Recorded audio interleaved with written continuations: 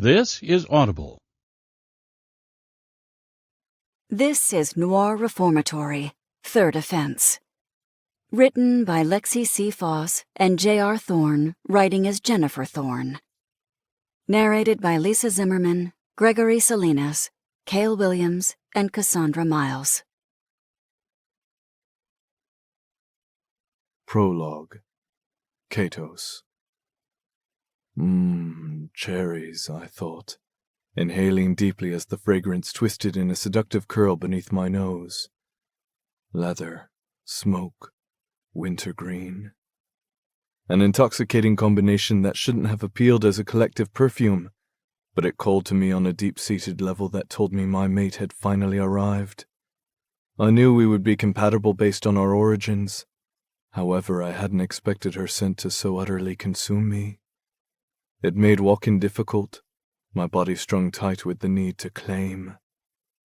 That wasn't how I wanted this introduction to go, although I wouldn't be disappointed if she ended up naked beneath me after a brief hello. My lips curved upward at the prospect. I didn't even know what she looked like yet, but I wanted her, because that scent was fucking mouthwatering. I followed it with my nose, inhaling deeply and allowing it to swathe me in a cloud of need. My mate, my Layla, my future queen. Her essence grew with each step I took through her parents' home. They'd called me the moment they'd learned of her pending arrival. I'd flown straight here from my Dublin estate, using one of my private jets rather than my wings. I'd wanted to be well rested for this meeting, just in case my mate wanted to play. I mused, pausing at the front door to admire the beauty standing on the walkway near the lawn. She was just as stunning as I'd imagined, with long fuchsia hair, pale skin, mouth-watering curves, and a regal flair to her elven chin as she held her head high. She resembled her mother in many ways, and yet I found Layla breathtakingly unique. No female had ever impacted me in this manner, stealing the breath from my lungs before I'd even attempted to speak. But it wasn't just her looks. It was her, the female, the alluring spirit bringing her body to life.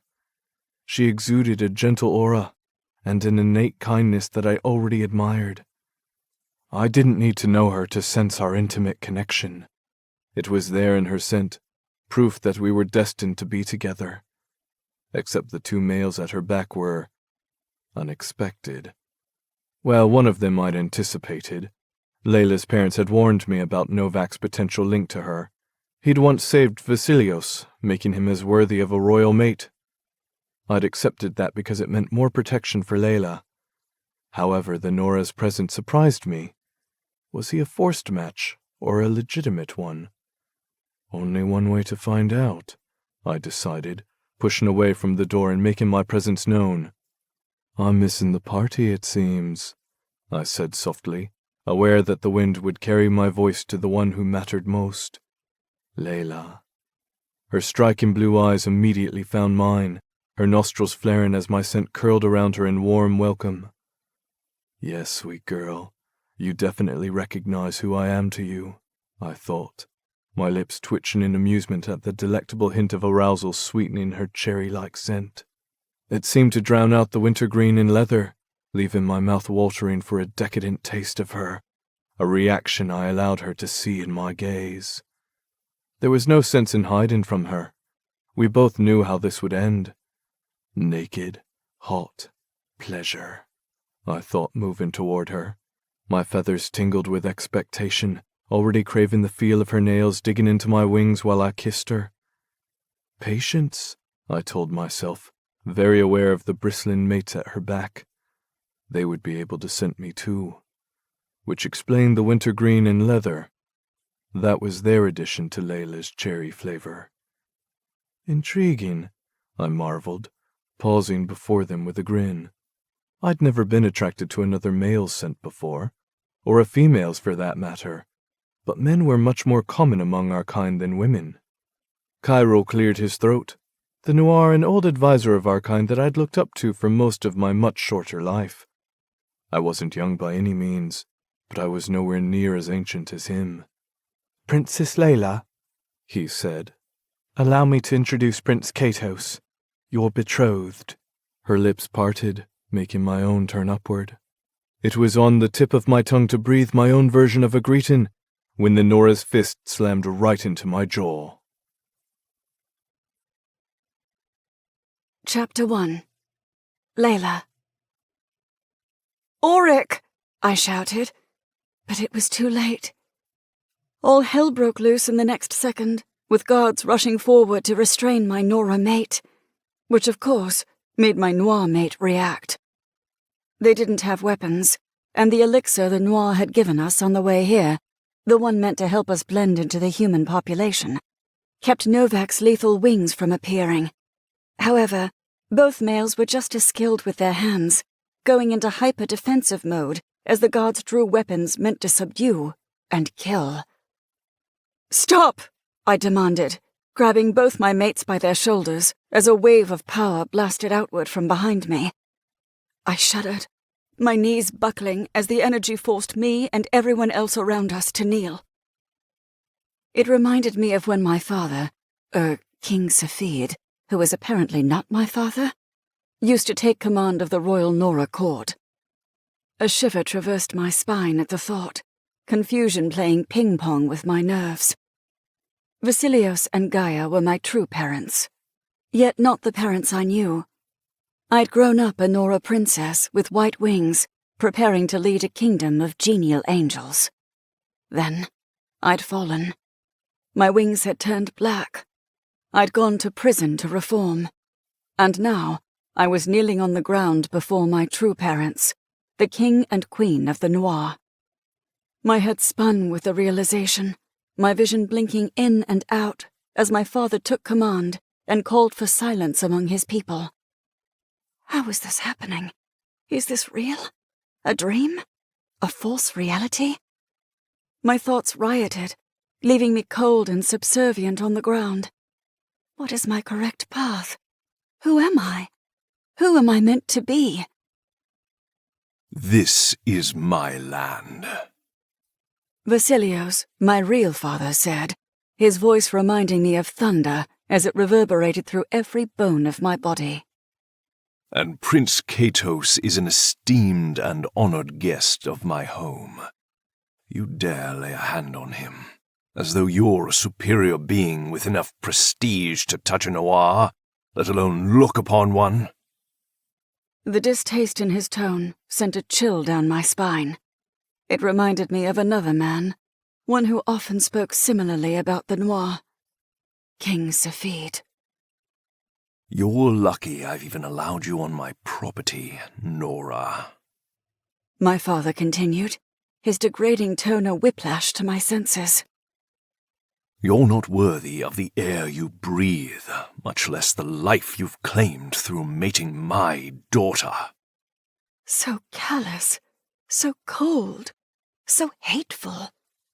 Just like the Royal Nora court when they spoke about Noir. Just like my King Safid when he addressed the need for reforming those who had sinned.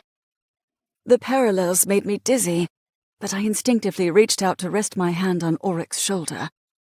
He'd spoken to me in this manner right after my fall, making me feel so small and alone and unworthy. I wouldn't do that to him now. I would be the stronger one between us. I would show solidarity. I would protect my mate from the injustice of that tone. Silence fell, as though my touch had been felt by everyone around us.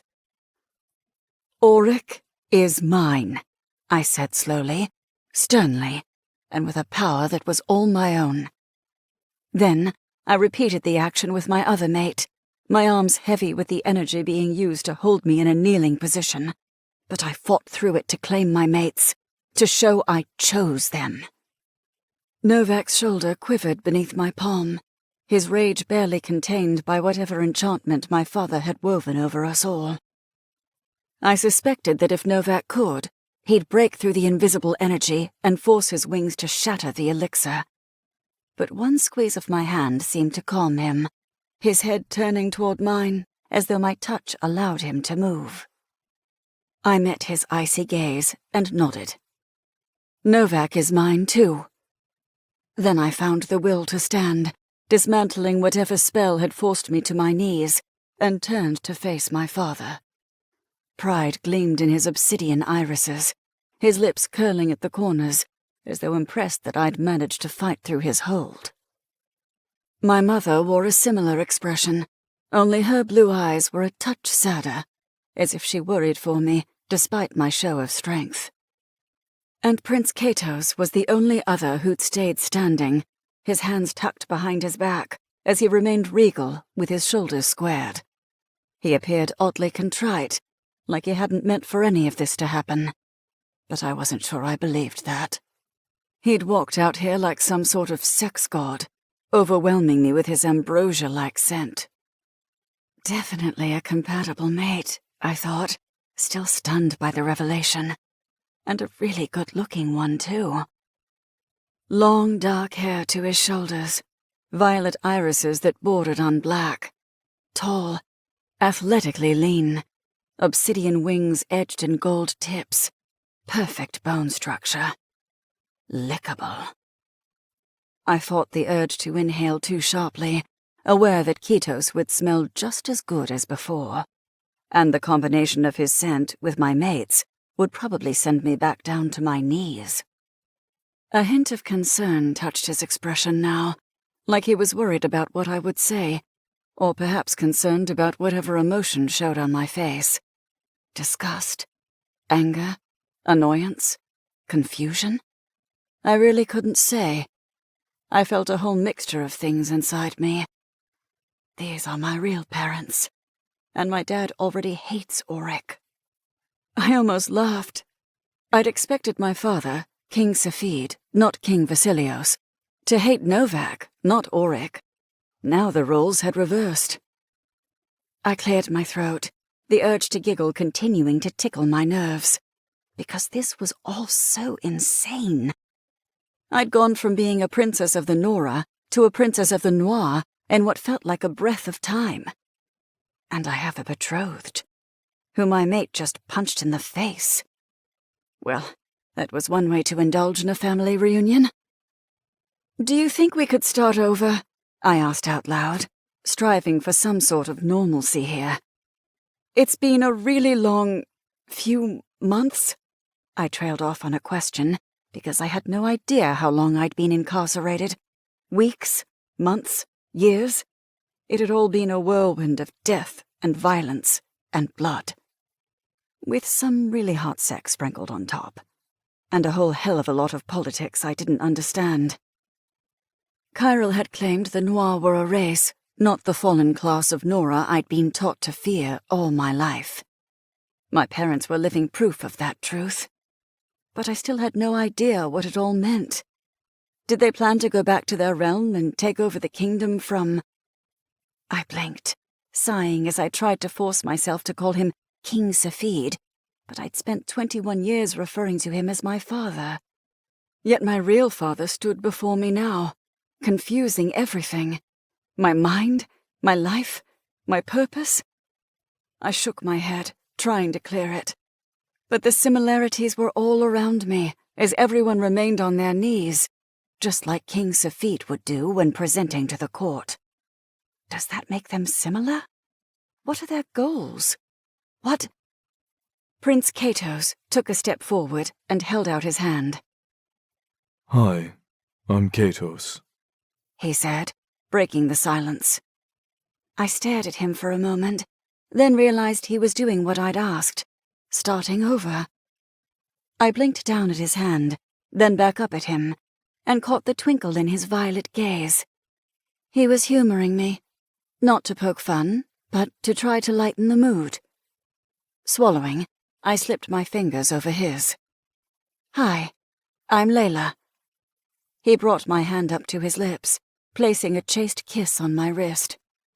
"It's a pleasure to meet you, Layla," he murmured, releasing me. A pleasant tingle remained in his wake, warming my veins.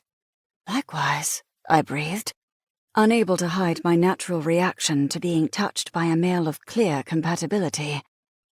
His lips curled again, but his expression remained genuinely polite overall. No seduction or knowing stares like I'd experienced on his approach. Just a subtle note of curiosity that left me feeling mildly more at ease.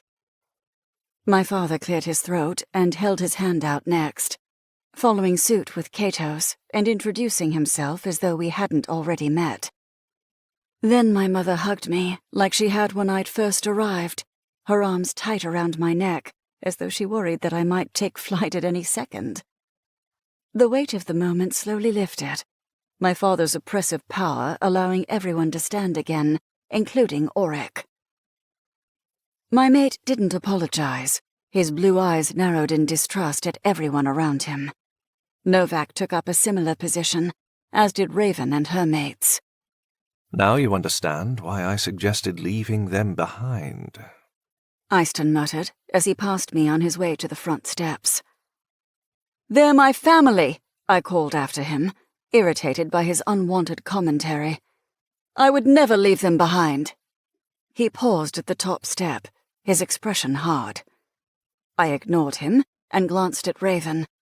She tipped her dark head in acknowledgement, silently agreeing with me. We might not often see eye to eye, and we might not even be true cousins now, but we'd established an understanding over these last few weeks. It wasn't a friendship so much as a familial bond. No matter what happened, we were all in this together now.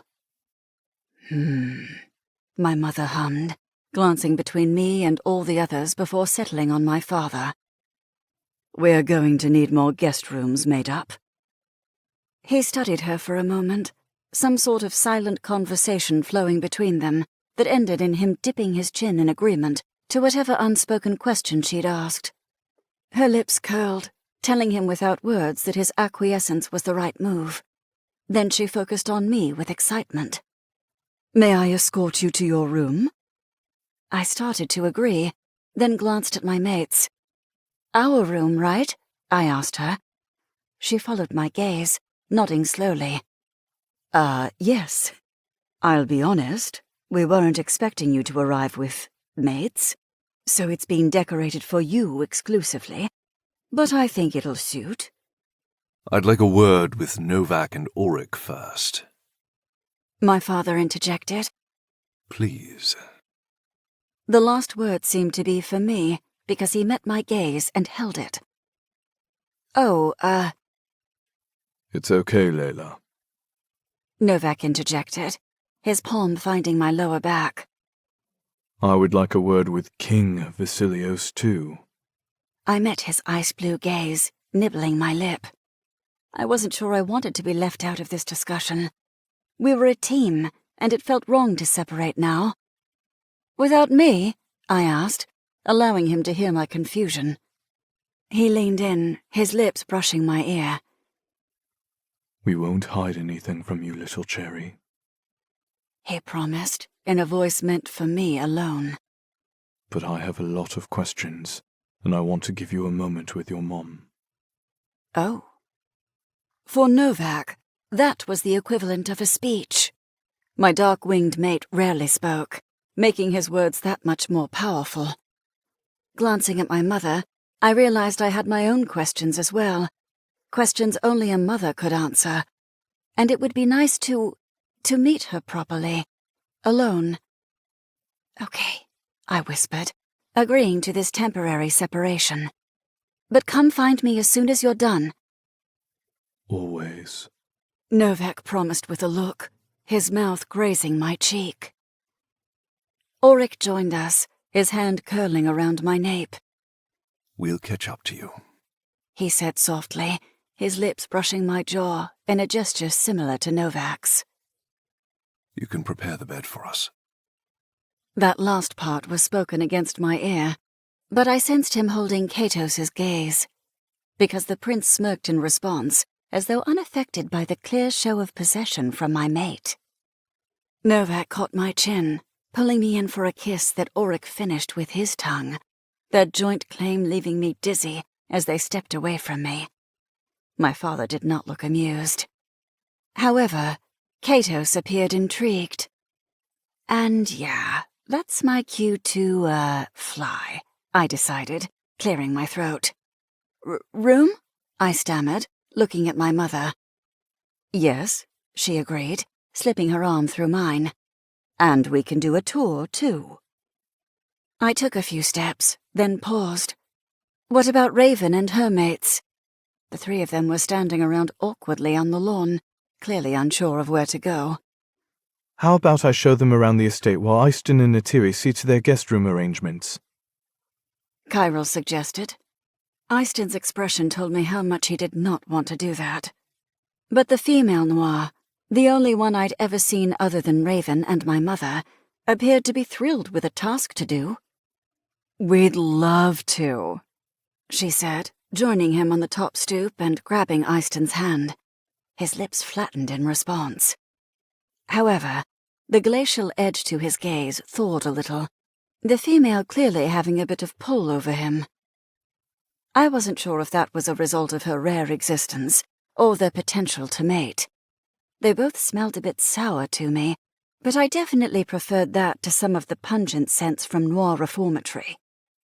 It just reinforced that no Noir held a candle to Auric or Novak. Or Katos, I thought, glancing at the handsome prince again. He winked in response, like he could read my mind, which resulted in Auric growling behind me. Ignoring them both, I focused on my mom. "Tour sounds good." She grinned knowingly. "I agree." She glanced at Kyril. "And thank you for offering to give Layla's friends a tour." Family. Raven corrected. We're her family. My mother nodded. "Yes, of course." Her voice held a slight edge to it, but her expression remained kind. "I'll make sure the cooks are aware of our increased party size for dinner later." I'll handle that for you, my queen. A guard with fiery red hair said, bowing. "Thank you, Limerick," she responded. "That would be much appreciated." She gave my arm a little tug, pulling me toward the steps. "We'll start inside and work our way out." "Okay," I agreed, glancing back at Novak and Auric. They both had their eyes on Katos, who had remained beside my father. Apparently, he intended to stay for their discussion. That can't be a good sign, I thought, swallowing. That can't be a good sign at all. Chapter 2. Novak. Layla's fuchsia hair disappeared through the front door, leaving her cherry scent lingering in the wind. It took physical restraint not to follow her, my desire to protect her riding my spirit hard. There were too many guards, too many unknowns, too much unexplained power. Starting with the source standing before me. King Vasilios. I knew him as the rogue Noir I'd spared a century ago.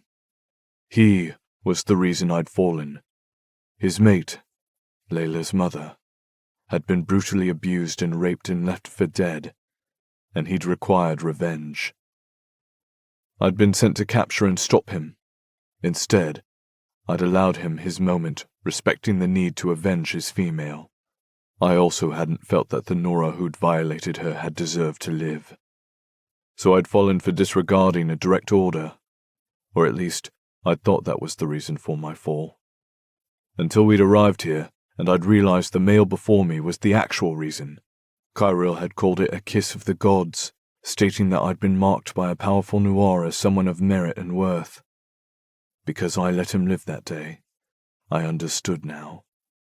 He'd marked me with favor for letting him live, which I now knew was the true cause for my wings turning black. I folded my arms and held the king's gaze, waiting as everyone around us dispersed. Zayan and I shared a quick glance and a nod, both of us immediately on the same page. If anything happened, we'd have each other's backs. No questions asked, no explanation needed. If this led to a battle, we would always be on the same side. Until then, he'd scope out the grounds on their little tour, and I'd feel out the Noir everyone referred to as a king. Katos remained, something I'd anticipated since he was apparently my mate's betrothed. Tension radiated from Auric, his displeasure over that development one I felt to the core of my being. Because no, that wasn't happening. Layla had 2 mates. She didn't need a third. Prince Katos could fuck right off. Vasilios studied me for a long moment after everyone left, his lips curling. I see my gifts have been used as anticipated. His dark eyes ran over me with interest. You're even more formidable now than you were that day. I grunted. He wasn't wrong, but I didn't particularly like my talents being referred to as his gifts. His focus shifted to Auric. And you're just as arrogant and close-minded as before. The Nora commander snorted at that. You don't know a damn thing about me. I know you think with your fists instead of your mind. He countered, gesturing at the male beside him. It's fine, Katos assured us all. I'm fine. Auric met his gaze directly. For now. Katos merely smiled and shifted his attention to Vasilios. I'm not offended. Auric appeared ready to challenge that opinion with another strike to his face, but I caught his wrist before he could move, giving it a squeeze. I was the volatile one in this relationship, not him. Get your shit together, I said with a glance. Then I looked at Vasilios expectantly and arched a brow. I wanted him to keep speaking, to give me something to work with here. I understood the whole history thanks to Kyril's lessons. The Noir were godlike beings who used to live peacefully with the Nora until a lethal disease wiped out 90% of the Noir race. Kyril claimed King Safid had created the Stygian plague, that he'd done it in response to his Noir father rejecting him and his Nora mother. The truth of that remained to be seen, but the Noir existence was clearly real, as I stood facing the unequivocal king. The last of the original Noir, an essential god if Kyril was to be believed. The display of power he exuded that had forced us all to kneel certainly seemed in line with Kyril's explanation, which meant my mate was a goddess, something my spirit had recognized long before I'd known all the facts. It was why I'd felt compelled to protect her, to worship her, to mate her, because she was mine and Auric's. Not yours, I thought at the golden-tipped black-winged arsehole. Vasilios narrowed his gaze, quickly picking up on my aggression. He rightfully seemed to recognize me as the greater threat. Auric was an admirable warrior, but King Vasilios knew firsthand what I was capable of. We clearly have a lot to discuss, he said, his invisible power tugging at my muscles to follow him when he turned. Walk with me. He led us away from the house, away from Layla, away from my cousin and his mates. My muscles tensed. I didn't appreciate being removed from those I considered mine, nor did I appreciate being led toward an unknown destination in a place I'd yet to scout, especially when I couldn't access my wings. Fucking elixir. I'd sensed the potential to fight through the magic earlier when chaos had ensued, but I hadn't been able to fully break free of the enchantment. It had loosened, though, a little, suggesting I could break it if I focused hard enough. I glanced at Auric to gauge his thoughts on the matter. We'd developed a means to talk without verbal communication long ago. He was my commander, I was his warrior, and the one he could never quite leash. We were still figuring out the hierarchy between us, but we listened to each other when it mattered, like right now. Auric wanted to talk with his fists, but our adversaries held too many unknowns. Emotion should be channeled, something I often practiced when my bloodlust and rage proved useful. Auric knew better, but Katos was an unexpected challenger when it came to our goddess. I don't trust them, Auric said with a subtle flex of his jaw. I don't either, I replied as I fought Vasilios's compulsion that drew me forward. Auric couldn't hear my thoughts, but he could read my body language. I locked my thigh a moment before I took another reluctant step. When Katos gave me an easy smile, I knew he was showing me his power. Either Vasilios wasn't compelling him, or he can't. Either way, I would play along for now. I found Auric's gaze once more, telling him my intent with a single look. We play along and learn more about our situation and location. Then we send that pretty boy with the golden-tipped feathers a message he'll never forget, preferably in blood. Auric seemed satisfied with the murder I bled through my eyes because he fell into step beside me and stopped fighting Vasilios's pull. The powerful angel led us to a cliff, a place that normally would make me feel free. Plenty of room to escape. No bars masking the scenery. Except I didn't have my wings, which made this view of the vast ocean and rocky surface below more of a threat than anything else. Something the glint in Vasilios's black eyes told me he knew. He wanted us to know that this was his territory, one where he was in control. Cato simply took in the view, his nostrils flaring as he inhaled the salty breeze, his feathers ruffled in contentment, the royal noir the picture of ease and comfort, probably because he frequented this location often, which meant he knew the territory well. He also had his wings, something I was growing increasingly jealous of as Vasilios led us all to the very edge of the cliff. It was only then that he lifted his compulsion, his message roaring even louder than before. I own this place, and I can own you too. He also lacked wings, his feathers merely a faint shadow behind him as the powerful elixir kept them hidden. However, that didn't seem to impact his confidence in our situation, a reveal that suggested I was right about being able to break the elixir's hold. Or perhaps it was being in his own territory that allowed Vasilios to appear so calmly self-assured. He rolled his shoulders as he faced us, the motion one that was more angel than human.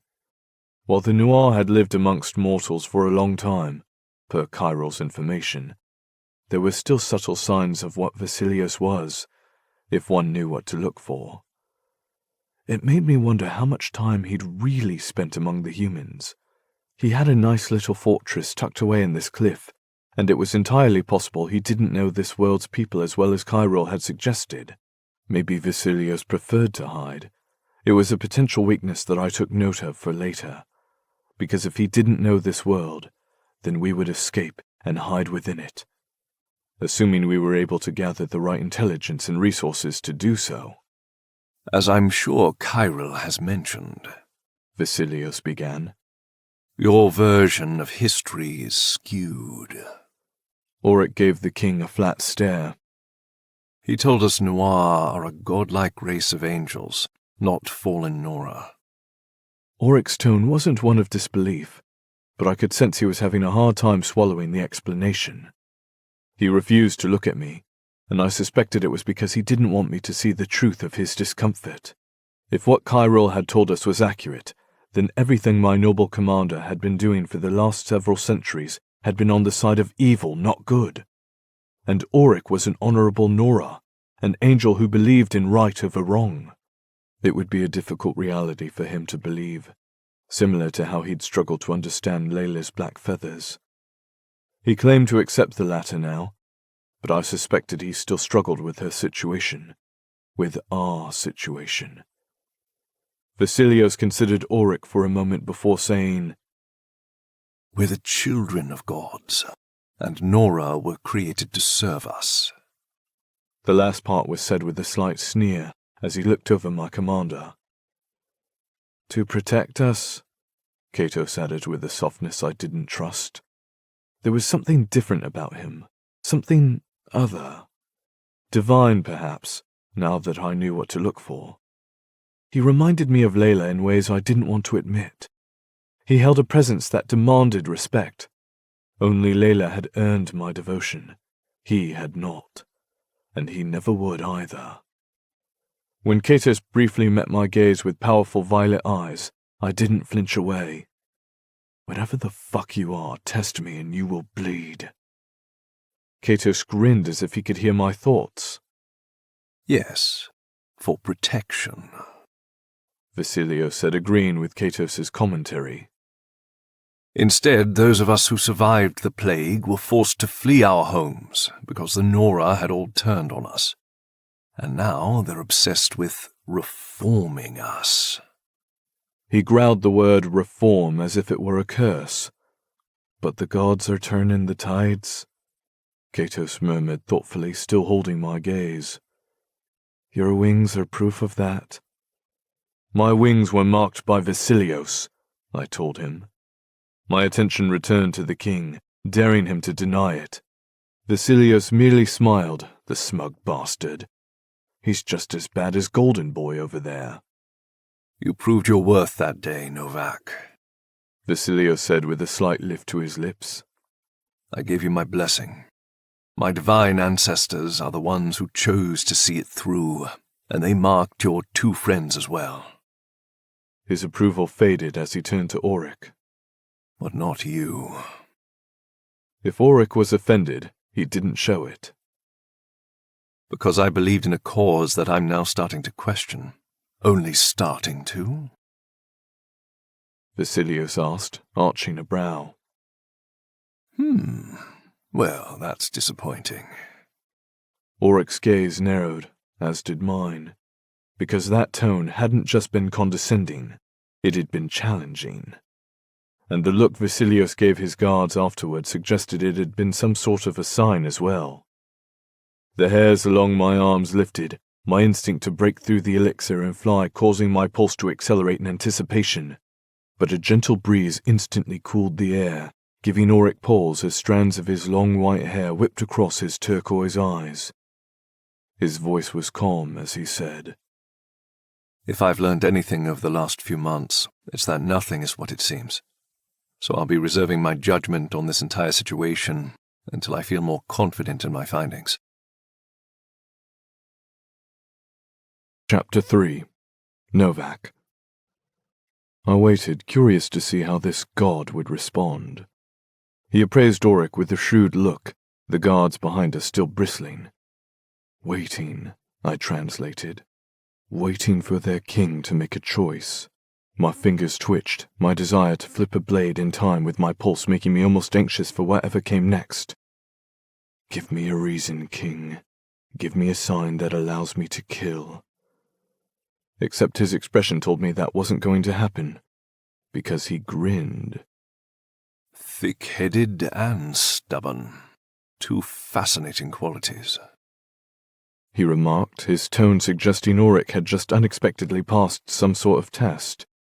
Then the king glanced at Katos and added, I'm going to assume that Cepheid passed similar traits on to my daughter as well.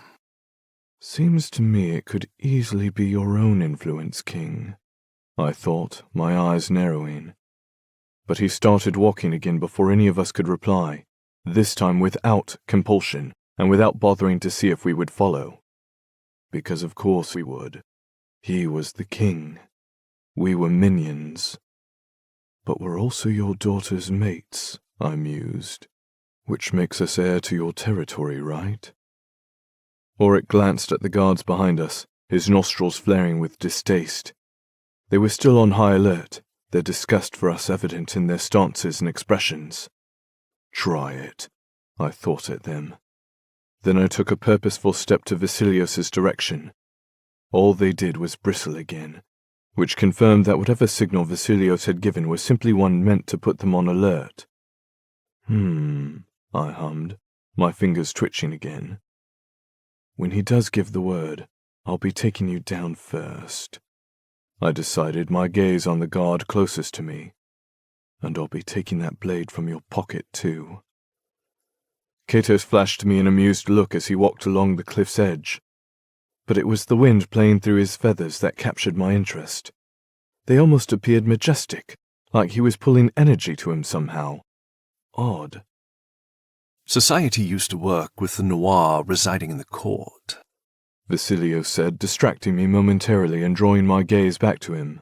The court, Auric repeated as my eyes returned to Katos and those mystical feathers of his.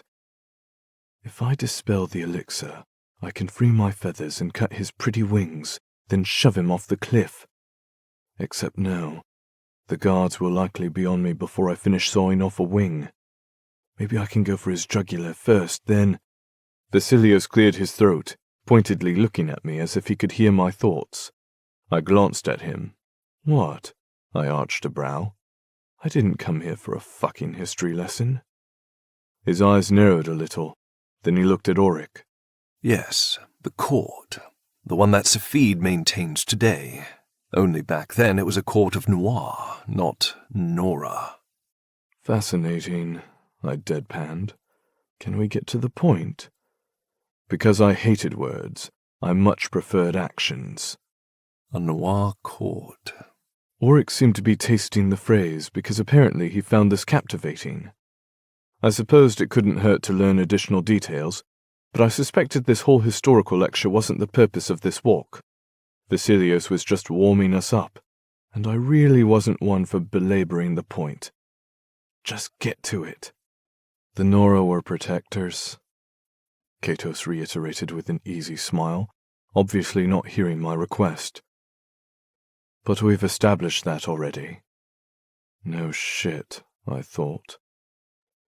What I mean to say is, he continued, they held an important role, one that the Noir cherished and valued. Vasilios tilted his head in agreement. Yes. They served the Noir court in many ways, similar to the servant class, but with far fewer restrictions. Auric frowned. Define fewer restrictions. From what I understand, Safid has strict rules in place that keep lower-level Nora out of his personal palaces. Correct? Yes. Auric confirmed. Well, it wasn't like that when the Noir ruled. We allowed the Nora free rein. It provided a harmonious atmosphere. Or so we thought.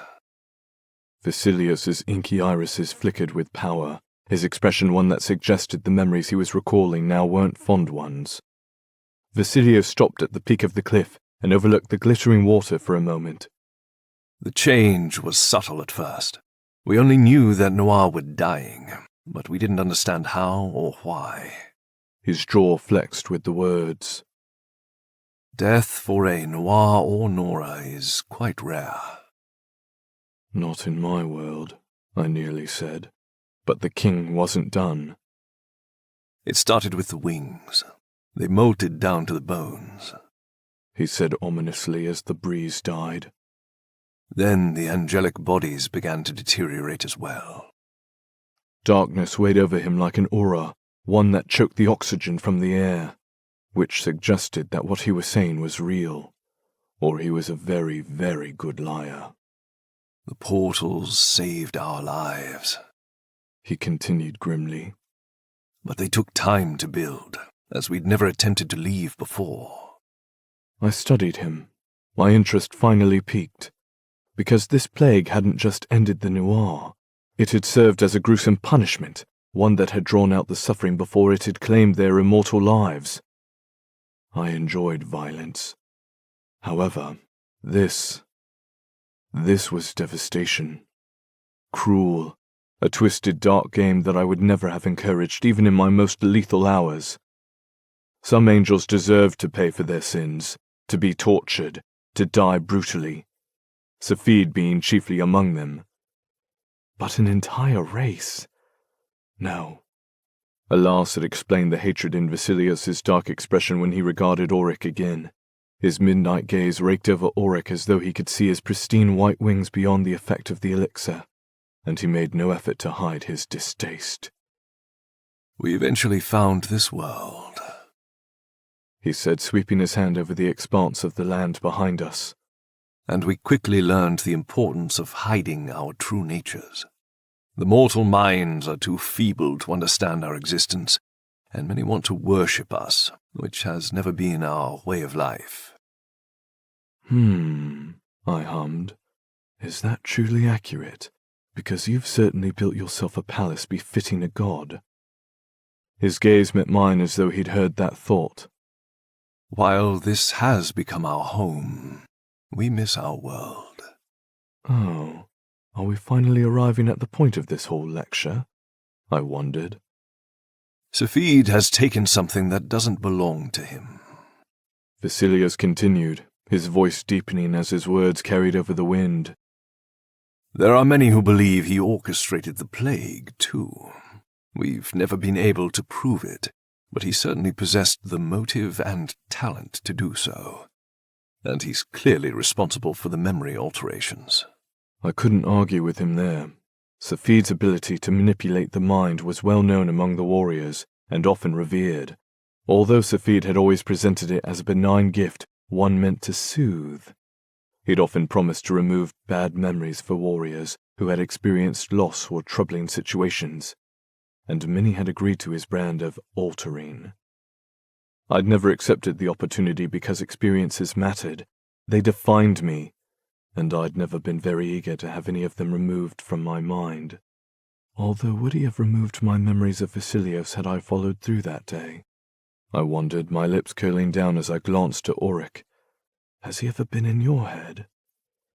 Auric had been one of Safid's prized commanders, a warrior he'd trusted with protection of his own daughter. If anyone had fallen victim to Safid's powers, it would have been Auric, and maybe even Layla. My gaze narrowed, my focus returning to the clever Noir king. Or this is a way to drive a wedge between me and my mates, make me question Safid's interference in their heads. His mouth curled, making me wonder just how much of my thoughts he could hear, because I doubted my eyes were conveying nearly as many words as my mind. Well, a historical discussion wasn't what I had in mind for this conversation, he admitted. Liar, I thought of him. But it sets the context, he added. My daughter is the future. She's my only successor, the heir to a throne neither of you can even begin to understand in your current states. You're not worthy of her. He tilted his head after a moment. At least, not yet. That last part had my eyebrow inching upward. You could be worthy, he seemed to say. But only if you prove it. That sounds like a challenge. I mused back at him, my expression doing all the talking for me. But I've already won over your daughter, and I'll continue doing so for an eternity to come. Auric stood beside me, his shoulders rigid, his jaw tight. He seemed to feel the same way as I did, his posture saying he didn't care what this king thought. Layla was ours. Ours to protect, ours to worship, ours to fuck. Because Layla's approval was the only one that mattered to us, not his. I glanced at Prince Golden Boy, and certainly not yours. That said, Vasilios continued, I'll respect her choice for now, as long as you respect that these lands are mine. I am king here, my mate is queen, and my daughter is very much your superior. I considered his choice of phrasing for a moment, then dipped my chin in acknowledgement. Layla had always been my superior, even as a Nora princess. I could easily accept her being my superior here too. She was a goddess, my mate, and I would always bow to her regardless of her status in life. Auric appeared to agree as well because he echoed my nod. Excellent. Then I suppose that means we can move forward for now, Vasilios said, glancing at Katos. Yes? Of course. He agreed with the ease of a man with nothing to lose. I studied him for a long moment, trying to discern a flaw in his act and finding none. He'd perfected it somehow, presenting a charade of perfect hospitality. But I didn't trust him. Not in the slightest. Good. I expect you to bring them both up to speed, Vasilios said, interrupting my contemplation of Katos' motives. And here you thought I was done testing you.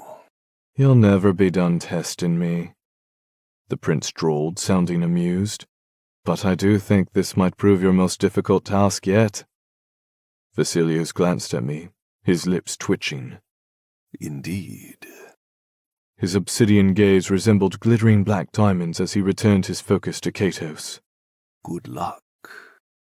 He drew out the word before diving off the cliff and flaring his wings, breaking through the elixir with an ease I envied, and took off toward the water with 3 warriors on his tail, all of them equipped to guard him. Well, that was certainly a cruel move on the king's part. I mused, my mood vastly improved, because the king had just left Katos alone, with me and Auric, next to a deadly-looking cliff. Chapter 4. Layla. Gold and white opulence, I mused, glancing around the palatial estate with a sense of ease I hadn't felt in a long time. This place felt like home. Not the one I'd lived in as a Nora, but a new sort of home. My home. As though I'd always been meant to find this palace and call it my own. Windows lined most of the exterior, the glass all easily removable with a latch along the silver-stained frames. Gaia, my mother, showed me how to remove one in the hallway upstairs, explaining that it was designed that way to enable easy arrival and departure by flight. "Can you still fly with the elixir?" I asked, my invisible feathers ruffling at my back. She nodded. "It feels a bit strange at first, but the incantation is easily broken." She considered that for a moment. "Well, that may not be the right term. It feels like breaking through a fog, but the substance sort of sticks to your feathers, which is how it appears again when you land, camouflaging your wings once more." That all sounded a bit suffocating, a reaction she must have read on my face, because she reached out to squeeze my arm in a reassuring manner. "Do you recall the first time you took flight?" she asked softly. I swallowed, nodding. Yes. My mother, or the woman I'd always thought was my mother, had pushed me out a window and waited for me to master my wings. She'd been right behind me in case I fell, but I'd instinctively thrust out my plumes and soared through the wind for several glorious moments before stumbling onto the ground below. A misty gleam met Gaia's gaze, but she blinked away the emotion and cleared her throat. "It's similar to that, only a little trickier because our adult minds are used to sensing wind a little differently after years or centuries of flight." "Oh," I whispered. She paused in the hallway, glancing at me again. Would you like me to show you?" she asked, a hopeful note in her tone, like she wanted the opportunity to teach me something. "Maybe after we see your room?" I nodded. "Yes, I think I would like that." Her lips curled, her face lighting up with excitement. "I would like that too." She threaded her arm through mine again and led me the rest of the way down the overly wide hallway, obviously created to accommodate wings, through a pair of double doors at the end. We constructed this wing for you," she said softly. "I've kept it maintained throughout the years, hoping you would come home to us someday." That sheen returned to her gaze, her voice choking up a little at the end and causing her to clear her throat again. My heart gave a little pang, not just at her watery expression, but also at the knowledge that they'd been waiting for me to come home, to return to them, to be here, as their daughter, because I'm a Noir. I swallowed, the notion making me uneasy. It was a feeling that only worsened when I realized that we had an audience waiting for us on the other side of the doors. 2 Noir guards. They stood at attention against the wall, their weapons on full display at their hips. But I caught the subtle scent of metal, too, suggesting they had at least one knife between them, probably in the seam of a boot. Auric had taught me how to scent out weapons, a defensive maneuver, one that Novak had enhanced over the last few months with his own version of training. I glanced out the window to my left, searching for them instinctively. My heart told me they were okay. However, that didn't stop my mind from whirring with possibilities of how quickly that could change. Be safe, I thought at them, aware that they couldn't hear me, but hoping they felt me all the same. "You're uncomfortable," my mother murmured, intruding on my thoughts. I blinked at her and caught the concern knitting her otherwise perfect brow. She glanced at the guards and waved them away, wrongly interpreting my worry. I could handle a few Noir guards. It was my mates who occupied my mind, and their inability to remain polite. "Stand guard at the entrance to the wing," my mother told them. "There's no need to linger inside my daughter's suite." My heart did a strange stutter when she said my daughter. Home. Noir princess. Daughter. Not Honora. My head spun, each thought seeming to swirl in circles inside my mind. This was all so much to absorb. But I did appreciate the guards leaving. Their presence reminded me a little too much of the Nora Palace, and ultimately the prison I'd been wrongly sent to when my wings had turned black. Because I'm a noir. Because I'm supposed to have black wings. Because King Cephid is not my father. King Vasilios— "Your father is overly cautious," Gaia said, interrupting my thoughts and making me wince at the timing of her statement. These are my parents. Gaia is my mother. I'm a noir. She gave me a sad smile, likely sensing my continued unease. "I'll tell him to only station the guards at the end of the hall from now on."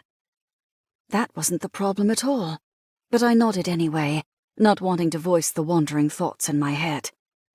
"Well," she murmured, taking another step deeper into the room. "This is yours." Such a simple statement, one that had me blinking my eyes. But of course, she'd already said this was mine, because they've been keeping it prepared for my arrival for 2 decades. I swallowed, the emotions threatening to suffocate me as I forced my eyes to take in the room around us. Then my lips parted, because, wow! I'd grown up with finery and luxury, but even my royal Nora chambers struggled to compare to the glory of this room. "Wing," I corrected myself.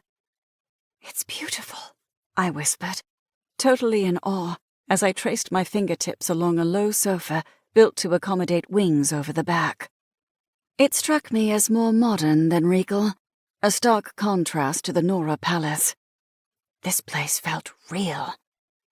Palatial and stunning, but with practical undertones.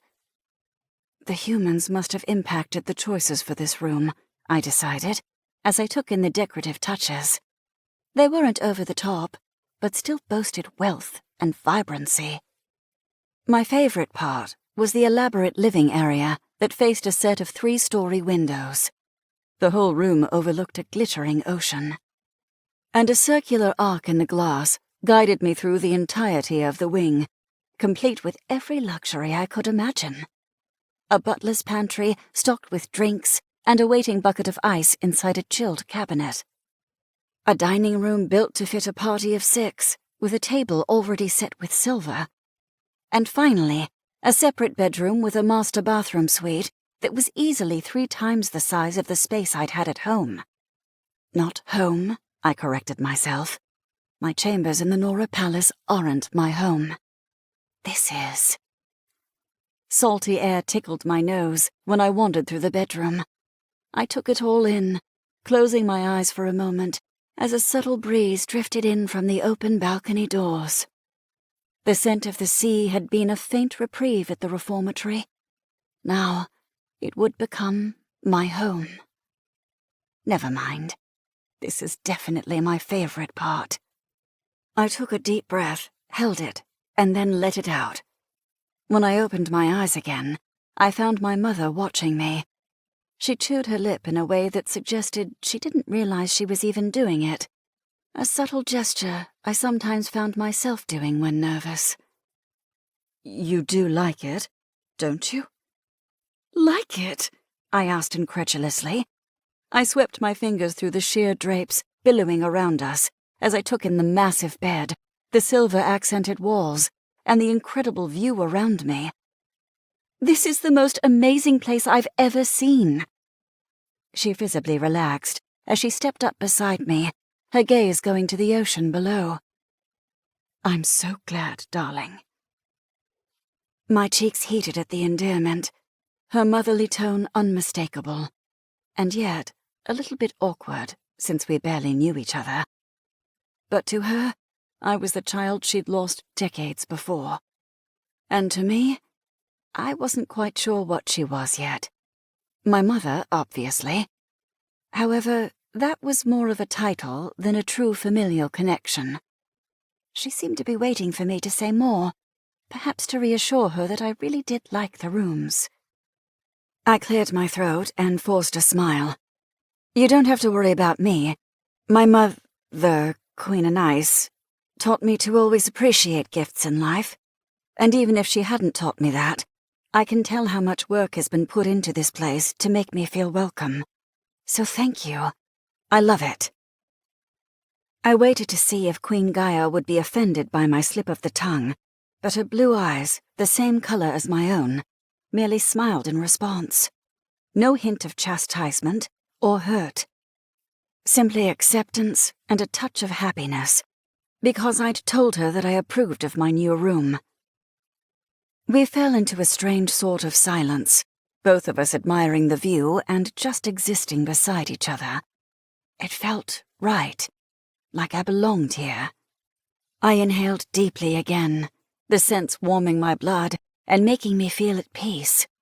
It was a moment I absorbed and clung to, needing my mind to still, just for another few minutes. But all too soon, that nagging little voice in my head started whispering, "Is she really our mother? What about a nice?" I'd always loved my mom growing up, despite our time together often being brief and to the point. However, had it all been a ruse? A way to keep me in line? A lie meant to groom me for a future beneath King Safid's wing? I knew deep down that the answer was yes, but that didn't make it any easier to stomach. Still, I couldn't deny the pull I felt toward Queen Gaia. There was something about her aura that I couldn't quite describe. Some sort of divine authority that called to my inner spirit, demanding that I recognize my place by her side. Her blue eyes met mine, her smile still touched with a hint of sadness, as she murmured, "This all must be overwhelming." She glanced at the balcony. "Perhaps we should entertain a flying lesson later." "It's overwhelming." I couldn't deny that.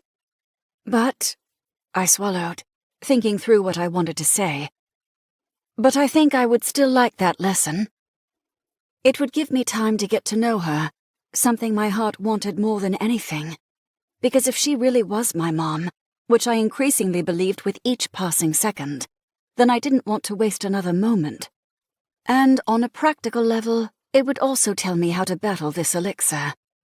However, it was more so the desire to know my mother that inspired me to grab her arm. "Please," I added, as a sweep of energy ran up my limbs as a result of my touching her. I inhaled sharply, the electricity sizzling through me and bringing with it a sense of calmness that had my shoulders instantly relaxing. Oh, I liked that. And her expression told me she'd felt it too. I wasn't sure if it was simply us touching that had evoked such energy, or if it had come from her, but I was definitely starting to believe everything Chiral had told me about the truth of the Noir. My mother was a goddess, which makes me one too. My throat went dry with the thought, my need for a distraction mounting by the second. I released my mother and stepped through the open glass doors in the bedroom and onto the balcony. There were no rails, granting me a sense of freedom that had me longing to spread my wings. Alas, the elixir kept them hidden. Yet I sensed them behind me like a mirage. Gaia's words from earlier had me recalling my first flight. The anticipation, the terror, the excitement. Except, this time, I was in a different world. The ocean that spanned out before me sparkled under a bright sunlight, with a sky that held a different tone of blue than I was used to. Because this wasn't my world. This one belonged to humans. "Are you sure it's safe to practice? In regard to being spotted by the locals, I mean?" I asked. We'd been given the elixir for a reason. However, the guards freely wore their wings. Of course, I'd mostly only seen them inside the palace walls, where they wouldn't be spotted. "There's nothing to worry about," Queen Gaia said, gliding to my side as she clasped her hands in front of her and surveyed the horizon. The sun played with her vibrant hair and reflected the natural sparkle in her eyes. "The grounds are well guarded and away from human eyes, so the elixir isn't necessarily needed inside the compound gates." "And outside?" I asked. She glanced at me, her smile seeming to slip a little. "Outside our border patrol, it's absolutely required, so you must learn how the elixir works." "Border patrol?" I repeated, shivering with the reminder of the reformatory and the guards who had been stationed there. She blinked at me a few times, then seemed to follow my concern. "Oh, the guards and border patrol here are for our protection and no other purpose." I swallowed, nodding. "Okay." On the surface, that made sense, but something about it felt off.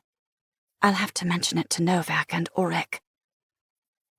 Thinking of them reaffirmed my need to break through this elixir. They would want to know how to free their wings, and something told me that wasn't the topic they were currently discussing with King Vasilios. "My father," I corrected myself, shivering again. Yeah, I definitely need a good flight. That would help clear my mind. "If you prefer more time," my mother began. "I don't," I interjected, refocusing on the cliffs below. "I want to—" I trailed off as a glint of gold caught my eye. I blinked, then narrowed my eyes at the familiar black and gold wings. Prince Katos, my compatible mate. The sun glimmered against his incredible feathers, causing my nostrils to flare in search of his delectable scent. But he was too far away for me to possibly pick up his floral decadence. And it was a craving I shouldn't entertain. I lowered my gaze away from him, slightly ashamed of my body's reaction, only to realize he wasn't alone. Novak and Auric were kneeling at his feet. What? Kato stood over them, his arms crossed and his wings tucked at his back. Oh, shit. My heart fluttered. I didn't think. I acted. "The lesson starts now," I informed Queen Gaia as I dove off the platform and prayed my wings broke through the spell. Chapter 5. Katos. A few minutes earlier. Here we go, I thought, sighing to myself. The moment Vasilios's wings had appeared, I'd felt a subtle change in the air around Novak and Auric. They were very aware that we were alone out here, and they clearly had some things they wanted to say. But not with words. Rather, they intended to use their fists. Before we do this, you may want to consider why the guards felt confident enough to leave me behind without much protection, I said, giving them as subtle a warning as I could. I was a gentleman after all, and I honestly wasn't in the mood for a fight. However, neither of these males appeared ready to listen to reason. Instead, they glanced at each other before grinning at me. "I think they underestimated how much damage we can do with our hands," Auric drawled. Novak grunted, the sound seeming to be one of agreement.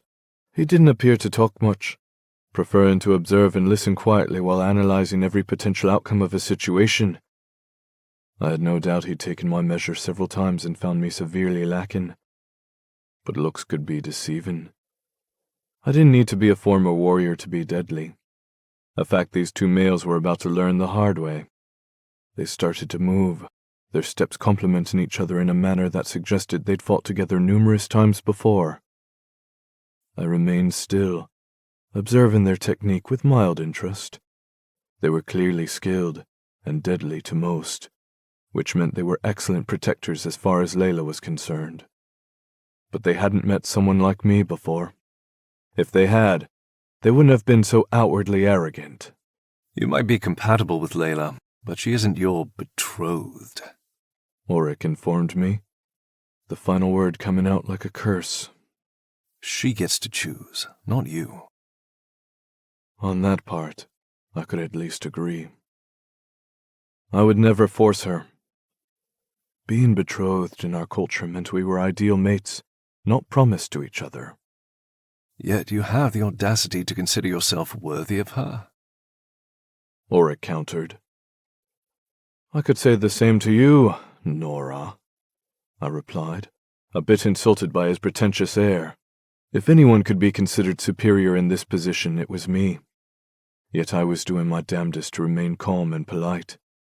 My desired mate had selected these two males for a reason, and I was choosing to respect that selection rather than point out the degradation of it.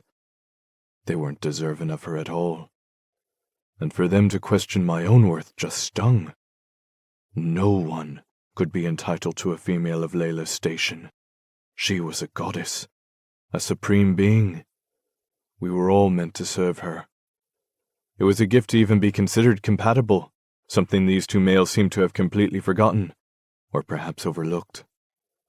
Novak straightened, his gaze narrowing as he realized I hadn't moved once since they'd started prowling around me. I arched a brow. Do you understand yet? He growled. I see you don't, I thought as he flared his wings to shatter the elixir's hold. I could sense his intent, as well as the lethality of his bladed feathers, and decided to teach him a lesson before he made a deadly mistake. All it took was a twist of my wrist, a simple thought, a subtle tug on the energy stabilizing his stance. And down he went. I hummed, glancing at Auric, awaiting his next move. But Novak shoved off the ground to his feet in a blindingly fast kick that circumvented my loose hold on the energy around him. His wings flared, the metallic bits on full display. Magnificent, I marveled, honestly impressed. Layla's choice seemed more appropriate now. This male clearly one capable of keeping her safe. Alas, he needed to work on his manners, a fact evidenced by him coming right at my neck with his deadly wings. I splayed my fingers, using my control over the energy around us to shove him back without touching him. It was similar to telekinesis, but not quite. I inherited this gift from my maternal side, the line renowned for energy and force manipulation, which I used now to put the noir on his ass again, and created a shield on my opposite side that sent Auric bouncing off the air and onto the ground beside the other male. Are you done yet? I asked, bored. Both of them snarled in response. I sighed. Look, I don't want to fight you. Novak leapt up again, slicing right through my barrier and nearly nicking my face with his razor-like feathers before I shoved him several steps backward with a blast of energy that would have sent most men to their graves. But not this one. No, he pushed against my energy shield, his gaze determined. My respect for him grew with each passing second, until he came a little too close for comfort, thus forcing me to apply a lot more effort into pushing him off. You started this, I told him, not me. Then I let him feel the full force of my ability, needing him to understand the true threat behind my nature. I was a noir prince for a reason, a compatible mate to a goddess for a reason. I would not bow to him. Layla, yes. Novak, no. He might have borne the famous kiss of the god's mark, but my godly bloodline far superseded his. Something I displayed now as I hit him with a second blast of power, followed by a third that lowered him to the ground and held him there. Auric started to move in my peripheral vision, so I hit him with a blow just to keep him down. They both tried to fight it, their courage admirable. But I was beginning to question their intelligence. You've not met a noir like me before, I told them quietly. Even with your weapons, you wouldn't stand a chance. Of course, I wasn't invincible, but they would need to see beyond their own arrogance to determine my weakness. And that clearly wasn't going to happen today. To drive that point home, I pressed on them a little more, ensuring they felt every ounce of my ability. Then I released them from most of my power and took a step back to evaluate their kneeling forms. Now, shall we discuss this like adults? Or would you care for another demonstration? I asked, folding my arms in a display of boredom. I'd barely broken a sweat, while the two of them were panting in angry exertion. They were powerful and strong and entirely too stubborn. With a bit of strategic foresight, they would prove more formidable. However, they'd underestimated me. Something I truly hoped they wouldn't do again. But if they continued to think with their possessive instincts and not their minds, they'd just end up on their asses again. A glimmer of fuchsia in the distance momentarily captured my focus, my gaze homing in on the two gorgeous angels flying toward us. Layla, I whispered to myself, utterly taken by the sight of her stunning hair waving in the pale blue sky as she effortlessly sailed through the air. So fucking beautiful. So graceful. So perfect. Everything about her captivated me, from her ebony feathers, which I hadn't seen before, to her curves which were more evident now thanks to the force of the wind on her ill-fitting clothes. Her mother would help her with the wardrobe change. Not that I truly cared. Her mere presence took my breath away, as did her addictive scent. I inhaled, loving the way it mingled with the natural cologne of her two mates. Somehow that just made her all the more attractive, like she was complete in a way she wouldn't be if their fragrances were missing. What's going on? She demanded, as she landed deftly in the grass, her execution as flawless as the rest of her. Your mates wanted to spar, but I don't use weapons, I explained. I use my mind. Novak snorted. Auric glowered at me. He's a fucking telekinetic. Not quite, I murmured. Katos? Gaia said, her tone holding a note of chastisement that I hadn't heard in a very long time. She often reminded me of my mother. I warned them, I told her. They chose not to listen. Yes, I'm quite certain this was their doing. Layla said, sounding irritated. What the hell is wrong with you two? Whether they started it or not, Prince Katos knows better. Gaia interjected. He's the son of two very powerful gods. There is no such thing as a fair match where he's concerned. I'm choosing to take all of that as a compliment, I decided out loud. And as I said, I warned them. More than once, I might add. I gestured to where Novak's wings were lodged in the grass. That one is almost as lethal as me, just in physical form rather than mental. I pointed at Auric. And that one is too stubborn for his own good. And you're not? Gaia countered. We all have our weaknesses, I murmured, fixing my jacket and stepping forward to kiss her on the cheek. In most cases it involves a woman, too. I winked at Layla as I said it, then continued on past her, because if I didn't leave now, I'd probably end up trying to kiss her. And that would likely end with me introducing Auric and Novak to the ground again. I'm going to freshen up for dinner, I called over my shoulder, my gaze finding Layla once more, mostly because I couldn't help myself. I also didn't want to appear rude to her by leaving so suddenly. I look forward to chatting more later, darling. I think we have a lot to discuss. That elicited a twin pair of growls from the ground, causing me to sigh. Shaking my head, I waved my hand to release them of their final binds. Then I used my wings to propel me up into the sky before they could even think to stand up and attack me again. As far as introductions went, it could have been worse. Layla's perfume wrapped around me as I flew through the same strand of air she'd taken here, and my groin tightened. Could have been better, too. Alas, patience was a virtue after all. I would wait as long as it took. As I told Novak and Auric, I believe in the right to choose, and with that belief came an important task to prove myself worthy enough of that choice, which was exactly what I intended to do now. Chapter 6. Auric. Fuck. I didn't know what had just happened, but Novak and I had very clearly underestimated Katos.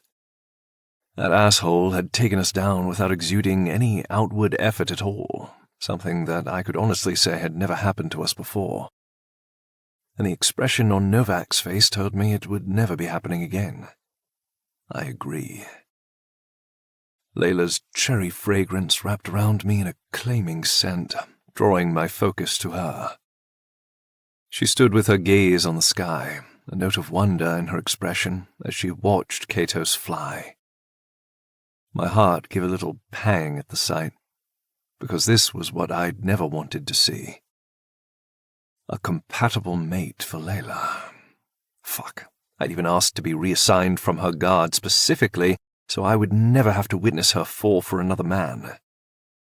And now she's mine, I thought, my eyes narrowing as I followed her gaze. You may be some crazy, powerful noir, but you are not betrothed to my mate. Novak grunted beside me, the sound one of agreement. It didn't matter that he couldn't hear me. He understood loud and clear how this was going to go down. That royal is going to die. He's the son of two gods? Layla asked, her eyes still on the retreating noir in the sky. Her voice held a note of wonder that matched her expression. It made me want to growl, but I refrained in order to hear the answer to that question, as I'd wondered the same after her mother had originally voiced that revelation. He's the son of two very powerful gods. Which two? And what exactly does that mean? I wanted to demand. Yes, Bia and Krios, Her mother replied, the familiar names making my lips curl down. I met Novak's gaze, and he arched a brow in return. Coincidence? He seemed to be asking. Doubtful, I replied. The way his icy gaze flashed told me he agreed with my assessment, which raised a hell of a lot more questions, but I wasn't sure I wanted to voice them out loud here. I'd listen first. Oh, that's what's to be believed anyway. Her mother continued. His powers directly correspond to their lines. Layla pulled her focus away from the sky, a frown marring her brow. But I thought King Vasilios was the last son of a god. That's what Kyril claimed, I thought, pushing off the ground. Of his era, yes. Her mother murmured, her gaze sliding from Katos's winged form to her daughter. Katos is from the new era. What's the new era? Layla asked, as Novak joined me in standing behind our mate. There are different eras of gods and goddesses, with Katos being the newest generation. Your father is from the oldest generation, and the last of his kind. Her mother replied. Novak and I shared another look. He'd been bored and borderline annoyed by Layla's father, but he seemed intrigued now, as was I. Because Prince Katos had just handed us our asses without so much as breaking a sweat. And we were both very interested in how he'd accomplished that. Son of two gods, new era. Keep going, I thought, my focus returning to Layla's mom. But it was Layla who said, Okay, so the gods started a new generation?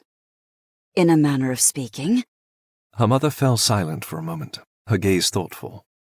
Power has a way of recreating itself, and in this case, it's happening with a newer generation.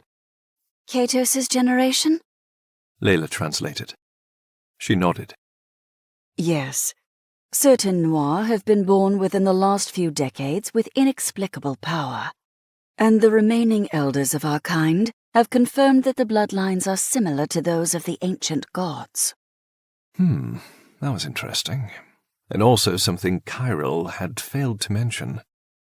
Of course, there seemed to be a lot of missing information, like certain details about a noir prince who happens to be the son of two gods, and, oh yeah, betrothed to Layla.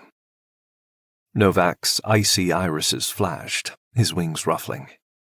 There are more versions of Katos. He seemed to be saying. More children of God with immense telekinetic powers. Or perhaps that was my own thought prompted by his razor-like feathers snapping behind him, because the notion of there being more noir like Katos made me murderous. And not just because they all might be compatible with Layla, but because they were threats. Okay. Layla said slowly, her focus on her mother. You said his powers directly correspond to their lines. As in the gods? It came out as a question, one I very much approved of her voicing. Yes, tell us more about these mysterious lines and Katos's powers. Yes. Katos showed signs of having been blessed by Bia and Krios in his younger years, and he's grown into that power, perfecting it in ways that confirm his heritage. Blessed? Layla repeated. By his parents? Her mother considered her for a moment, her blue eyes searching. We say blessed because his origin is unknown. My eyebrow arched upward. Unknown in my world isn't considered a positive trait. The godlike noir of the new era just sort of appeared to certain mate circles. In Katos's case, he appeared to Ariel's mate circle in Ireland. They took him in as their own, and he considers them to be his parents, not the gods who blessed him. She continued. And me? Layla asked. Did I appear? Her mother smiled. No, darling. You grew inside me, which technically makes you a member of the old era, as your father is a direct descendant, the lost of his kind. Because the gods are dead? Layla sounded uncertain. It was an uncertainty I shared. They no longer walk this earth, Her mother replied. but the souls live on, which Katos and the others of his era have proved. Have they, though? I wondered. If their origins are unknown, they could simply be other. And you base that on his gifts? Layla hedged, clearly following my line of thought. I would have smiled if I weren't still focused on Katos and his godlike abilities. Yes, he's not only particularly skilled with wealth management, but he's also able to control force and energy. The former comes from Bia, the latter from Krios. My blood went cold at the direct correlation of those names and the history they represented. Novak's eyes narrowed, clearly feeling the same way. We were both very familiar with those fallen entities and the sins they'd committed. Only we'd been told they were powerful Nora who had let their gifts manipulate their judgment, thereby causing their fall. Bia had fallen for her greed, having stolen the fortunes of many to increase her own wealth. And Krios had fallen for his sloth-like approach to his gift. He'd been in charge of fortifying the balance of power by ensuring that the energy remained even among the Nora race, thus providing everyone with equal strength and support. Only he'd chosen to laze around instead, keeping his power to himself and living a life of energetic gluttony. All Nora warriors had been taught their histories, mostly as a way to keep us informed of potential threats.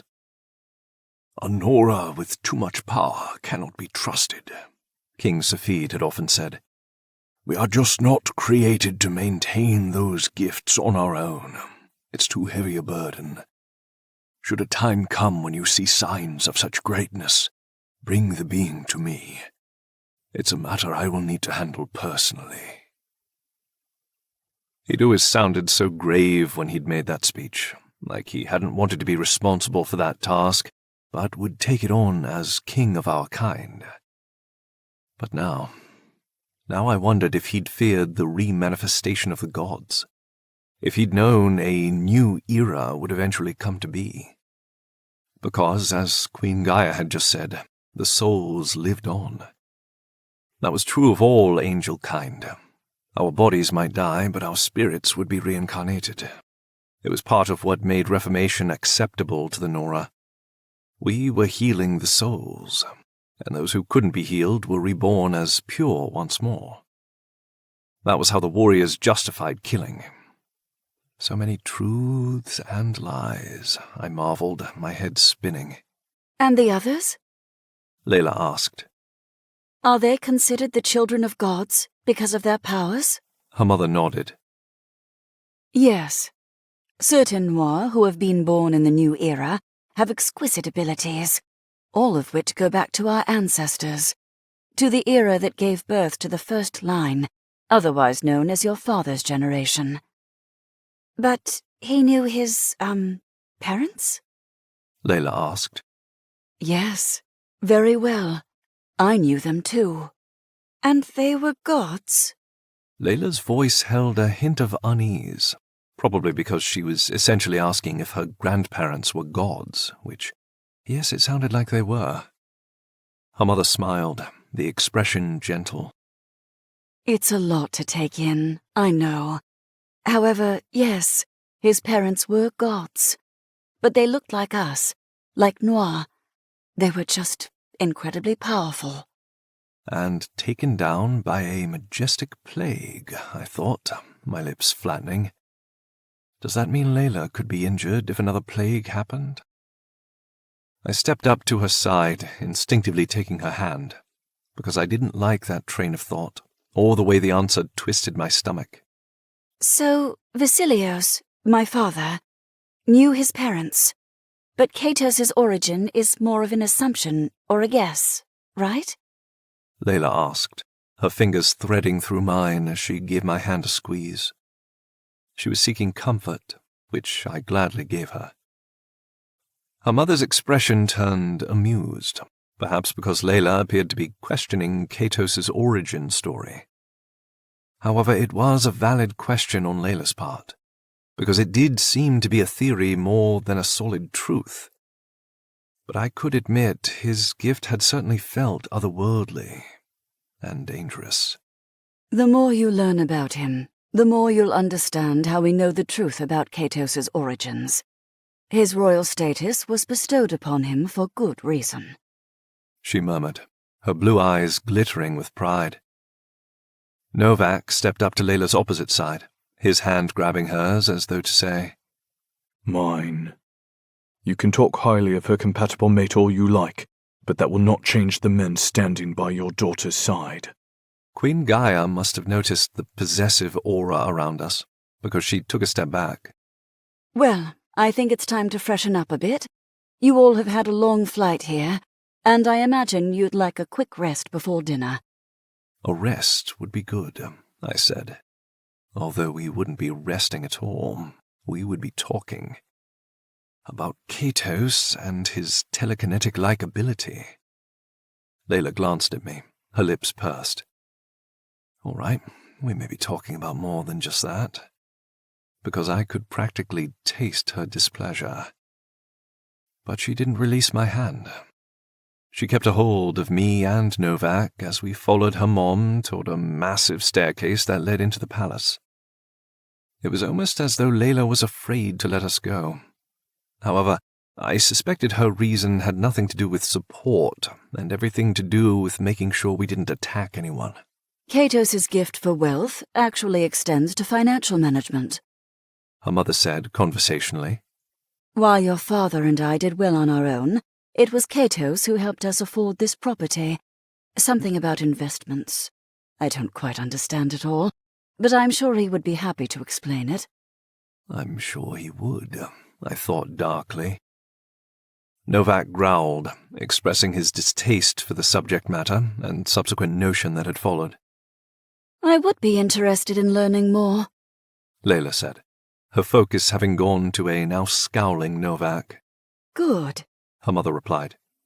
I think you could learn a lot from him, especially about Noir history. Perhaps your mates will join you for the discussions. Queen Gaia's blue eyes met mine over her shoulder, the smile in her features kind yet calculating. I simply stared back at her, not willing to reply.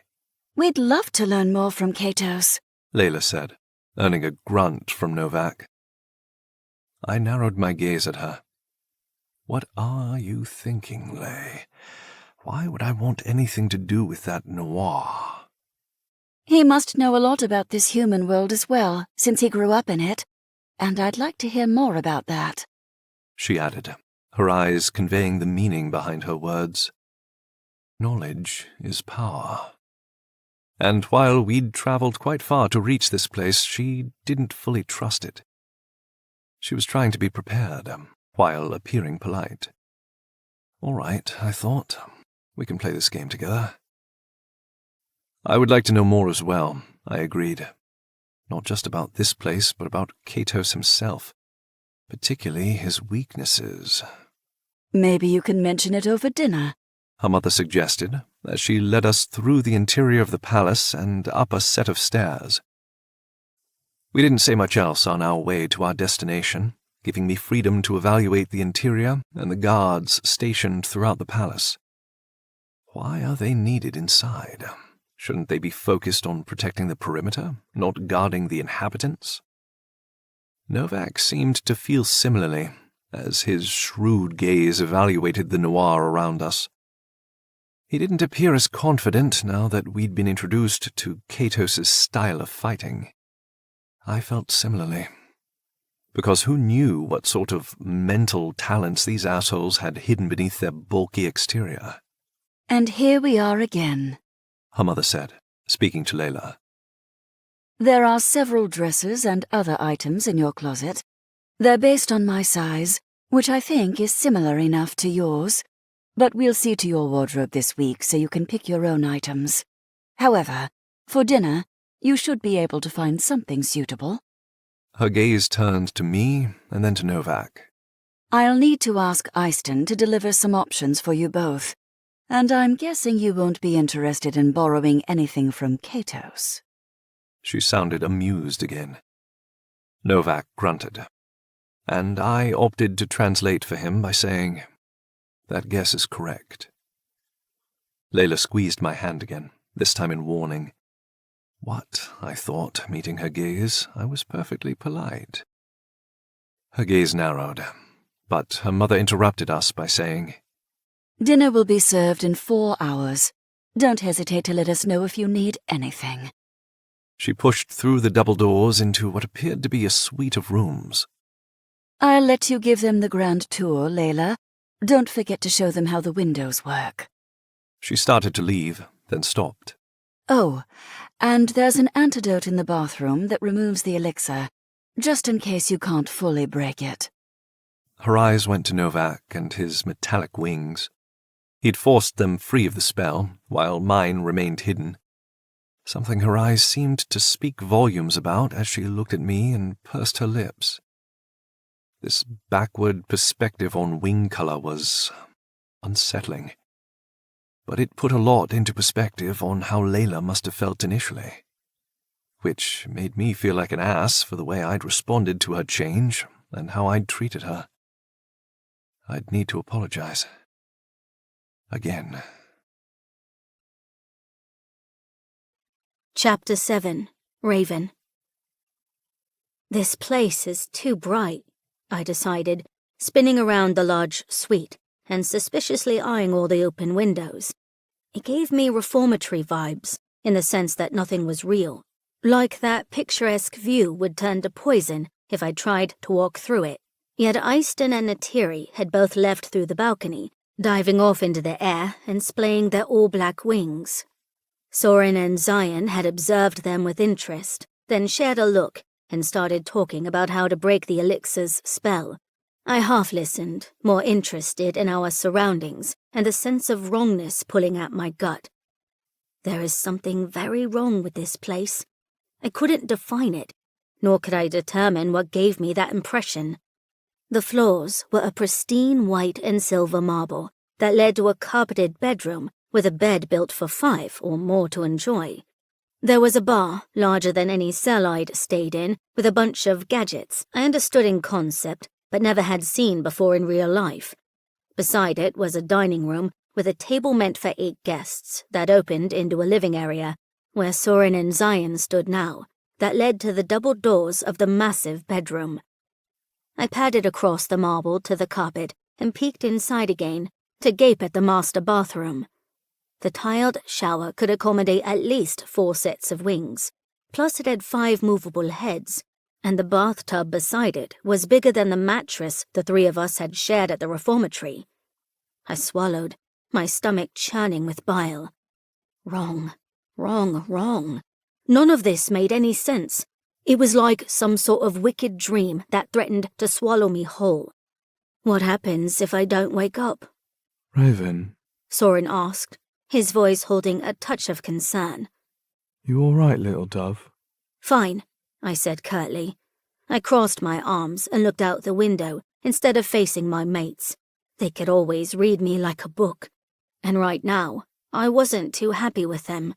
One of them pressed a kiss to the back of my neck, making me shiver. Zion. His melted caramel scent made my mouth water, but it was likely what had attracted that bitch to him in the first place. My mates smelled like salted caramel together, and Nitiri had leered at them like they were going to be her dessert. The memory of how she'd looked at my mates like food made me rumble a growl in my chest. You don't sound fine, sweet bird.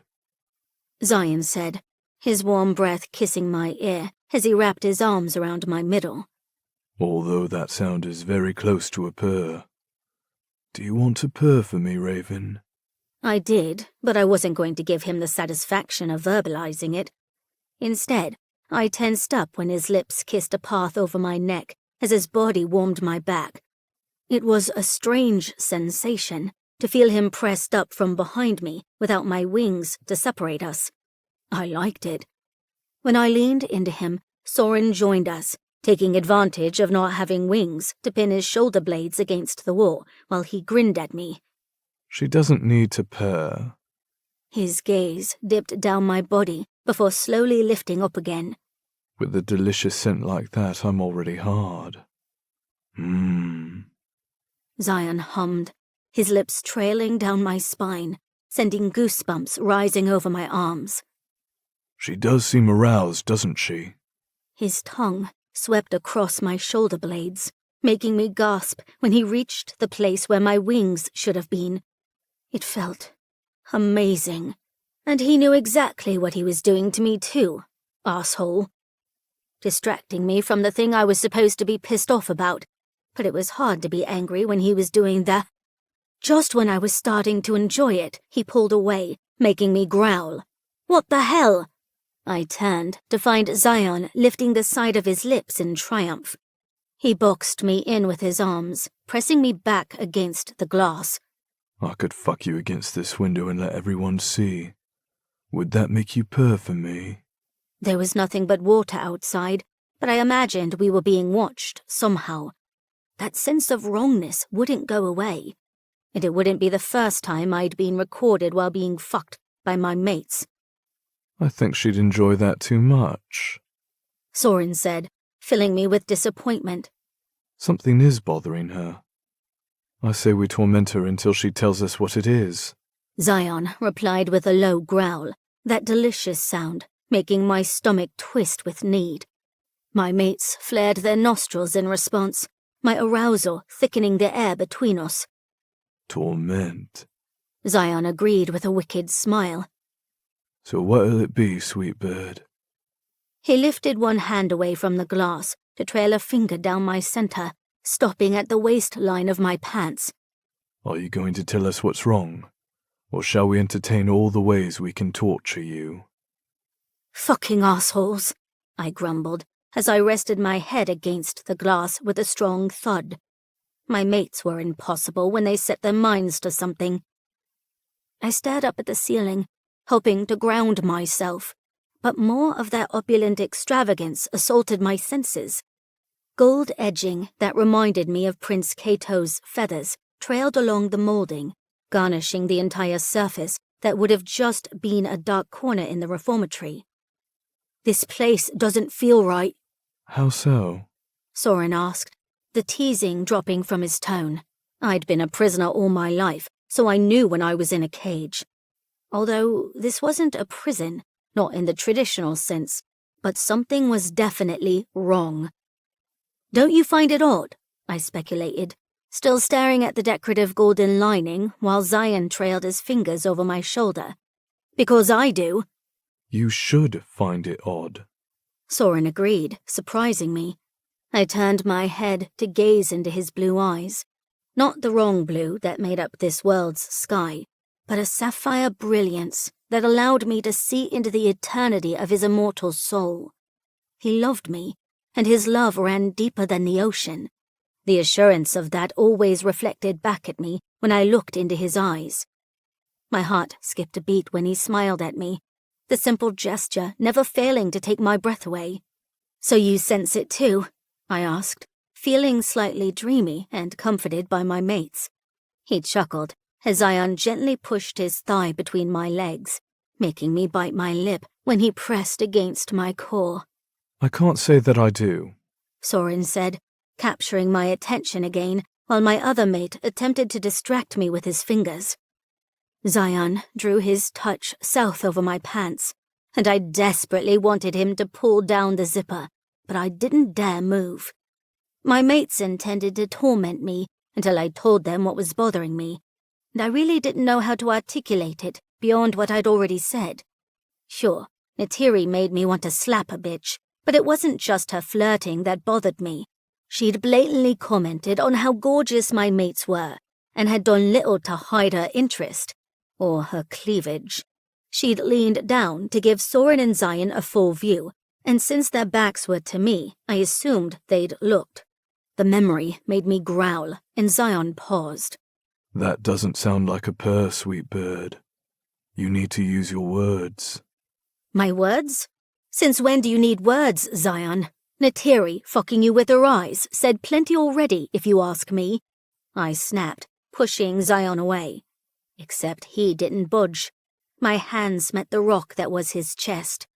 Underneath that thin shirt, my mate was an unmovable piece of lean muscle. He was a prison prince, after all. They both were. Which made me even more irritated that they were playing dumb right now. They should know better that this was all too fucking good to be true. And they should know that Neytiri had overstepped her place. Zion released a chuckle and pinned me in place with his body and hands. "Sweet bird, is that what this is about? Another female?" Soren swiped his fingers through his lengthy white blonde hair.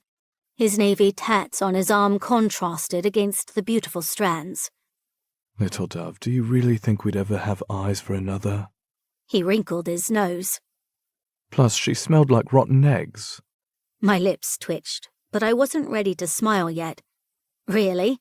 Like day-old eggs or week-old eggs?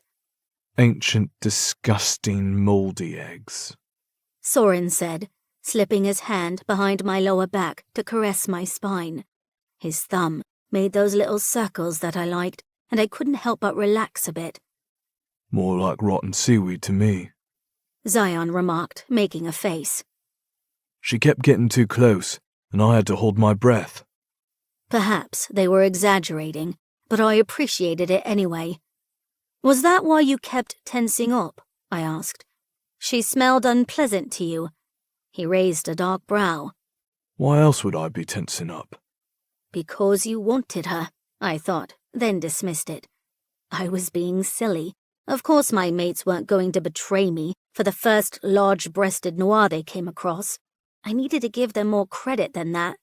"Do you feel better now, little dove?" Soren asked, leaning in to press a kiss to my lips. I hummed in delight.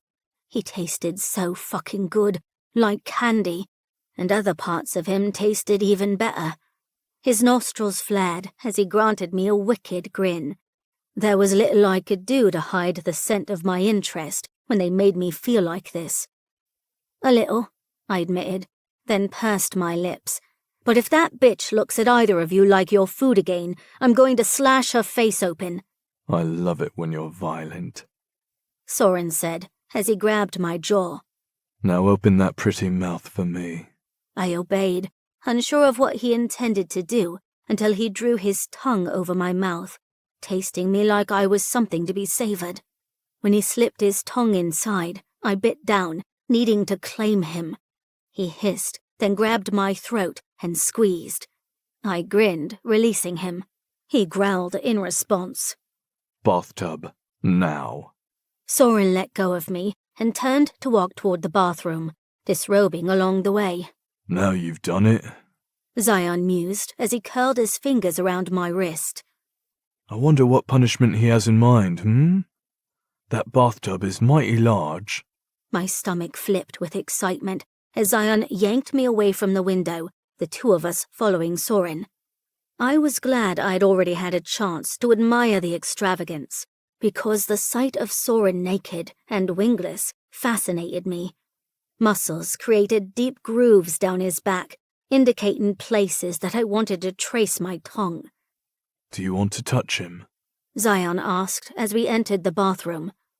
He slipped his fingers underneath the hem of my shirt from behind. Then he curled his grip around the fabric, holding it taut against my chest. Because you'll have to earn it, he said. Then he ripped. Spinning on him, I swung my legs over his hips, trusting him to catch me. Without my wings, I felt off balance, but I was getting the hang of being lighter. Using that to my advantage, I grinned when Zion predictably settled his hands under my arse to catch me. His gaze went to my breasts as what was left of my shirt fell to the floor. "You're mine," I told him as I scratched my nails down his bulging biceps. "You hear me?" I leaned in and bit him on the neck, wanting to draw blood, wanting to mark. The sound of the water starting vaguely caught my attention, not the shower, but the tub. Hurry up, Soren, Zion hissed when I squeezed my legs around his hips, pressing myself against his hard erection. I shifted up, then down, then up again, tormenting us both through our clothes. "Mine," I told him again, seemingly unable to form a more cohesive thought than that. Steam filtered across the ceiling, and it was all I could see for a moment when Soren wrapped his arms through mine and hauled me off of Zion. Grab the towels and use them to bind her wrists, Soren instructed, making my eyes go wide. Zion grinned and went to the cabinet that Soren had opened. Soren leaned in, his white blonde hair draping over my cheek. You want to be a wild creature tonight? We'll tame you, little dove. But don't worry, you'll enjoy every minute of it. I knew my mates liked it when I fought them, and they liked it even more when they had their way with me. Soren tugged off my pants, then pinched my clit, making me cry out. Be a good little dove, and we'll reward you, he told me, leaving me dazed as he slipped me into the warm water of the massive tub. Although I wasn't going to be able to enjoy much of it by the looks of it, my mates had other ideas. Zion deftly wrapped my wrists with the long towels, then tied them off together so that I faced the edge of the tub that overlooked the marble bathroom. He disrobed and entered the water, spreading my legs along the way and tying me up so that my knees pressed against the bathtub wall.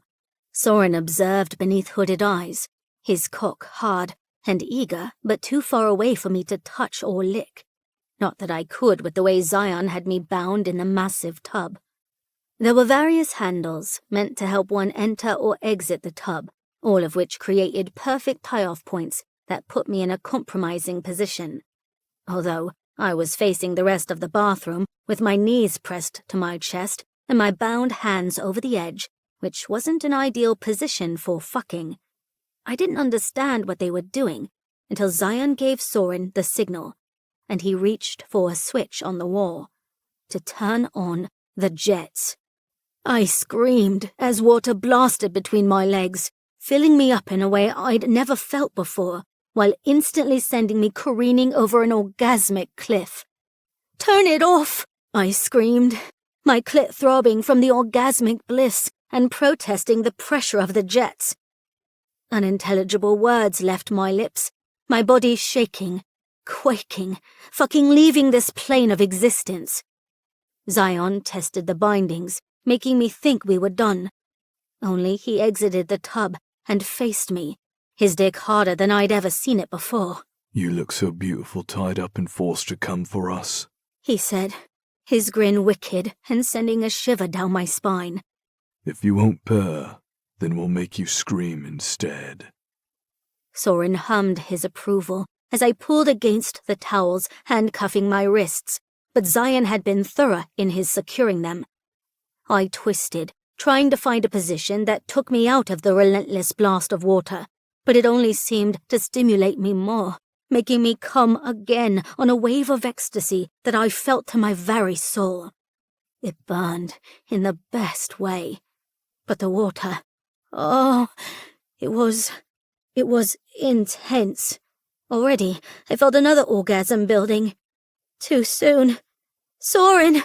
I cried, not sure what I was begging for, but my vision was blackening. Too much pressure, too much pleasure. Oh, gods! It felt so good, and the hungry way my mates watched me come undone for them turned me on even more. Soren's mouth parted when I arched my back, my wings shimmering into existence for a split second before disappearing again. It made the water thrash around me like a blast of magic, my skin on fire with sensation as the jets pulsated against my core. Fuck, Soren said, turning as if to stop the jets, but Zion wrapped an arm around him and held him in place, and stroked Soren's dick, making me whimper. Because I wanted his cum. Right fucking now. "Soren," I begged. "Zion, please." Zion pushed Soren closer, jerking him so that I could see every movement. "I think she wants this," Zion told him, his grip tightening around Soren's shaft. He gave a little twist at the tip, making Soren buck into his fist. "Do you want his cum, sweet bird?" Zion asked me. His midnight irises held more than just love for me. The depths of them lusted for me, wanting my body, my orgasms, and my throat swallowing Soren's essence. "Yes," I cried as my body shook uncontrollably, another climax mounting from the jets punishing my sex. "Give it to me," I begged, opening my mouth to stick out my tongue. Soren cursed as Zion worked him over harder, bringing my light-haired mate to the edge in a matter of moments. He roared as white ropes of cum shot into my mouth, over my face and across my breasts, dissipating into the bubbling water. My entire body tingled and thrummed with overextended pleasure, making me delirious. Then Soren crashed to one knee as Zion turned off the jets.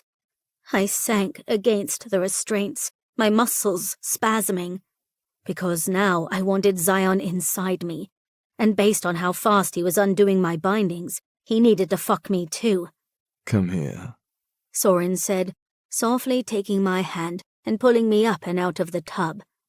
Water and cum dripped down my breasts as Soren carried me across the bathroom to the shower where Zion stood waiting.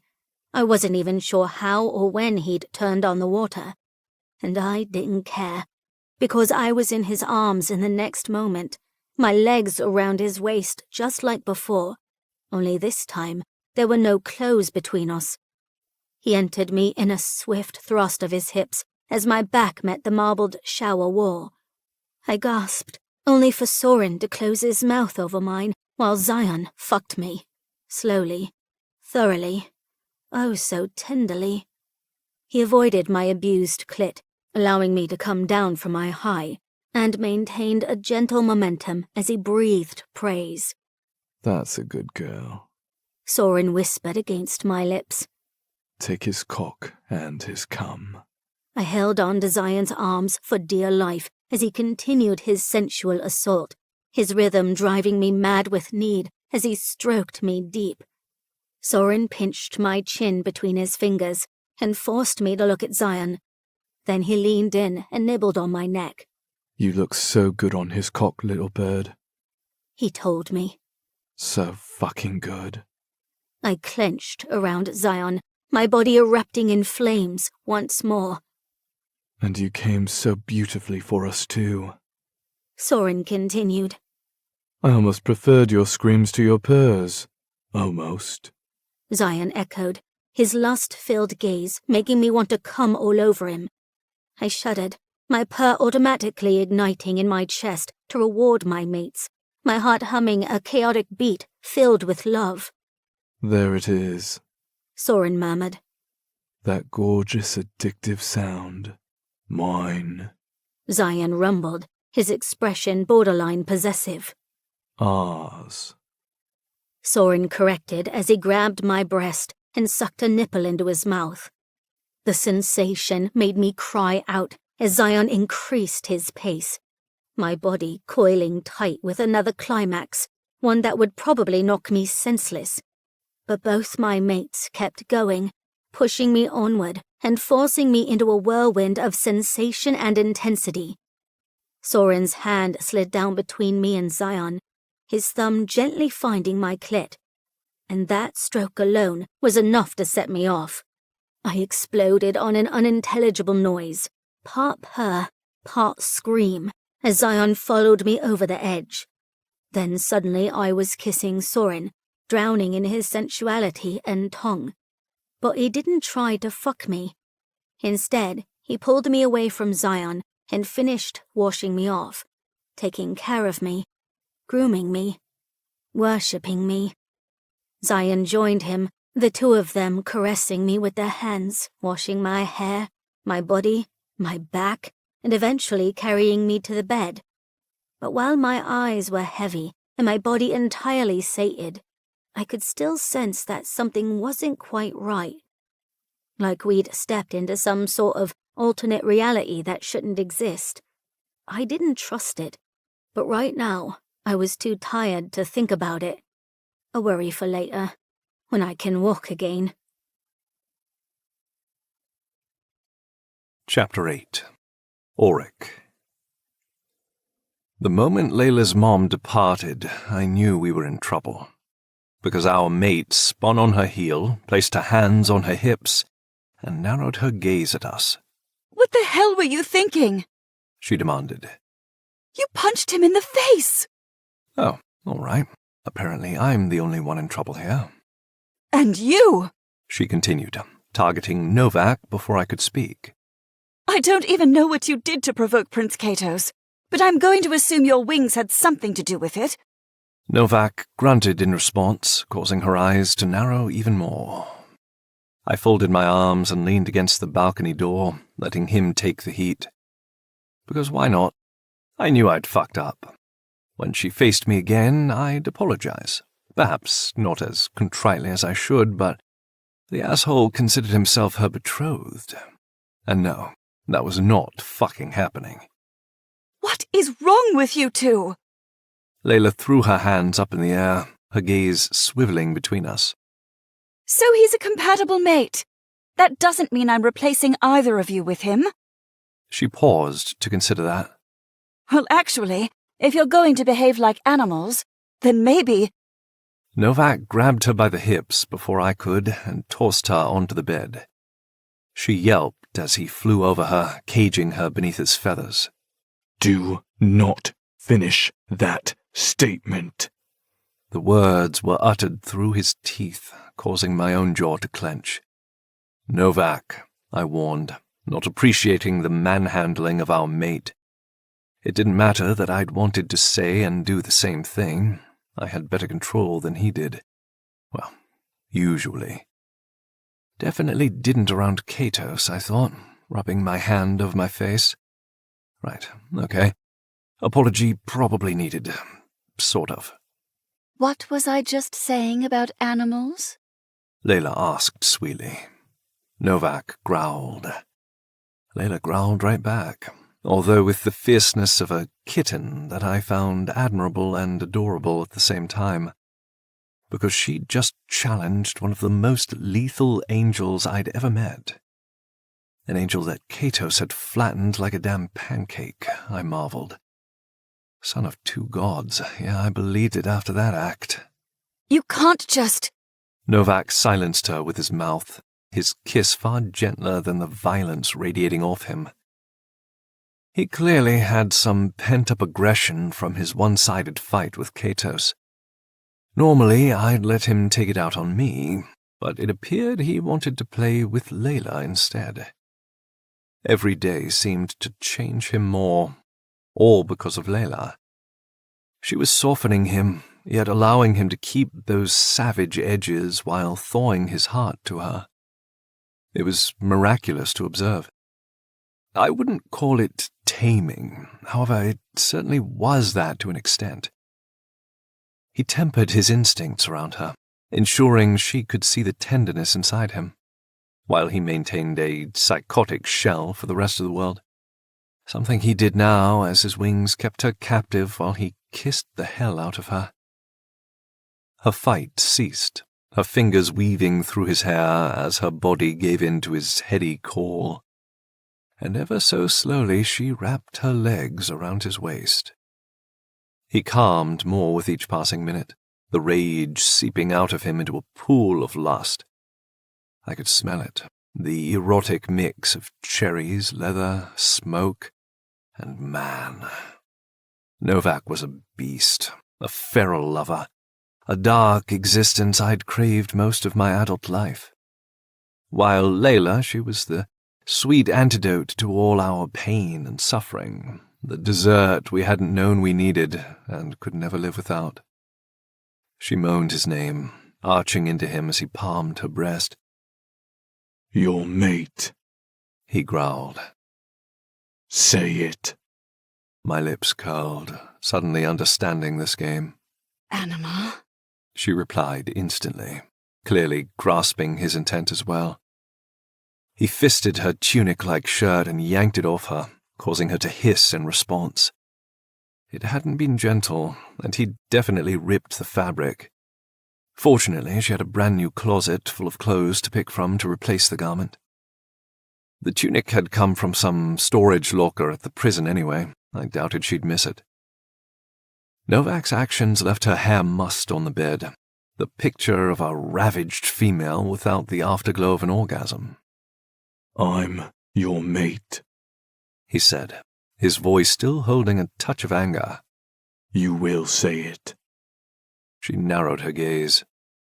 Animal. I bit my lip to keep from smiling, her stubborn nature amusing, but I also wanted in on this action. Perhaps she needs a lesson, Novak, a reminder of sorts. It absolutely would not be like the one we gave her at the reformatory, because that had presented the wrong message entirely. No, we'd learned from that era. This lesson would entirely be for her benefit. Novak's icy gaze met mine, the beast inside him cautioning me that he was in charge here. Normally he would yield to my lead, but not today, nor right now, not after what had just happened outside. I tilted my chin just enough to acknowledge his need for control, and his shoulders marginally relaxed. Then he slowly returned his focus to our mate, his movements reminding me of a predator evaluating his prey. Layla's cheeks pinkened beneath his perusal. I don't. Novak arched a brow, daring her to finish that statement. She swallowed instead. His eyes tracked the movements, his tongue licking his bottom lip as he considered how best to teach her whom she belonged to. He gradually bent toward her, his gaze holding hers the entire time and causing her nostrils to flare as his lips met the racing pulse point at her neck. She shuddered, a breath escaping her mouth on a pant-like whoosh. Novak bit down, making her gasp. Then his palm on her chest held her against the bed as he began a torturous path to her breast, where he repeated the action against her nipple. Novak. She panted, goosebumps pebbling across her arms. He growled in response to her using his name, his desire to hear mate evident in his actions. But she denied him, even as he kissed and licked his way down her sternum to the addictive apex between her thighs. His gaze met mine again, this time beckoning me to join him in tormenting our mate. I pulled off my shirt and kicked off my boots before approaching Layla. Her pupils flared as she drank in my exposed skin, her hand reaching for me as I knelt on the mattress. "Who am I?" I asked her. Auric. She replied. "And what am I?" I prompted her. My She trailed off, her gaze narrowing. animal. Novak rumbled against her sex, then sucked her clit deep into his mouth, drawing a surprised scream from our mate. I pressed my palm to her torso, holding her against the bed as I bent to brush her lips with mine. "If you answer correctly, he'll make you come," I promised her.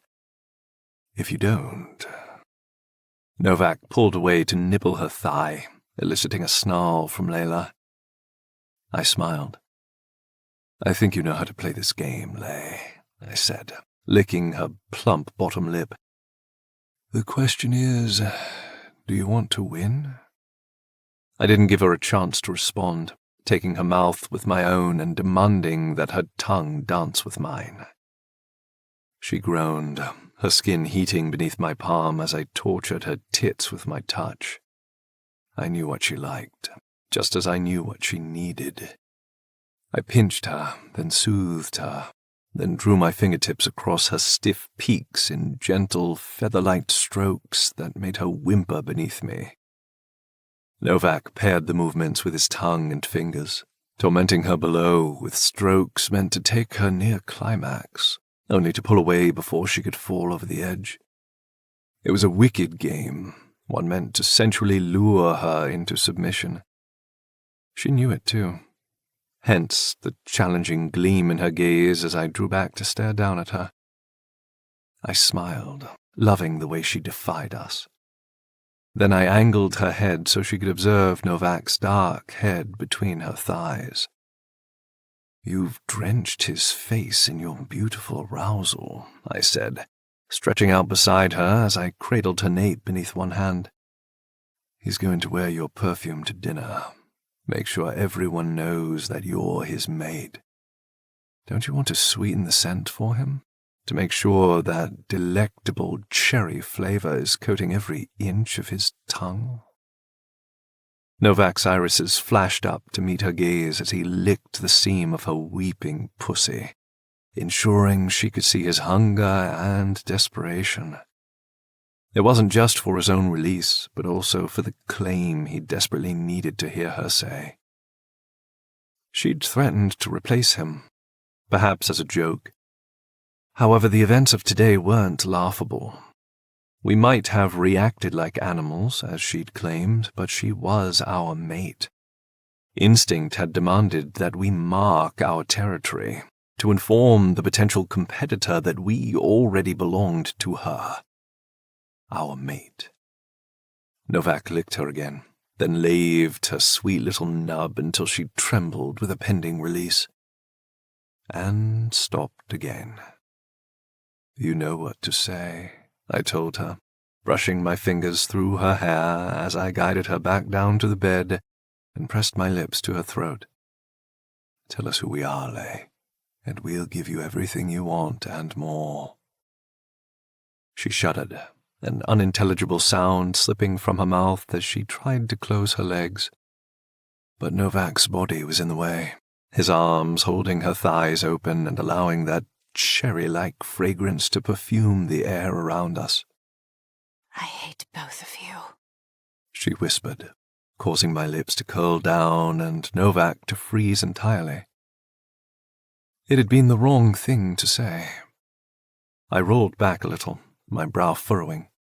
"Why? Because we didn't appreciate having your betrothed dumped unexpectedly into our laps?" I demanded. "Because we wanted to prove our worth as the superior suitors by challenging him? Because we essentially lost that challenge when he used his godly magic on us in response?" My tone turned angrier with each word, my irritation mounting by the second. It was entirely disrespectful of her to say such a thing, to belittle our need to claim her by calling it animalistic and threatening to replace us. Novak's darkening gaze told me he felt the same. He started to pull away from her, but she reached out and threaded her fingers through his hair, holding him in place, her eyes opening to meet mine. Concern colored her features upon finding me glaring down at her. But what the fuck did she expect after a statement like that? I'd thought she understood this game. We wanted her to say mates, not tell us she fucking hated us. Auric. She breathed, her eyes holding a touch of surprise. I just meant... I arched a brow, waiting for her to finish that statement. She shivered, this time her reaction having nothing to do with arousal and everything to do with the way we were looking at her. You're my mates, she finally said, her cheeks darkening with color. I said that I hated you because you're tormenting me, but I didn't mean it. I swear I didn't mean it. Novak didn't appear appeased, and neither, frankly, was I. But her eyes started to glisten as panic touched her features. Seriously, I didn't mean it like that. I don't hate you. I love you. I love both of you. You're mine, my mates, my heart. Please, I'm sorry. I didn't mean that. I really didn't. This time I stilled for another reason entirely, as did Novak. I love you. I love both of you. She'd never said those words, at least not out loud. With her body, yes, but not with her mouth. Oh, gods. Please believe me. I didn't mean... Novak was the first to move, his wings powering him up and over her with a whoosh of air. She startled, tears tracking down her cheeks as his mouth captured hers. Emotion seemed to ripple off his wings, coloring the air around us in a wave of heat and oppressive need. But he didn't want to fuck her. He wanted to worship her. I knew that because I felt the same way. We'd just wanted her to call us her mates, but she'd said she loved us instead, after claiming to hate us. A conundrum that only seemed to heighten the moment. Novak's lips left hers, going to her ear as I leaned down to take over kissing her. I love you too, he whispered to her, the agonized emotion in those 4 words jolting through all 3 of us. I doubted Novak had ever considered voicing such a phrase, but now that he'd spoken it once, he kept repeating it as he kissed his way back down Layla's body, the words resembling a benediction. She trembled, more tears leaking from her eyes as the importance of the moment overwhelmed us all. I love you too, I echoed against her mouth. So fucking much, Lay. She continued to cry, even as Novak brought her to climax with his skilled mouth. It was a beautiful embrace underlined in sensuality and adoration, and quickly shifted into something so incredibly intense that I couldn't define it, like we'd just crossed some sort of threshold. I kissed her as though my life depended on it, while Novak devoured her to completion again. Then we switched positions with his mouth on hers and my tongue indulging in her sweet cherry flavor. I hummed in approval, licking every inch of her and ensuring she felt my love for her in my touch. She squirmed, screamed, cried, and begged. It was a beautiful cacophony of carnality that cemented us all in this moment. Her orgasm blossomed on my tongue. Her whimpers and yelps soothed Novak's beast, and her essence swathed us all in the heady afterglow of her pleasure. We took her into the shower to worship her more with our hands, washing her with soap, water, and then our tongues again, needing to taste her, to cherish her, to love her. By the time we finished, her pupils were blown wide, her lips were parted in a permanent pant, and her cheeks glowed with the contentment of a very satisfied woman. You look radiant, I told her, loving the gold dress she'd chosen for dinner. I need a nap, Layla whispered groggily. No, you need food first, I corrected her, kissing her cheek. Then we can discuss a nap. Novak met my gaze, his expression telling me napping would not be occurring after dinner, but we'd give our mate the temporary reprieve for now. Because that was how mates took care of the female they loved. I lifted her and carried her to the bed once more. We still had some time before dinner, and our outfits hadn't arrived yet. May as well indulge in yet another appetizer, I thought, spreading her legs again. Auric, She moaned, trying futilely to close her legs. Then Novak silenced her with another kiss. Mates, He hissed against her mouth. mates. She agreed, her thighs falling to the sides and granting me entry to her version of heaven. My mates. Chapter 9. Novak. I'd voted to stay in the room and go straight to dessert. Alas, Layla needed food, and I wasn't about to starve my mate. I could also go for a meal. It would help with strength, something I suspected we would be needing soon, especially with that prince wandering around. The fragrant aroma of garlic and onion preceded our arrival in the dining hall. I inhaled deeply, my stomach rumbling in approval, from both the fresh scent of food and the lingering taste of Layla on my tongue. I love you, She'd said. 3 words I'd never expected to hear nor ever wanted to hear. However, hearing them in Layla's voice had awakened a part of me I hadn't known existed. A part of me that craved the sentiment and shared it in kind. Because I loved her too. So fucking much that it hurt. It left me feeling vulnerable, a sensation I did not appreciate, but sensing her essence on my skin satisfied some of my more possessive urges, like the one that demanded I kill Katos for being compatible with my mate. Knowing he was powerful didn't help matters, because that also made him a threat, and I did not like threats. However, I needed more strength if I intended to fight him again. Being taken down by his manipulative energy caused me to be even more uncertain about our surroundings, because I shouldn't have been that easy to beat. I'd been weak. From the elixir? I wondered again, flexing my wings. Or something else. Hunger, perhaps. My stomach growled again, lending credence to the thought. It felt as though I hadn't eaten in years, which was more realistically a day since our last meal had been in Buenos Aires the night before. Well, with the time change, I suppose that made it more than a day, I mused, except it feels like a lot longer than a day. My brow furrowed as I tried to calculate the number of hours that had passed on the plane ride here. I'd been awake and alert throughout the flight, and Auric had as well. Yet I questioned whether or not that was true, because somehow we'd gone from nighttime to daytime in what had felt like the blink of an eye. Perhaps as a result of the globe spinning with our flight? Turning night to day faster than anticipated? Controlled flying had never appealed to me, which explained a lot of my disorientation. But fuck, I was starving. It felt like a week had passed, not a mere day. Maybe it was a consequence of the travel prior to reaching Kyriel's contacts. Or it was the scent of fresh food that jolted my hunger into overdrive. Swallowing, I quieted my urges and focused on our surroundings, taking note of the abundance of noir in the room.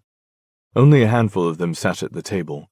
Layla's father took over the head position with Gaia beside him, and Kato sat on his opposite side, the pompous arse, smiling benignly as though he hadn't pinned me to the earth beneath his power only hours ago.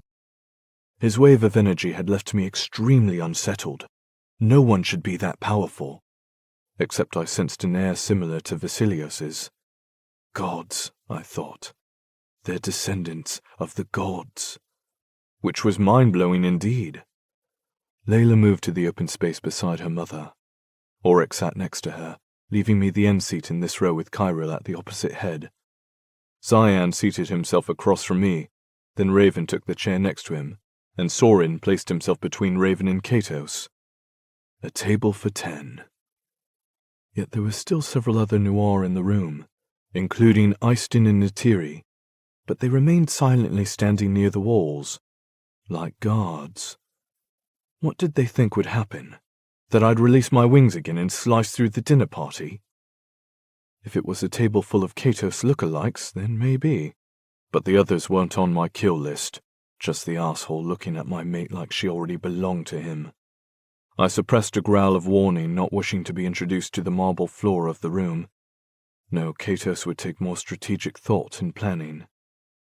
Auric seemed to agree because he remained quiet beside me, allowing the dinner festivities to begin, which included the Noir guards leaving the room and returning with trays of food. My lips threatened to curl down as I realized they weren't warriors at all, but servants, except for Easton and Natiri, who remained at their posts. What are you waiting for? I wondered, distracted by them again. What do you think is going to happen? Their focus appeared to be on Auric, something he clearly noticed but was striving not to react to. He caught my gaze more than once, his blue-green orbs filled with irritation.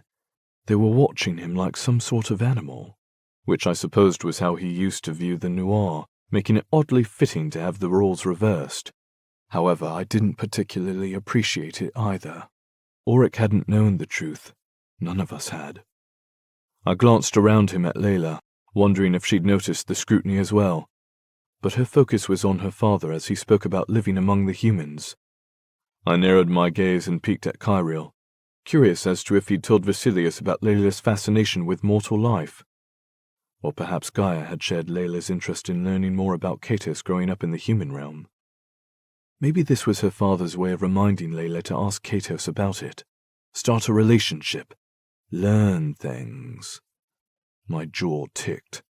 Layla had volunteered to include Auric and me in that discussion, which I'd known was a way to provide us all with more knowledge of our situation. But fuck if I wanted to be taught anything by that royal asshole. He met my gaze from across the table and gave me another of those benign smiles before bringing a soup spoon to his lips. Minestrone, one of the Noir servers had called it. My jaw clenched as I tried to decide whether or not to start eating. My cousin and his mates had already dug in, their gazes clouding over in obvious approval. Considering what we'd lived off of for the last century, it wasn't surprising that they were easily swayed by food. However, I couldn't ignore the sensation that something about this place was very wrong. Noir servants, opulence. It reminds me of the royal Nora court. There were even similar fixtures and gold accents, just like Safid preferred in his home. Did the Noir model this home after the Nora palace? Or did Safid borrow from this old culture? I wondered, smoothing my hand down my tie, an item that felt like a damn noose around my neck. That only added to my discomfort. When Easton had arrived with twin suits for Auric and me to wear, I'd immediately refused, but then Layla had put on a silky gold dress that flirted with her knees, and I'd realized that I'd wanted to dress the part as her mate, because we'd already known Katos would, and I couldn't allow him to be the only one who matched.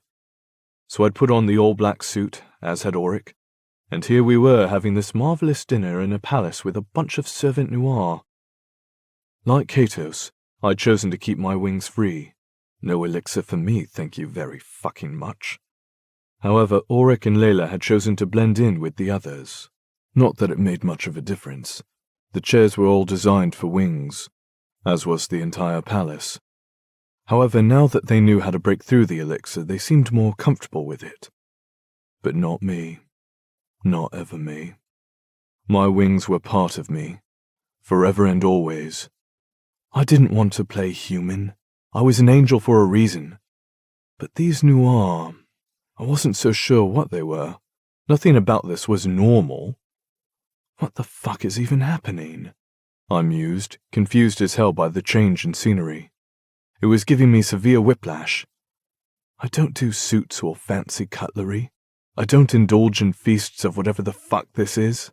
I've never desired a place in the court. That was all Auric. And apparently Katos. I swallowed a snarl as I caught the prince ogling the neckline of my mate's silky dress. I should have put a sweater on her, or a cape, or one of those puffy white coats that made her look like a cotton ball. Ugh, not that it would have helped. Layla was stunning in all forms, her scent a fragrance that overrode reason entirely. I would always want her, which meant I couldn't exactly blame Katos for reacting to her. But if he so much as touches her, I'm cutting off his hand. Zion cleared his throat, drawing my focus to him and his arched brow.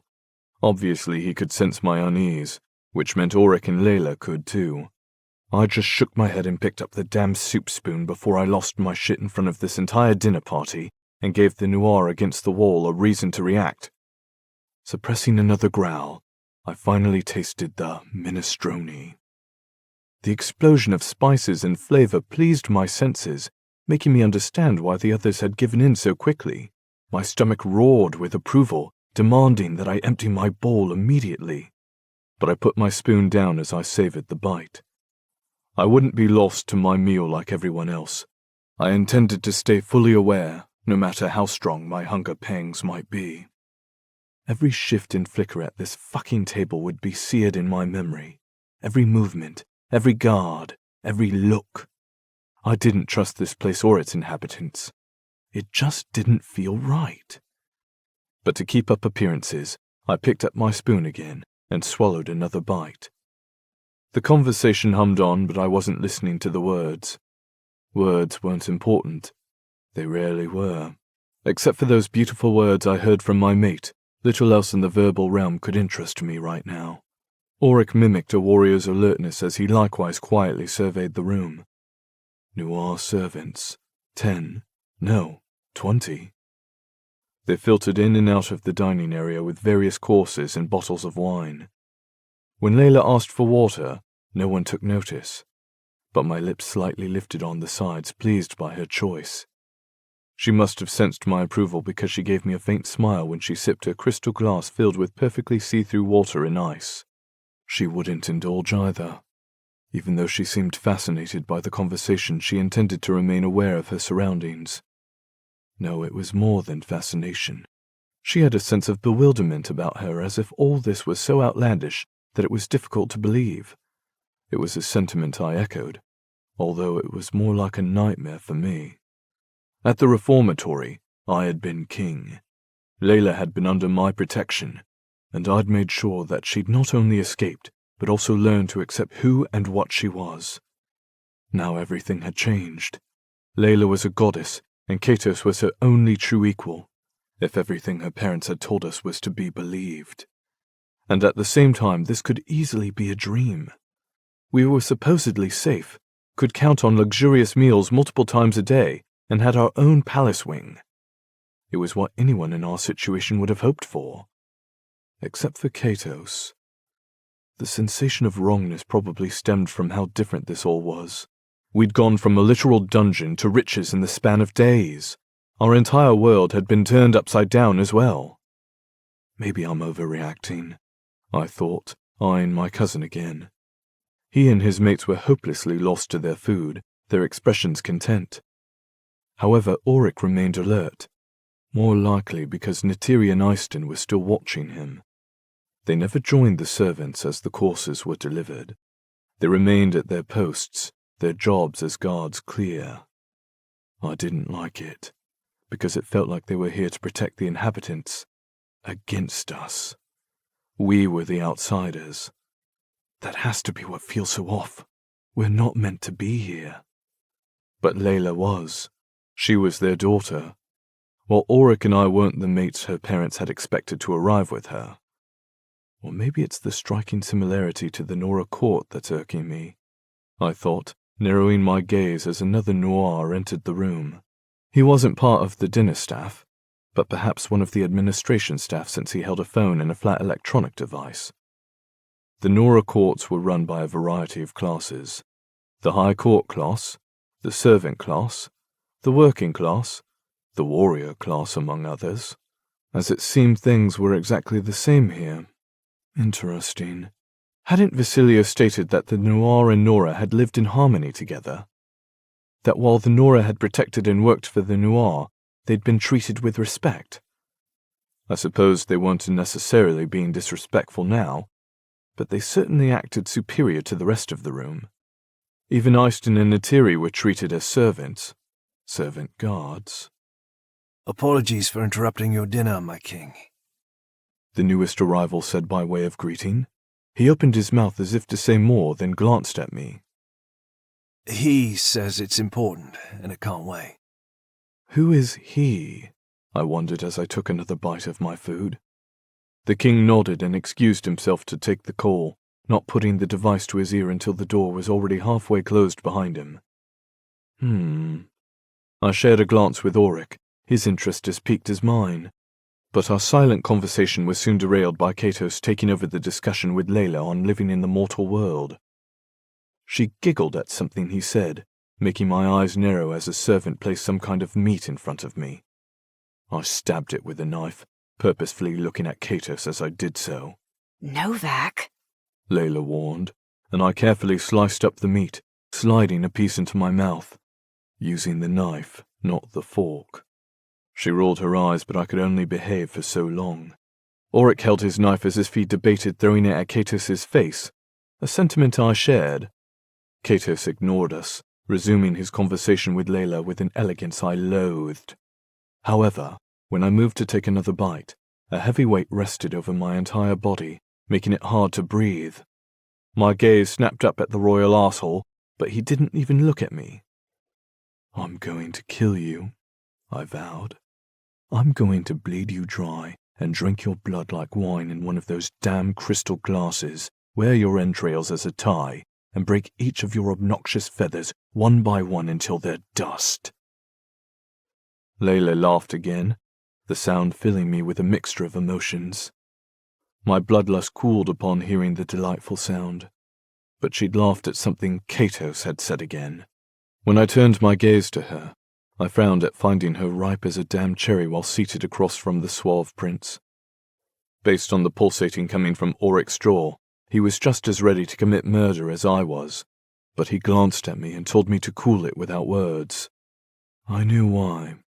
Katos had already proven to be our match, and he was still doing it with that fucking weight on my shoulders.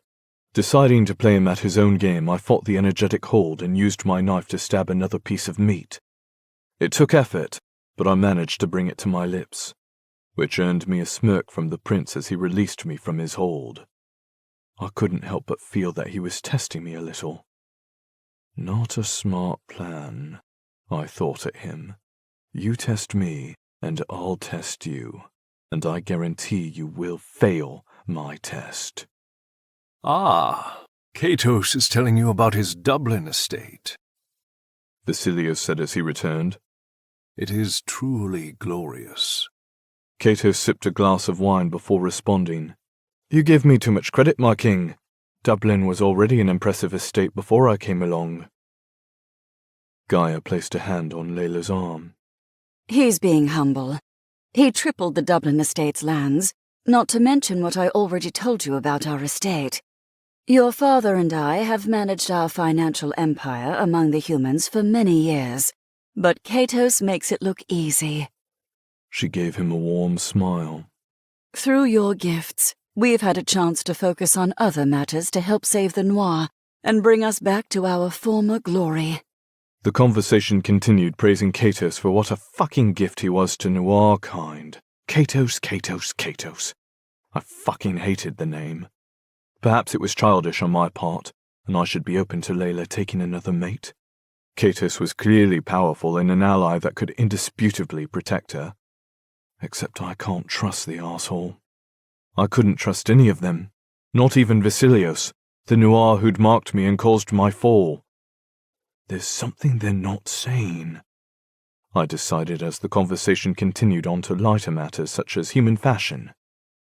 While it explained the noose-like ties, it was a safe topic, but if I started asking the hard questions, I'd likely start an argument. It's not the time to ask. The servants wrapped up the dinner with presentations of a decadent dessert, something they called tiramisu. I almost declined, saying I would be enjoying my cherry for dessert, but a look from Auric kept me quiet. We needed to strategize, not act rashly, which I knew, of course, but that fucker across the table was not making it easy to remain calm. I half expected him to ask Layla to join him for a midnight stroll. However, he surprised me by standing and saying, I wish you all a good night, instead. He tucked his wings into his back, then he slightly bowed his head toward the king and his wife before giving Layla a deferential nod. He ignored Auric and me, which was just as well. I would have probably growled at him as my farewell. When he took his gold-dusted wings away from my mate, I relaxed, slightly satisfied. Except Eyston and Natiri immediately followed Katos out of the room. Strange. Kyriel was the next to go, his goodbye rivaling Katos's. I set my napkin on the table, ready to follow, when Vasilio said, I apologize. Blinking, I glanced up at him to find his focus on Layla. I'm afraid I must take care of some business away from the palace tomorrow, and I'll be gone for a few days. He leaned his elbows on the table and folded his hands. But your mother will be here, as will the staff, in case you need anything. Business? What kind of business? And where will you be going? I wondered, glancing at Auric. Is this about his phone call? Oh, that reminds me. Gaia said, interrupting my silent conversation with Auric. I'll be bringing by your lady's maid tomorrow for an introduction. Raven made a noise, one that drew everyone's gaze to her. She looked like she'd just swallowed something sour. Soren wrapped his palm around the back of her neck, his thumb tracing her skin. My mate seems to have overindulged in the delicious meal, he murmured, his expression one of amusement. My lips almost twitched at that. Raven wasn't choking or reacting to the food. She was responding to the lady's maid comment. Layla didn't seem all that thrilled by the announcement either, but politely thanked her mother anyway. She'd likely had a lady maid at the Nora court, although that was perhaps exactly why this made her uncomfortable. Were things really going to be different here? Because they certainly didn't feel different. When dinner finally dispersed and we returned to the safety of our rooms, Layla turned to me and Auric, her expression mirroring exactly how I felt. She gazed up at us, concern lingering in her vibrant blue gaze. This all feels like a really strange dream. Chapter 10. Layla. I couldn't shake the sensation that this was all a mirage of some kind, similar to the ones Sayer had orchestrated before, only grander and far more pleasant. Perhaps it was all those weeks in a cell that clouded my mind, making it impossible to believe in this reality. This place just felt too open, too safe, too homey, too perfect. It feels like a dream, I repeated. I'm afraid to believe it's real. Auric cupped my cheek, his thumb tracing the path beneath my eye. You've been through a lot, Lay. It's understandable to feel weird about all this. But they're my parents, I whispered. I should be thrilled, thankful, elated to meet them. But I can't shake this feeling that it's all a lie. For 21 years, you believed King Safid and Queen Anais were your parents, only for that history to be turned upside down, to be taken to a prison to reform, to be sent to Earth just to travel halfway across the human realm to meet your real parents. No one would blame you for struggling to process this. I swallowed, leaning into his touch and allowing him to ground me in the moment. Part of me doesn't feel worthy of this fate. It was a quiet confession, one I hadn't realized I possessed until I'd voiced it. But saying the words out loud made it all the more real. I fell. I've been told all my life that only sinners fall. To have that reality turn into this feels too good to be true, like I've somehow fantasized it all. My mates fell silent, Auric's thumb continuing to stroke my cheekbone, as Novak moved to stand behind me. Their warmth bled into my skin, cementing me between them, confirming their closeness, telling me this was real, that they were truly with me. Not a dream, I thought. It's all real. Just as they were real. My mates, my world, my present. You're far more worthy than us. Auric said after a beat. Everything we've been told is a lie. It's only practical for you to question this truth. But knowing you makes it easier for me to believe this is real. What do you mean? I asked, holding his gaze. Because you're too pure to fall, Layla. Just as Novak is too honorable to fall. Deep down, I think I've always known that. It's what made me so angry. I didn't understand your black wings or his, and that confusion led to fury. Which is why this explanation makes so much more sense to me. It tells me what I already knew. His palm slid to the back of my neck, holding me before him as his gaze bored intensely into mine. You are special, Lay. He whispered. Unique, beautiful, a true queen. Just as Novak is an honorable, worthy warrior with a skill unlike any other. You were never punished by the gods for some sin. You were blessed by them for your remarkable qualities and kind spirit. His words settled around my heart, spreading warmth through my veins. Because, for the first time, I truly believed he was okay with my wings. There was no sign of disgust in his gaze, no evidence of a lie, just a male filled with pride and love. "Auric," I breathed, going to my toes to kiss him, a kiss that was made that much more powerful as Novak pressed into my back. His hands grasped my hips, holding me as Auric devoured my mouth. They'd left me fulfilled before, lost to an orgasmic state of bliss, but I hadn't returned the favor. It seemed only appropriate to do so now, while in the comfort of this palace, in a room with a balcony overlooking the ocean waves. They felt threatened by Katos and our potential for mating. I owed it to Auric and Novak to cement their places in my heart, to tell them they would never be replaced by another. I wouldn't deny my attraction to Katos, or my intrigue regarding his history and intentions. There might be something between us, but that didn't detract from how I felt for Auric and Novak. They were my mates, my heart, the other pieces of my soul. I threaded my fingers through Auric's thick white blonde hair and held on as his tongue dueled with mine. Novak's lips skimmed my throat, pausing to nip at my pulse, where his hands grasped the hem of my dress. The silk slid against my skin, the sensation prickling goosebumps down my legs. Cool air followed, teasing the dampness between my thighs. I moaned against Auric's mouth, my blood on fire all over again. It didn't matter that they'd pleasured me just hours ago. I needed more, so much more. I needed them. At the same time, inside me, claiming me, owning me. My nails bit into Auric's scalp, holding him to me as Novak's palm slid forward to cup my bare sex. I hadn't worn any underwear, mostly because it wasn't mine, and I was very thankful for that choice now. He slid his finger through my slickness, humming in approval at finding me wet and ready for them. It was like they'd programmed my body to constantly respond to their touch, their presence, their growls. I purred, the sound one I only released for them, my mates. It felt louder here, as though I needed everyone in the palace to hear me claiming my males.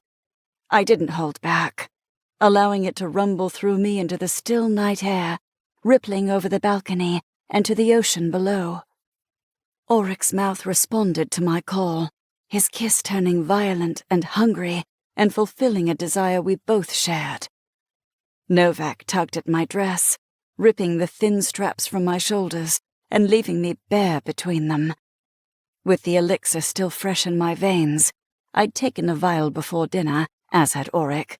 My wings were invisible, allowing my back to meet Novak's chest. A quiver worked through me at the intimate sensation of having him pressed to my naked spine.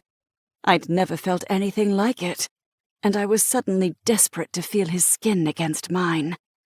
I tore my mouth away from Auric, turning toward Novak and capturing his bottom lip between my teeth. It was a feral movement, one driven by instinct and intensified by my rumbling purr. Auric took over my lower body, his fingers finding my damp heat and dragging it backward to my ass. I did my best to relax, to allow him to prepare me for what came next, as I all but destroyed Novak's clothes. He growled in approval, clearly enjoying this savage part of me. But I needed to feel all of him against me, his skin to my skin, his chest to my back, as he pumped into me. It was a stark craving that drove all my actions, only abating slightly when I had him fully naked in front of me. Then, Oryx's naked chest met my spine, his clothes seeming to have melted away from his body. And the frantic need reignited inside me, causing me to spin around again. He grinned, the suggestion in his features telling me he knew I'd react this way, and welcomed it. I nearly growled at him. Then I tore through his clothes and jolted as Novak's groin met my ass. "More," I demanded, the sound underlined by my throaty mating call. It was intense, carnal, exquisite, unlike anything we'd experienced before. Like someone had doused me in a lust spell, demanding that I take all my mates and fuck them into oblivion. I burned for them. Vibrations rocked through me, my thighs clenching hard as I fought for friction. But Oryx's hands on my hips stilled me. Then he lifted me into the air, forcing me to wrap my legs around him. There, I thought, arching into his heat and feeling his hardness against my damp flesh. More. Fuck me, I begged him. I begged them. Because I needed Novak, too. I reached around behind me, catching his nape and tugging him into me. Now! Novak bit my neck, his chuckle a taunting echo against my spine. But it felt too good to reprimand him. He was touching me, intimately, between my shoulder blades, against my back, skin to skin. Oh, it was tantalizingly perfect. So intoxicating, enchanting, drowning me beneath a sea of intense pleasure and sense. I inhaled, the mixture of leather, smoke, and wintergreen wrapping around me, claiming me and embracing another aroma. Ambrosia, sweet fruit, delicious. My mouth watered. I wanted more of all of it. I needed their collective cologne to envelop me entirely. Please, I whimpered, arching into Oryx once more. I'm starting to think we didn't devour you properly earlier, He murmured, his mouth brushing mine with each word. I suppose that means we need to fuck you hard now. Yes, I hissed, my eyes dampening with unshed tears. I'd never been this overwhelmed in all of my life, like I needed them to ground me, to take me, to make me fly and drag me down again. Am I going into heat? I wondered idly, this overpowering sense of lust leaving me foggy and confused and so damn hot. I grabbed Oryx's shoulders, digging my nails into his skin hard enough to leave marks. He growled in response, telling Novak to hurry up. I didn't understand at first, until I felt him below, still preparing me for their penetration. I'd been so lost to this insane need that I hadn't even felt his hands. I'm losing my mind, I thought blissfully, utterly captivated by the carnal passion throbbing inside me. And that scent, I marveled again. Oh gods, it's heady and right, and oh so perfect. I bathed in it, swallowing heaps of air, allowing it to settle inside me, possess me, mark me as theirs. Wintergreen, leather and smoke, ambrosia. Something about that nagged at me, but it was gone in the next second, my mind lost to the needs of my body, as Oryx finally slid inside me at the same time Novak took me from behind. Complete, whole, home. I screamed their names, my purr loud and demanding, my body moving of its own volition between them, as though hypnotized by some other entity. I couldn't stop it. I didn't even want to try. I gave in, embracing my mates and their groans, and feeling them taking me all the way to the stars. Auric braced himself against the doorway that led to the balcony, while he held me with ease against him, his lips capturing mine and indulging me in the sweetest kiss. Novak remained at my back, his mouth against my neck, as he used his wings to propel our bodies together in a sinful dance, highlighted by the moon above. It was a sensual sublimity, a beautiful oblivion. A coupling meant for true mates, love, sexuality, and passion. I moved fluidly between them, indulging in the heat of the moment, climbing my way to the heavens above. Fuck, you're beautiful. Novak whispered against my ear. So fucking beautiful. I moaned in response, my stomach coiling with intensity and causing my thighs to clamp down around Auric. He thrust deep, hitting me in a spot that made me see stars behind my closed lids. We're going to make you fly, Lay. Auric vowed, his lips skimming my cheek as Novak reached around to grab my chin. Those words were so specific that I decided I must have been speaking my demands about heaven out loud.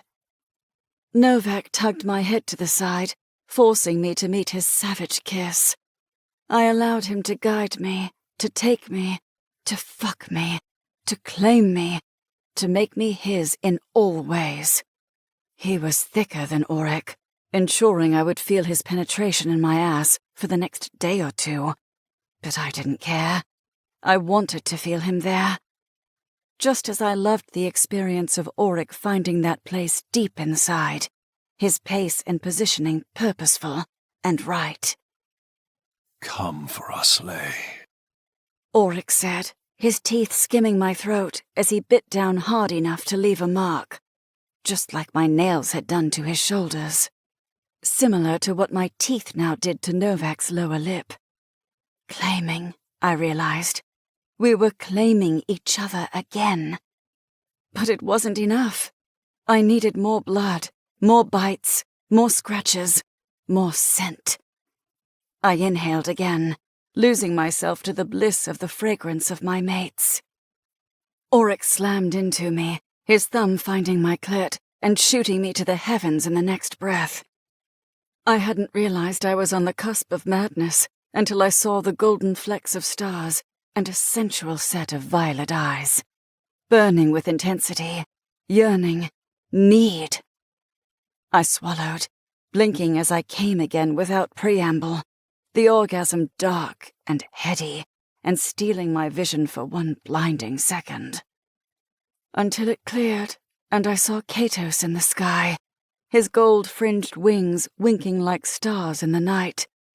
But it was his face that I couldn't look away from, the agony of his features, the stark desire glowing in his bright irises.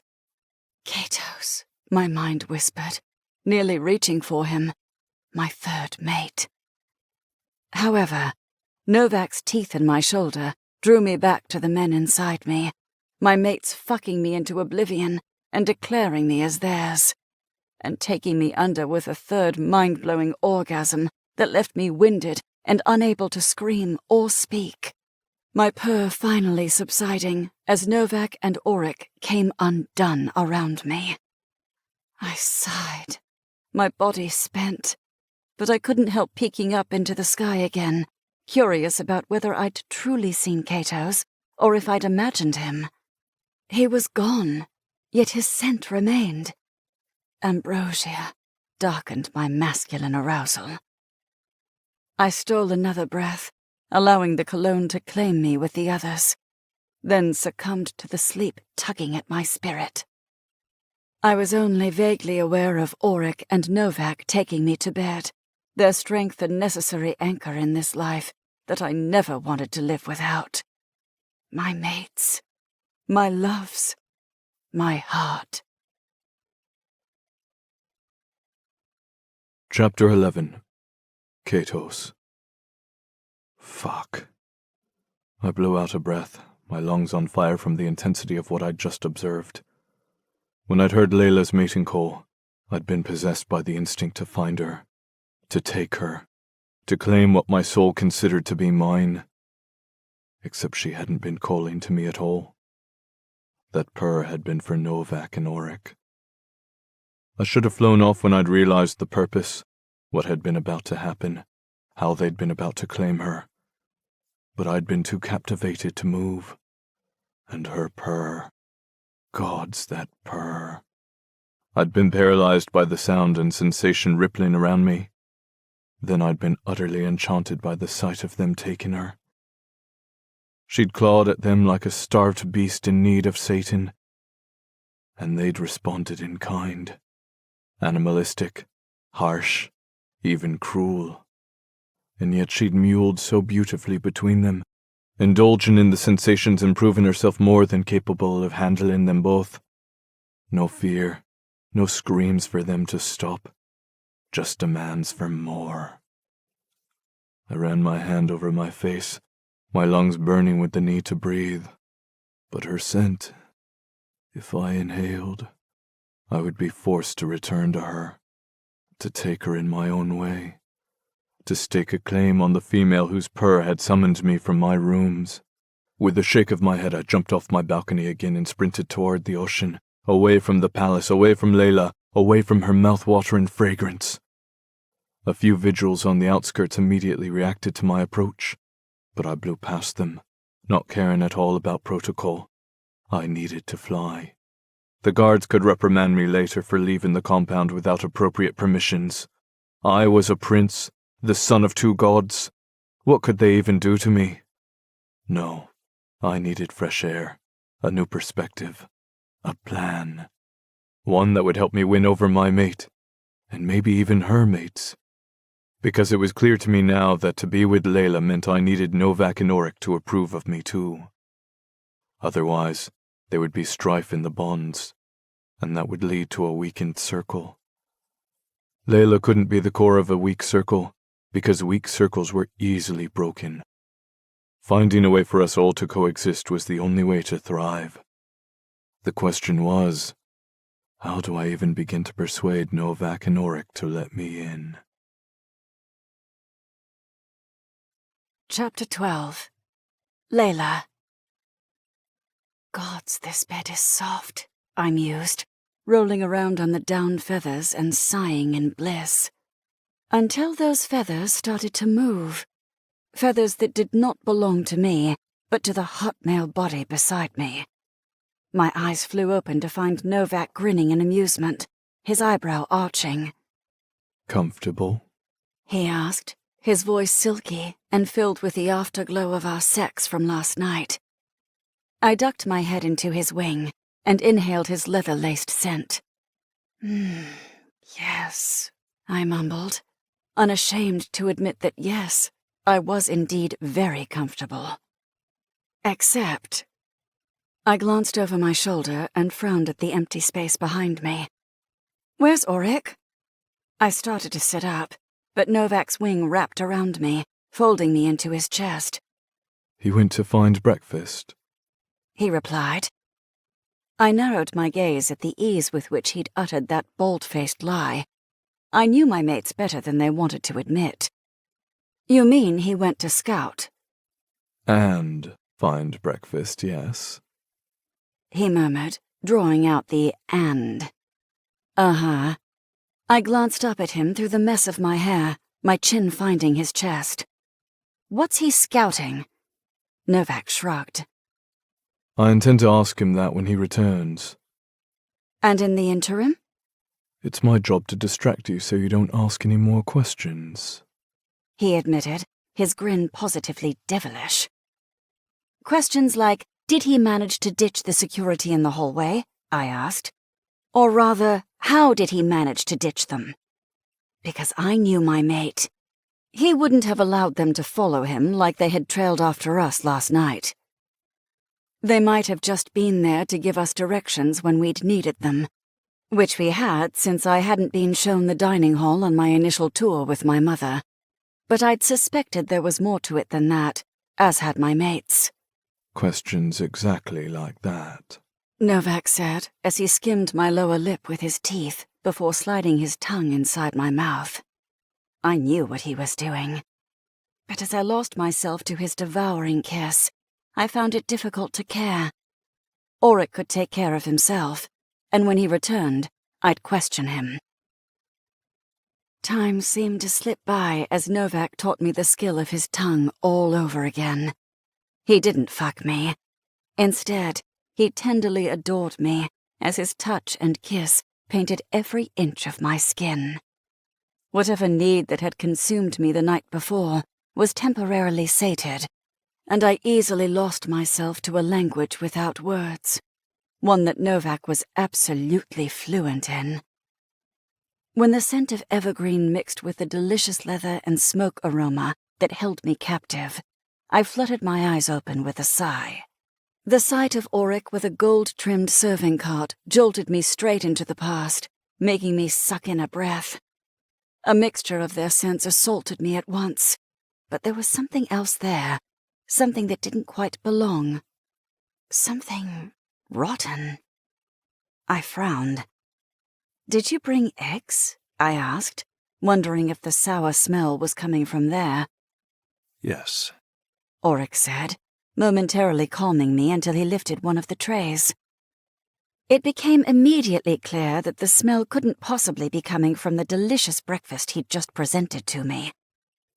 2 delicate egg cups, made of more golden trim designs, held the eggs in place with edible purple flowers as their garnish. The meal was complete with thin slices of toast, as well as a piece of golden-dusted chocolate for dessert.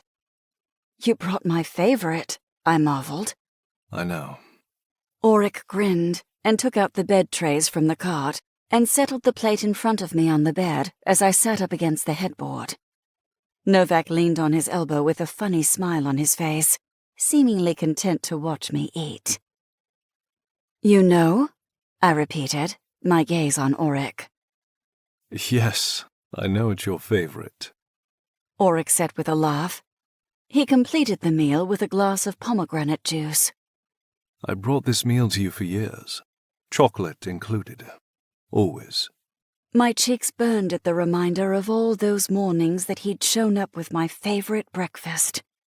All those years I pined for him, desired him. And now I have him.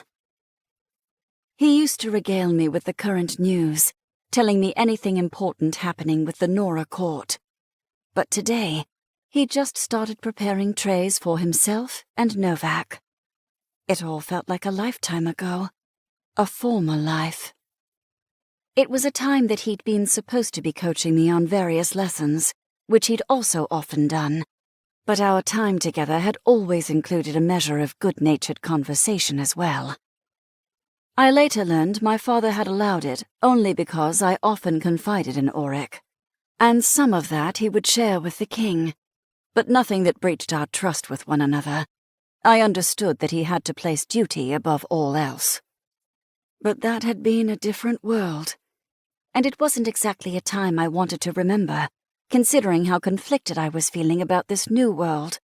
However, we'd experienced some good times together, at least before Auric had left. I allowed the memories to turn over in my head as I ate one of the purple flowers. You would always eat those first. Auric mused as he sat on the edge of the bed and handed one of the trays to Novak. Are they similar? Exact, I marveled. Everything tasted the same, smelled the same, as if we had reverted back to a day in my memories. I inhaled, closed my eyes, and then frowned. No, something still smelled off. My nose scrunched. Wrong. I set the partially eaten flower down, my brow furrowing. What is it? Auric asked, as he settled against the headboard beside me. Do you no longer like those? I shook my head. No, I mean, I do, but... I trailed off, sniffing again and turning toward him. His wintergreen scent seemed tainted somehow. "Did someone help make this?" I asked. wondering if that could be the hint of sourness I tasted in the air. Auric nodded. Natiri helped me with breakfast since no one else was around. Apparently there are multiple kitchens, and the one down the hall is reserved for our use whenever we need it, and no servants have been stationed there yet other than to keep it stocked. Oh, my nose scrunched again. Natiri. A rival female. Is that why she smells so wrong to me? Why didn't I notice that at dinner last night? Maybe she hadn't been close enough to me. Which had me wondering how close she'd gotten to my mate if I could smell her on him. "Did she touch you?" I asked. He snorted. Unfortunately. She put her hand on my shoulder while helping me open the fridge. I suspect it was meant to soothe me, but it had the opposite effect. He glanced at me. Why? Can you scent her? Yes, Rotten eggs? he guessed. My eyebrows flew upward. Yes. Me too. He made a face as Novak grunted on the other side of me, clearly agreeing with the sentiment. You can help me wash it off later, after you're done eating. Tap, tap, tap. I frowned as Novak poked at one of the soft-boiled eggs until he broke through the shell. Golden yolk oozed down the sides, and I gently took his hand away. Unable to resist the urge to stick his finger in my mouth, I licked him clean before showing him how to crack the other one with the backside of the spoon. He only grinned at me as if he already damn well knew he had not been doing it properly, and my reaction had been his intent. Novak wasn't suited for court life, and I never would want to force him into it. He was perfect exactly as he was. Those sentiments traveled between us unspoken, another language I was beginning to master with him after so much time together. After confessing our love for one another, he and Auric, they were my mates. Which explained my elation over Auric having found Natiri's scent as repulsive as I did. They're mine, I thought, not yours. Novak grunted, then gave Auric a knowing tilt of his head. His messy dark hair fell into his ice-blue eyes, giving him a lazy and devious appearance. So? He seemed to be asking. There wasn't much to scout. Auric lamented. Before I could get anywhere, Easton found me and directed me to the kitchen. Then Natiri appeared. At least I didn't leave entirely empty-handed. He gestured to the trays. Novak's expression told me he didn't like Auric's response, just as Auric's tone told me he wasn't pleased with his lack of discovery. But both my mates fell silent as they indulged in our meals. I joined them, sighing contentedly at the familiar flavors. I could get used to living like this again. Maybe. "What about the guards?" I asked as I finished eating. "Did they follow you, or did you bypass them?" Neither. They let me wander. Auric replied. Although I suspect they're how Easton and Natiri found me, or perhaps it was the cameras. "Cameras?" I repeated, a chill slithering down my spine. I hate cameras. The Nora Palace was full of them. Me too. He agreed.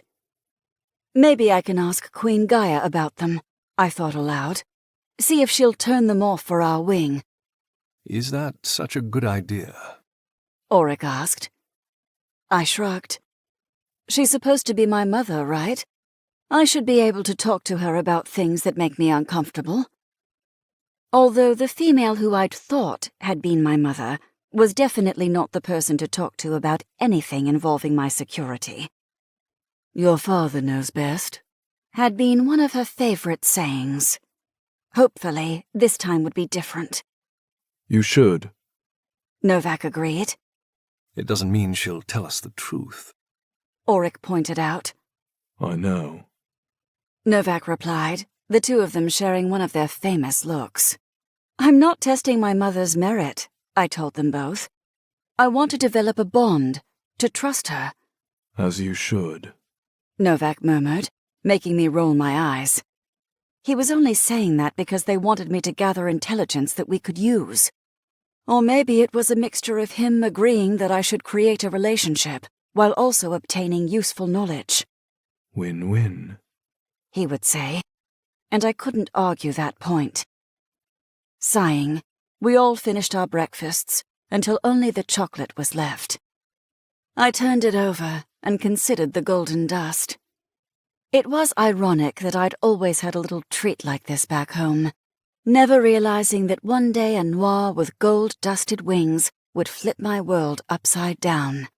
Maybe it had been a subtle nod from my father, King Zafid, a mockery of sorts. If so, the joke was on him now. I popped the treat into my mouth as Novak disappeared into the bathroom.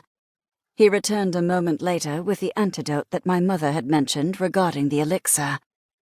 While the antidote wasn't necessary, it was nice to know that one existed. I think it's time for a flight, he told us. Oryx smiled. I wouldn't mind stretching my wings. He rubbed the back of his neck. It feels strange to have them missing for so long. Novak offered me the vial, but Oryx snatched it up before I could accept it. Better let me test it out first. We don't know what it does. It gives you your wings back. Novak grumbled, but he crossed his arms and waited. Oryx shot him a look and slid off the bed. After returning the trays to the cart, he knocked back a shot of the antidote. The air behind him rippled as his wings instantly manifested. He wore clothes that my mother had supplied, but she'd informed me that the fabric was infused with the elixir that made our wings disappear. It was fascinating technology, but I was more interested in the emergence of Oryx's pleasing aroma. Glorious white plumes fanned around him, strengthening the heady scent of evergreen already permeating the room. No more rotten eggs. Because our scents came from our feathers. The fact that I could still smell my mates, even without their wings, further assured me that the elixir only hid them. It didn't do anything more permanent. Oryx sighed, all the tension leaving him, as if the antidote possessed a rejuvenating effect. "Everything okay?" I asked him, when he didn't give me the vial. He focused those vibrant eyes on me and smiled. Well, it's not poison. It doesn't taste too bad, and it feels amazing. With a wink, he handed me the bottle as Novak set a dress on the bed for me to wear. I pulled on the gown, but set the antidote to the side, causing Oryx to arch a brow. My lips curled, my stomach fluttering with excitement. "Catch me if you can!" I shrieked, as I ran toward the sheer curtains and flung myself into the wind. Layla! Oryx shouted, as Novak's growl rippled in my wake. The incredible sensation of free-falling without wings made me both terrified and giddy at the same time. But this was how I'd broken the effects of the elixir once before. I didn't need the antidote, and neither did Novak. That was the purpose of this little stunt, to remind my mates that we didn't need to rely on anyone else. Not when we had each other. The first time I'd broken the elixir had been because my mates were in danger. This time, I knew they would catch me if I failed. But I didn't fail. Their presence lingered at my back as my love for them filled my chest. A love so full that it overflowed my heart in waves, bringing my wings to life. Dark, shimmering feathers spanned wide, and I caught the low drafts that hugged the ocean, sending myself soaring over the surface of the glittering waves. I openly laughed as salt sprayed against my face. When was the last time I flew for fun? Not to escape, or to hide, or to flee, but to feel the wind through my feathers. Novak was the first to catch the wind current underneath me, forcing me higher. He'd somehow thrown on a pair of pants before sprinting after me, but his chest was bare and glistening beneath the sun. Oryx came up behind me, then flew around us to take the lead, his smile filled with pride despite the tightening around his eyes. But a subtle scent told me we weren't alone. I glanced over my shoulder, noting the small detail of Noir that followed us. They hadn't said anything, or made any threatening moves, but it explained why Novak was taking a protective position beneath me. We flew until we found an area of low tide pools that looked perfect for exploring. We landed and first went for a swim. I was able to dismiss my wings, leaving Novak and Auric waterlogged while I learned how to swim like a human. It was cold, frigid even, but I loved every minute of it. I couldn't remember a time so full of laughter and feeling so carefree. Was this what life was supposed to be like for me? After a good swim, Auric and Novak dried out their feathers while helping me find shells. I intended to fashion them into a necklace for Raven to make her feel more welcome. I didn't want her to think that all this finery impressed me. Sometimes the simple things did too. By the time my stomach began to rumble, Auric reminded me that my mother wanted to introduce me to my new lady's maid. I made a face at that, but Novak surprised me by agreeing that we should go back.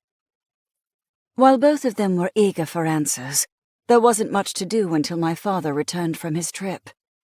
Plus, they both wanted to feed me again, this time naked. With that motivation in mind, I tucked my treasures into my damp pockets and joined them on a trip back to our chambers.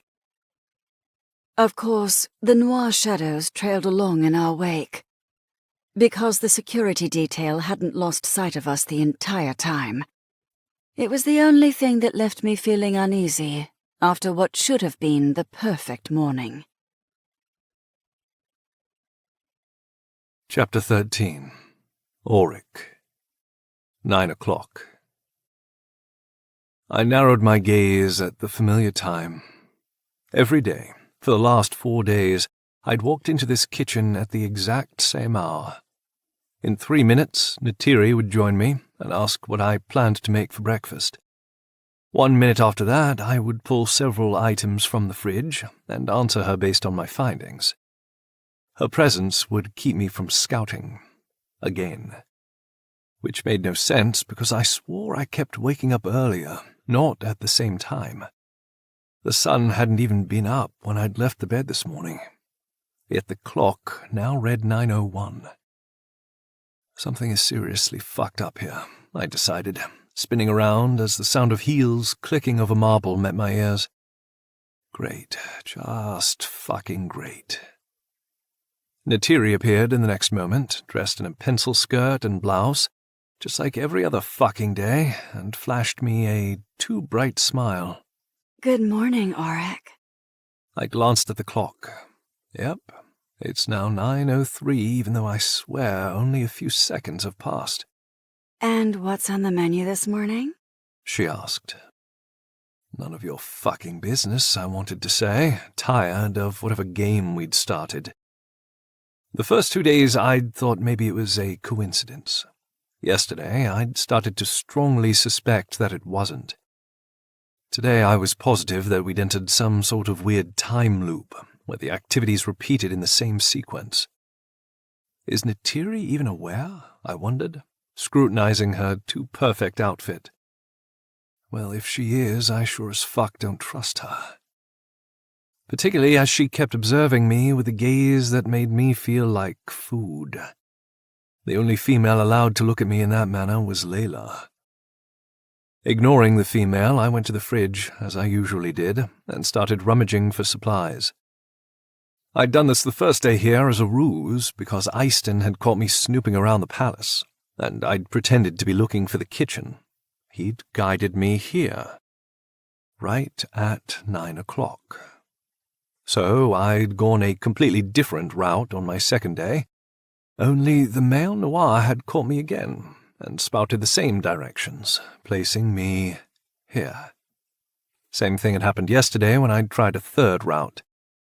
So today I woke up even earlier and came straight here, just to see what would happen. And sure enough, 9 o'clock, followed almost immediately by Neytiri.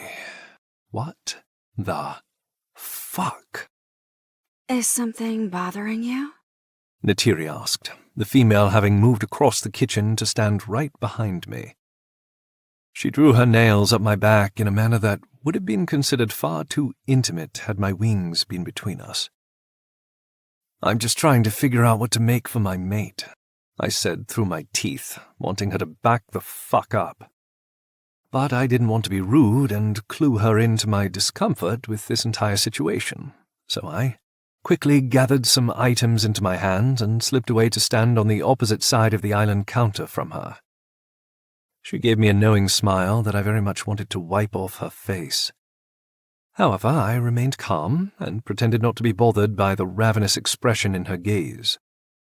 She reminded me of a Valkyrie with her too-forward approach and man-eater eyes.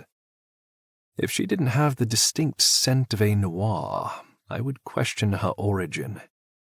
She was also missing the sharp teeth and claw-like nails, but those could both be filed down. "Omelette?" she guessed, glancing down at the ingredients I'd gathered. I frowned down at them, finally looking at what I'd picked up. A plastic container of vegetables, no idea who'd left them in the fridge, a carton of eggs, and some cheese. Yeah. No idea how to make an omelette, but sure. Neytiri hopped up on the counter, crossing her legs and leaning back on her palm. "Want some help?" The double meaning was not lost on me. "No, I'm good," I told her, this time making direct eye contact and adding a fuck off with my gaze. She was either dense or enjoyed the challenge because she smiled. This female is a problem. No, this entire palace was a problem.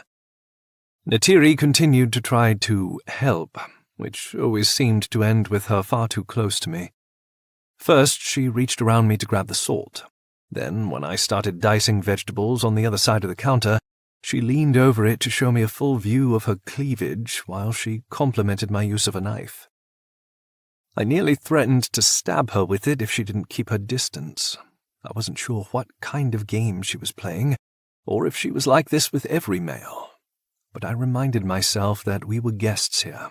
I wasn't looking to make a scene. I just needed to make Layla breakfast and leave.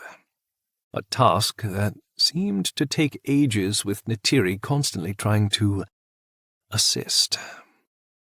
I hurried out of there as soon as I had prepared my mate's meals, escaping without saying goodbye. Hopefully she'd get the hint, but I very much doubted it. When I entered the safety of Layla's room, I couldn't help but feel like there was a bigger issue at play here than Neytiri's forward behavior. Layla and Novak lazily kissed in bed as I entered, then regarded me with sleepy, satisfied expressions, just like every other damn day this week. Normally, that wouldn't bother me. Today it did. Because something wasn't right, and I seemed to be the only one having a problem. We'd habitually served Layla in bed, so I set up the tray as Novak draped a robe around her bare shoulders. She'd grown comfortable with life without wings, and that bothered me too. "Omelette?" she asked with a delighted smile. "I didn't know you knew how to make those." She sliced it open, took a bite, and arched a brow at me. "I don't," I replied, then turned sober while I watched her eat. She didn't seem at all perturbed by the sameness of our days. It made me feel like I was going crazy, especially when she started telling Novak that we should all go for a swim, as if we didn't do that every fucking day. "Why don't you go see your mother?" I suggested, after Layla had finished her omelette. She wiped her mouth and rested her napkin over her plate. "But I'll see her later today. Why would I go to her now?" I shrugged. Just to mix it up. Novak gave me a look because he rightfully concluded that I wanted to talk to him.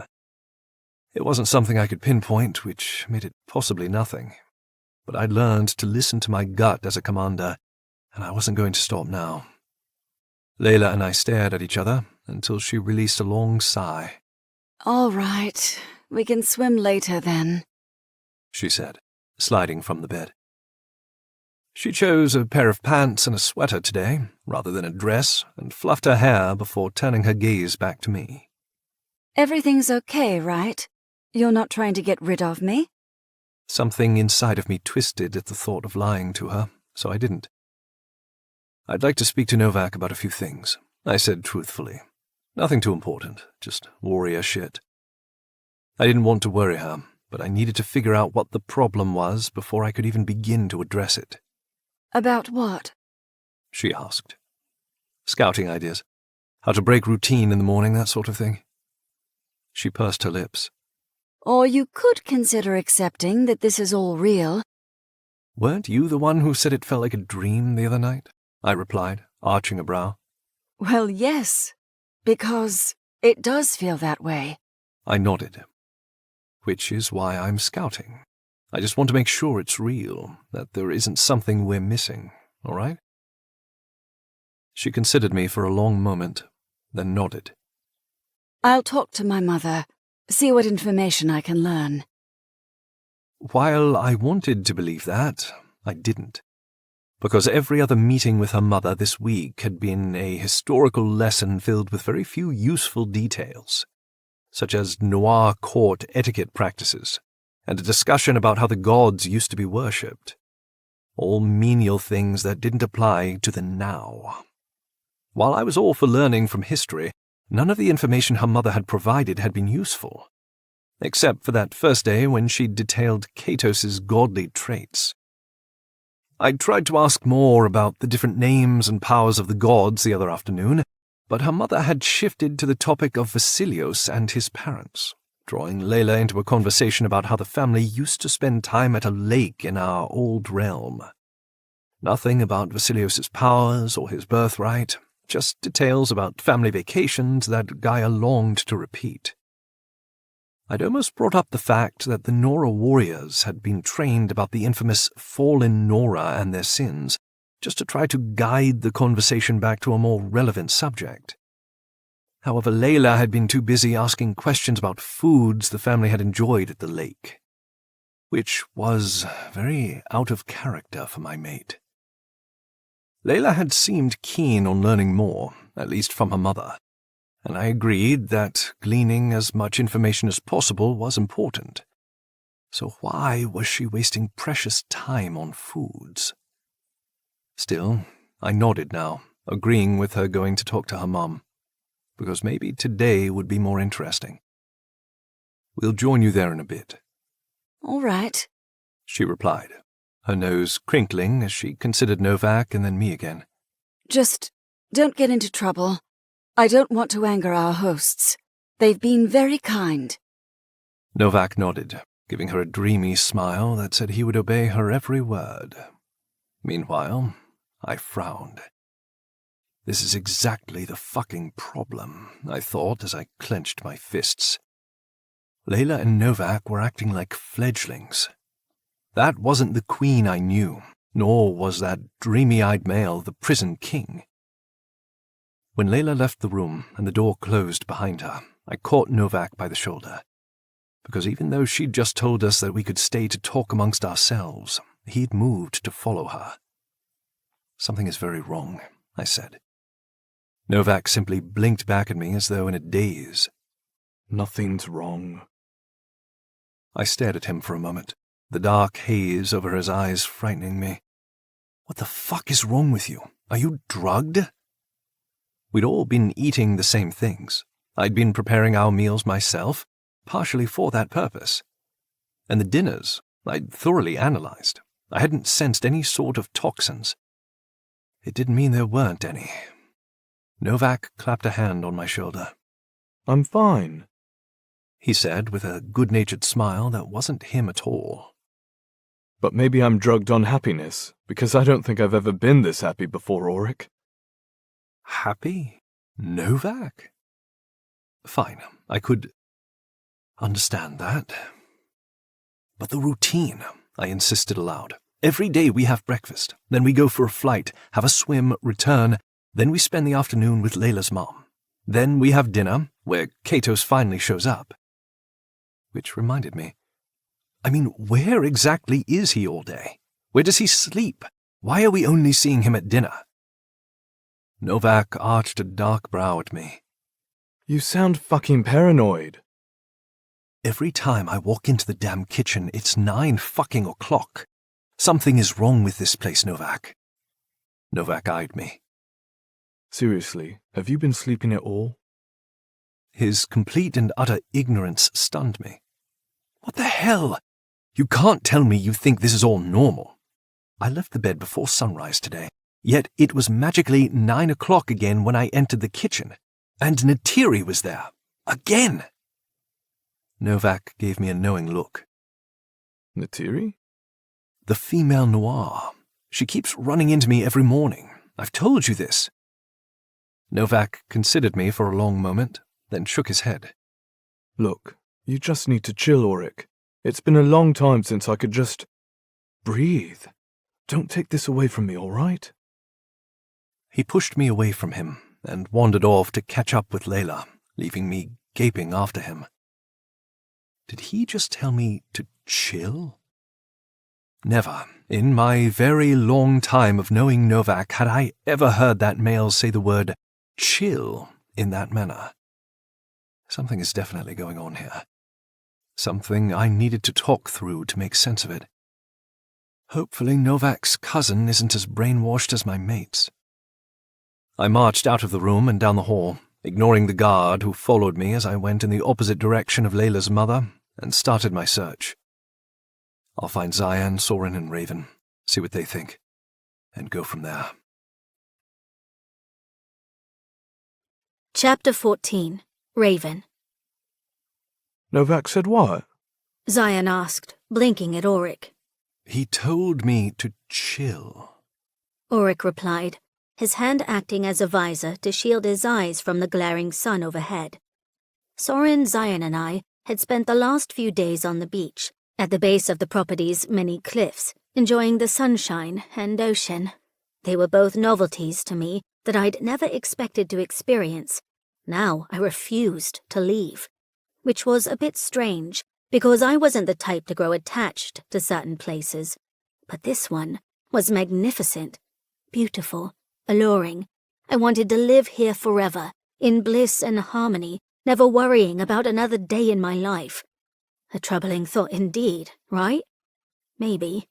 I wasn't sure, but the orange drink in my hand certainly tasted like heaven. I sighed, closing my eyes as I relaxed into the chair again. Well, if Novak says to chill, we should chill. Zayan drawled as he collapsed into the chair beside me. Right, sweet bird? Abso-fucking-lutely, I agreed, as I thumbed the shell necklace that Layla had given me. Although it was a bit weird to hear that Novak had said the word chill. That definitely didn't sound like him. But he pretty much never spoke, so who knew what he liked to say and didn't like to say? Oh, that ocean is so pretty, I thought, distracted by the vibrant blues. We should go swimming. Except we'd tried that and it was kind of cold. 'Kay, maybe not. What the hell is wrong with you all?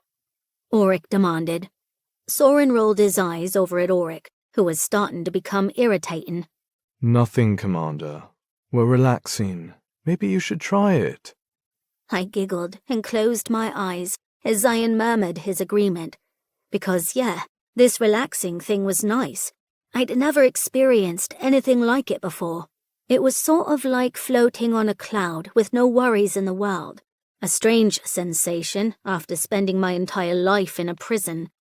I hummed to myself, a memory nagging at my mind. Maybe I shouldn't be relaxing.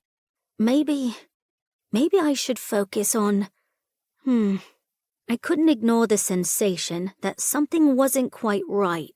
I engaged my healing power, searching for another of Sayer's tracking-like devices, and finding none. He'd used them on us at the last reformatory, perhaps even before that. But I didn't sense my father's. I hated calling him that, but it was his role in my life. Others called him the reformer. Infamous tech. Yawning, I allowed myself to fully relax, and fell into another fluffy state of happiness and relaxation. Beautiful, sweet, Raven. a voice said, drawing me from my cloud of make-believe. I hummed, but I wasn't exactly speaking out loud. No, this was in my mind. Ugh, I thought, glancing into the darkness and seeing my nightmare come to life. Sire. He crept forward in all his Nora glory with his white wings, black-tipped edges, and benevolent expression. I see through you, you know, I told him, sounding a bit sleep-drunk. Because, yeah, this wasn't real, just another dream. He'd infiltrated them every night this week, telling me to listen to him. Nothing is what it seems, he kept saying. Protect Katos and Layla. That was how I knew this was all just a stupid nightmare. Because why the hell would I protect Prince Katos? From what I'd heard, he was powerful enough on his own. He'd taken Novak down, a feat I hadn't even known was possible. Of course I hadn't seen it, so maybe it was a lie. Lie, I mused. That's my life, isn't it, Raven. My father tried again. I don't want to talk to you right now. I'm taking a nap on the beach. I shooed him away with my hand, the gesture slow like I was moving through water. You have to protect Prince Katos and Princess Layla. They're the key. That made me scoff. You told me Layla was the key. Now there are two? Nothing is what it seems, Raven. I snorted. Yes, you keep saying that. And you're not listening to me. Open your damn eyes, child. Your life isn't a fairy tale. No, it's not, which is why I'm enjoying this reprieve. There is no such thing as a reprieve in our lives. He continued with an edge of irritation to his words. If I've taught you anything, it's that. That's true, I admitted with a sigh, which was precisely why I'd enjoy this moment. It didn't even matter if it was real or not. I fucking deserved it. Nothing is what it seems. Yeah, I agreed, growing sleepy again. This spectre needed to leave me alone. Even my subconscious refused to give me a break. Raven, you're better than this. Fight. Why wouldn't he just let this go? There's nothing to fight. Because you're not opening your damn eyes. That was true, but I had no reason to. I'm surrounded by Noir. It's fine. It's a mirage. That made me laugh. One you created, I surmised. He loved his mirages. At least this one was fucking nice for once. Although I didn't believe it for a second. None of his mirages had ever been like this. He just wanted to get under my skin. It's my tech, but it's not me. I already checked my mind. There is no tech. Because you're not going deep enough. Remember the maze, all the tests? Treat this as another one. I thought about it, then shook my head. No, this is just a nightmare to keep me from enjoying my new reality. It's not a new reality, Raven. It's a new game. Wake up! Wake up! Wake up! My eyes finally fluttered open, only to see Oryx stalking off, and now it was his voice reverberating through my mind. Had he said those words out loud? Yes, he had, coinciding with my strange dream. I blinked a few times, oddly unnerved by how real my nightmares felt. It was as if I was actually talking to my father. A swim will cool me off, I thought, as the vibrant blues called to my heart.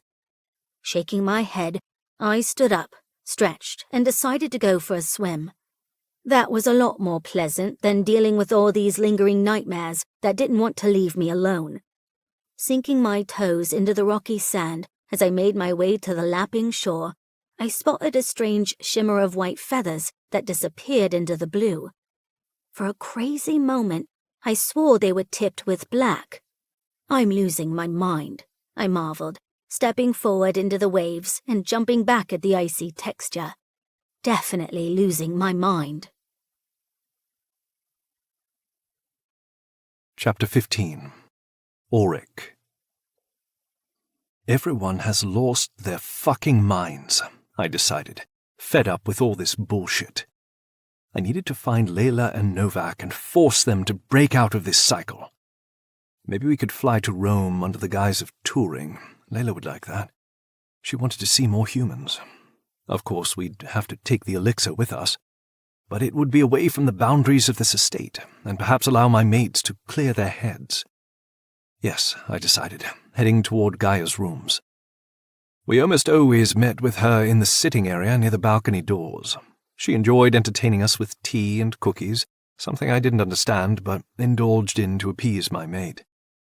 Everything about this place felt contrived, wrong, too fucking perfect. It reminded me of the Nora court, except it seemed as though everyone was trying too hard, almost like they were hiding something. The truth, no doubt, whatever that was. Vasilios had mentioned his need to leave for a week, but hadn't told us anything about his plans. Now I wondered why we'd never asked, or who had called him, because it had clearly been important. And where had his advisor gone, or whoever that male was that had brought him that phone? How do things work here? Why are we all just lounging around with our thumbs up our asses?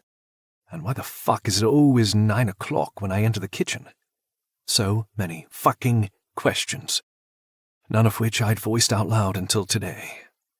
Yet no one else seemed to notice or care. Because they were all so caught up in the opulence and freedom from the reformatory? Or something else entirely? Regardless, I'd solve it by grabbing my mates and taking a trip away from this palatial home and its abundance of sentries, of which I counted at least 7 just on the way back inside. All of them stood around, dressed in casual clothes, yet wearing guns on their hips. Definitely guards, and they were all observing me with keen interest, their distaste for my kind evident in their narrowed gazes. I felt like a noir walking among a horde of Nora guards, an irony that was not lost on me. The ages of the guards seemed to vary, their stances and eyes telling me a lot about their experience levels. While most Noir and Nora appeared to be in their late 20s, the way an angel held his or her wings reflected a certain age range. Moving gracefully with heavy feathers was only achieved after a certain number of years. Of course, Layla was exceptionally graceful, but that was because of her upbringing as a princess, not because of her age. I evaluated every detail of every guard that I passed, mentally logging what I could use and what I should know about each of them. Do any of them have magic like Katos, or are they all just muscle? My heart thundered in my chest while I struggled to maintain a calm, outward appearance. I wandered down the halls as I searched for my mates. Layla and Novak needed to come to their senses right fucking now. When I came across Gaia's quarters, I knocked, but there wasn't an answer. Odd. I'd upset the routine by sending Layla to talk to her mother earlier, so they could really be anywhere in this massive place. Sighing, I headed back down the very long hall, the salty notes of the ocean beckoning me to go outside again. I ignored the inclination, instead heading to the upstairs terrace and then down to the palace's main living area to see if they'd moved there. It didn't escape my notice that 2 of the guards had decided to follow me. Rather than comment, I continued venturing and wandered into a new hall that I hadn't been down before. Because why bother hiding my perusal at this point? They had to know I didn't trust any of this. It should have surprised me to find Chiral waiting for me around the bend, but for some reason it didn't. This place was like a nightmare that toyed with me. He paired a smile with a polite nod of his head. Hello, Auric. He frowned when I stopped a few feet in front of him, glancing over my shoulder to see if the guards were still there.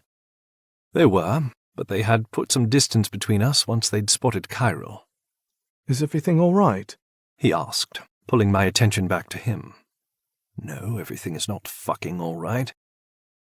Instead of saying how I really felt, I gritted my teeth and managed a more appropriate reply. It's fine. Just trying to get used to the schedule around here. Chiral's brow furrowed. Schedule? It's all just very new, I explained with a wave of my hand. Nothing like the reformatory. Well, I should hope not. Kyril considered me for a moment, clearly evaluating me. Is there something I can help you find? No, I was just on my way to join Layla and Novak. He brightened at that. Oh, they took off a bit ago, heading west, I believe. I paused. West? Like flying? They said they were going to see Layla's mom. Kyril cocked his head to the side as if thinking about that statement, then slowly tapped his lip. No, I saw them head out for a flight. Queen Gaia is at the market with Eistin. Market? She's picking out something special for dinner. Oh. I didn't believe that for a minute. Well, thanks. I guess I'll see if I can catch Layla and Novak in the skies. Or use this opportunity to snoop around. I turned around and barely avoided slamming into a male whom I hadn't even heard sneak up behind me. Katos. I glowered at him, immediately suspicious. What the fuck do you want? Katos huffed a laugh. Not to be punched in the face again, that's for damn sure. How about we take a walk instead, It was on the tip of my tongue to retort, and why the fuck would I want to do that? But it occurred to me then that I was seeing Katos.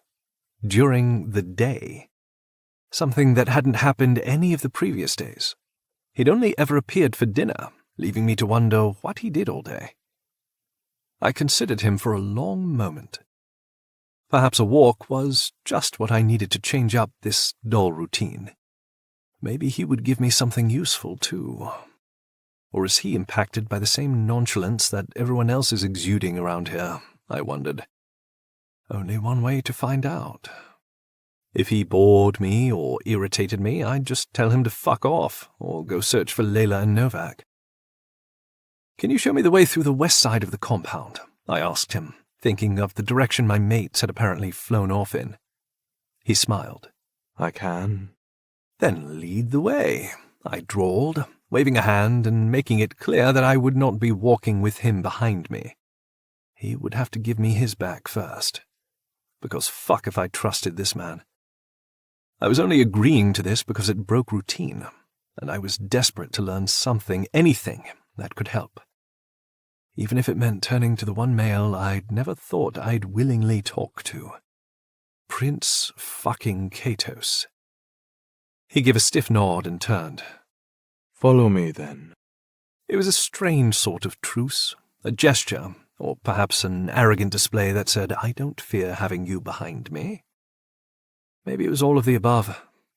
But he seemed a little too eager to just accept my challenge and present his back. So either he was trying to lull me into a state of comfort, one he intended to take full advantage of, or he wanted to prove he wasn't a threat. My jaw ticked as I tried to determine his motive. Either way, I followed, because I was curious, and because I was feeling a bit lost in this palatial heaven. It's wrong, this is all wrong, but no one seems interested in listening. Maybe Katos would be different. Unless he was somehow responsible for this. What if he's in on this mirage, playing a role that I have yet to understand? A fake, compatible mate, perhaps, here to add a hint of distrust and challenge to our existing mate circle? But no, if that was the case, he would have tried to see Layla outside of dinner this week. He'd left her alone, remaining as polite as ever through the meals. Why, I wanted to demand, why haven't you tried to talk to her, to pursue her, to woo her? Is it because you're not really compatible? Or are you just giving her space to acclimate to these surroundings? These insane, repetitive, whirling surroundings that made no sense whatsoever. I frowned, conflicted and confused, and wondering why I was bothering to follow him at all. When I started to slow, he paused and looked over his shoulder. If I wanted to hurt Yorick, I would. My gaze narrowed. Then what do you want? He shrugged. Keep walking and find out. Rather than wait for me to decide, he turned and continued down the hallway, leaving me glaring after him. A challenge. One I wanted to run in the opposite direction from, which was why I immediately stepped forward. Because I was not a coward, nor did I fear him and his energy voodoo. I'm going to find your weakness, I thought, narrowing my gaze at his back. I vow it. The prince glanced back at me, a grin in his eyes as though entertained by my mental threat. Can he read my mind, I wondered. But rather than confirm or deny the question, he simply twisted back around and kept going. That look could have been a result of him being amused by my trailing him, or perhaps this godlike being possessed even more traits that I needed to be wary of. Gods damn it. I fucking hate this place and everything it represents. Except for the parts about Layla and her parents, as well as her happiness. I enjoyed those aspects, but nothing else. And especially not the confident prince sauntering up ahead of me, or the mind games this palace seemed to be playing on me and my mates. Chapter 16. Katos. Oryx's reluctance resembled a whip on the wind, but his distress cut through it like a knife. My ability to manipulate energy allowed me a glimpse of insight into the emotions of others, particularly strong ones that pulsated vibrantly in another being's aura, which was precisely what I picked up from Oryx now, and also why I'd asked him to go for a walk. The reluctance bit didn't bother me. I'd expected that.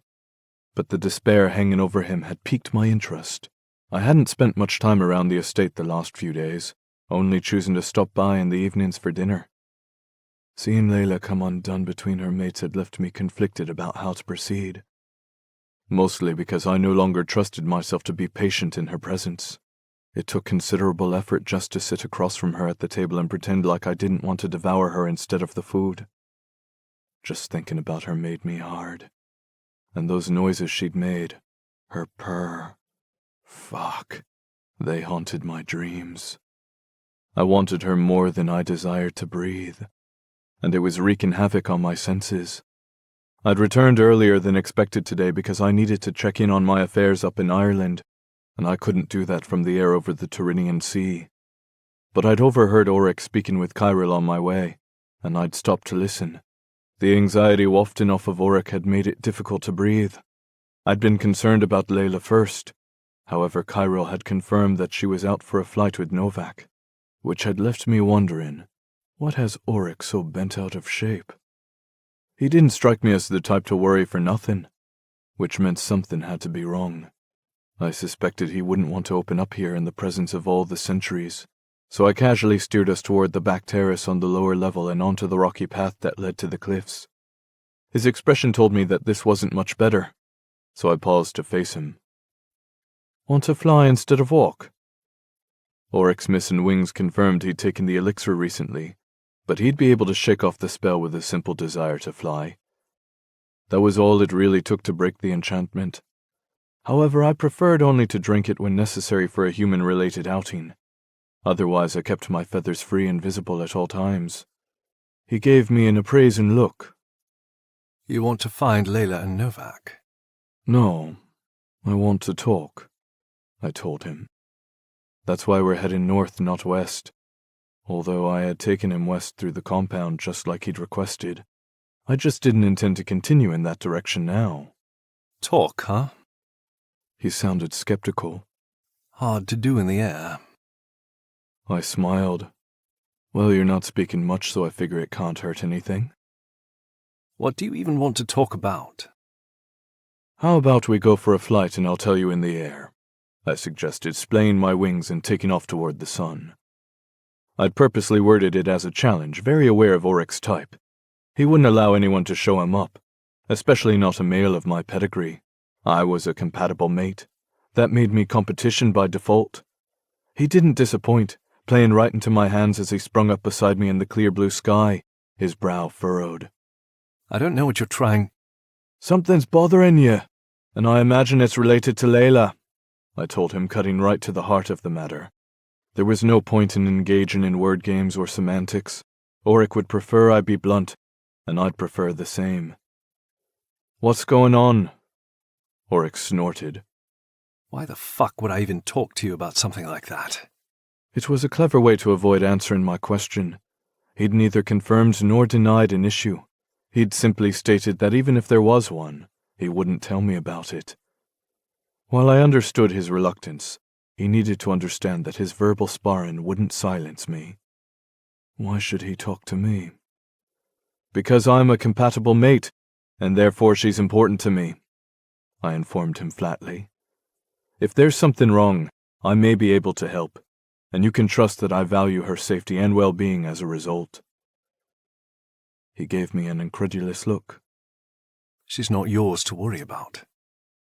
Yet, I replied without missing a beat. And while she might not be mine yet, I don't make it a habit of giving up on things I want. Just as I don't make it a habit of giving up those who are mine, he returned. I narrowed my gaze at the allegation in that statement. I didn't say anything about giving her up, Auric. I would never ask her to choose between us. That's not how mate circles work. His nostrils flared, his expression seeming to darken at the insinuation I'd just thrown right back at him. You may want to make her choose, but I do not. You...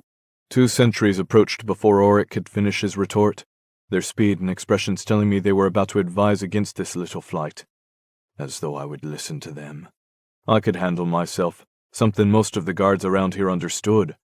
But they'd been particularly anxious over Layla's arrival, being far more obsessed with security than usual.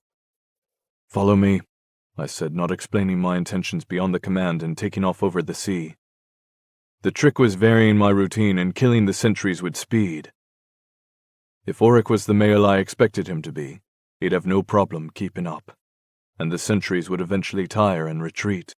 I'd also help push that exhaustion along with a little energetic wave of air that made it difficult to fly.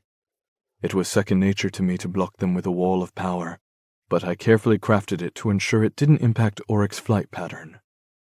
I felt him right behind me, making it easy to construct the invisible barrier. However, I heard the shouts of annoyance from the Noir as they slammed into my energy net, suggesting they'd been closer than I'd expected. I sighed. One of these days, the sentries would give up entirely. I didn't need a guard, nor did I want one. Their jobs were to maintain the boundaries of the estate, not shadow me. When Vasilios returned, I intended to have a word because their penchant for following me had increased to an uncomfortable degree in his absence. He would argue the importance of establishing a permanent guard, something I'd fought him on for decades, saying it wasn't necessary, although with Layla's arrival he might mandate it. It was never about arrogance. I was powerful but not unintelligent. I just didn't see the point in drawing attention to my status. I also preferred my privacy. Alas, that time was drawing to a close. But I sure as fuck would enjoy my freedom while I could, as I did now by zigzagging my way through the sky and losing the guards on my tail. Auric, however, kept pace just behind me, proving his title of commander. When I finally paused, he merely came to a stop beside me and arched a brow. I don't like the sentries, I explained. He grunted, his gaze instantly suspicious. Look, if you're thinking I lured you out here to hurt you... I don't, he interjected. Now it was my turn to arch a brow. Oh? You already proved your power over me on that cliff. If your intent was to kill me, you would do it in front of an audience. But I honestly have no idea what we're doing out here or why I followed you. Because something's bothering you, I nearly said. And as a result, you're not thinking as clearly as you normally would be. Auric didn't strike me as the type to do anything without purpose, and he'd flown out here with me willingly, away from the guards, away from the safety of the estate, away from his mates, knowing full well that I could hurt him, yet instinctively trusting me not to. Layla wasn't the only one compatible with me. Her entire mate circle was, which was why his scent appealed to me, just as my own cologne no doubt intrigued him too. He might not like me, but he couldn't deny that our souls had a connection, one fated by the gods themselves. Either start saying something useful or I'm leaving, he said, sounding bored. But that anxious air continued to waft around him. Why are you so concerned? I asked him. He affected a flawless expression of nonchalance. Who says I'm concerned? Your energy does. It practically suffocated me when I returned to the estate. His gaze narrowed. Returned? Returned from where? I've been staying a few miles north of here, I explained, deciding to give him the answer as a way to calm him down. Why? Because Layla's nightly purrs are distracting, I answered bluntly. Now tell me what's going on. He bristled, and I wasn't sure if it was my admission to overhearing Layla's purrs or my demand. I don't report to you, Prince. No, you don't. But you also know I'd do anything to protect Layla. So if she's in trouble, I can help. I don't know anything about you. He corrected, sounding frustrated. She might be a compatible mate, but that doesn't mean you'll protect her. For all I know, this could all be because of you. And if that's true, then I already know what you're talking about, so you might as well say it.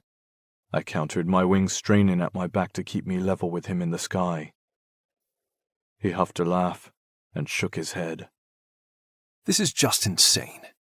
That distressed air returned to his aura, his chuckle humorless. I shouldn't have followed you up here. Those words alone told me how out of sorts he was feeling, which fortunately worked in my favor, because it seemed to lower his guard just a little bit, to allow me to see through parts of his warrior exterior to the male beneath. A concerned male, one worried about his mates. Yet you did, I said slowly, referring to him following me up here. So why don't you humor me and tell me what's going on? I suggested. There are no sentries here, and we're well beyond the boundaries of the estate. It's just you and me and maybe some humans on a yacht way down below us. His gaze returned to mine, the suspicion in his steps telling me he was about to issue a test of sorts. Why are there so many sentries? To protect the king and queen of the Noir, I replied easily. And that's why they chased us like they just did? He pressed. I frowned. Well, no. That was to tell us not to leave the boundaries, but I never listened to them. I don't enjoy being followed, nor do I particularly care for the idea of an armed escort. You're a prince, the supposed offspring of the gods. Surely you understand the importance of an armed escort. He countered. I'm not the supposed offspring. I am the product of the gods. When you meet the other changeling children, you'll understand. And... We're going to meet the others? He asked, his eyebrows flying upward. Others like you? My lips curled. Yes, there are 3 others like me. Something I suspected he already knew from Gaia. However, the blast of anxiety rippling off of him told me he didn't know much. Otherwise, he wouldn't be so concerned. That said, there is a difference between me and them, I hedged, baiting him into more conversation. The difference being? He asked, for once sounding somewhat interested instead of condescending. I smiled, knowing this answer would floor him. They're all females. Chapter 17. Katos. Female Noir were rare. Female goddesses were even rarer. Yet I knew a total of 4, including Layla. Auric gaped at me, his surprise palpable and expected. The others are all Noir females? Yes.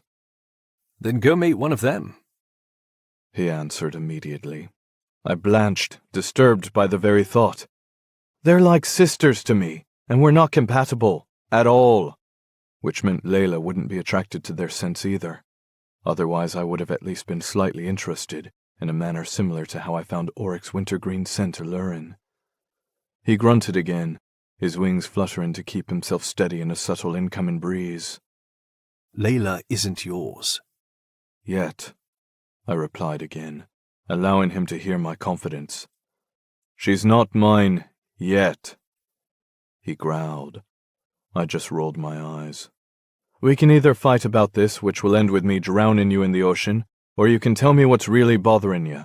Beyond your obvious dislike of me as a competitor, I mean. Which, by the way, is never going to change. When she chooses me, I'll accept. We both know that. If she chooses you. He corrected. I merely stared at him. He glared back. We might not have known each other well, but we both knew my response to his statement, because it was the same one he would give in my situation. I yawned, bored with this immature game of entitlement. If you're not going to tell me what's troubling you, then we can head back. I have business to attend to. I flared my wings, preparing to fly, but the aura around him pulsated with a blast of anxiousness that held me captive. Seriously, what is going on? His expression told me how he felt about my ability to sense his unease, but the turbulent texture of his blue-green irises also said he wanted to say something. So I waited for him to collect his thoughts, doing my best to appear patient. He seemed to be going back and forth on whether or not he wanted to speak. Then finally his shoulders fell, and it gave me the distinct impression that he was given in to some sort of pull. Perhaps the one tied to our own compatibility, brought on by our soul's connection through Layla. Or maybe he decided I was a last resort. If that was the case, then I was even more intrigued.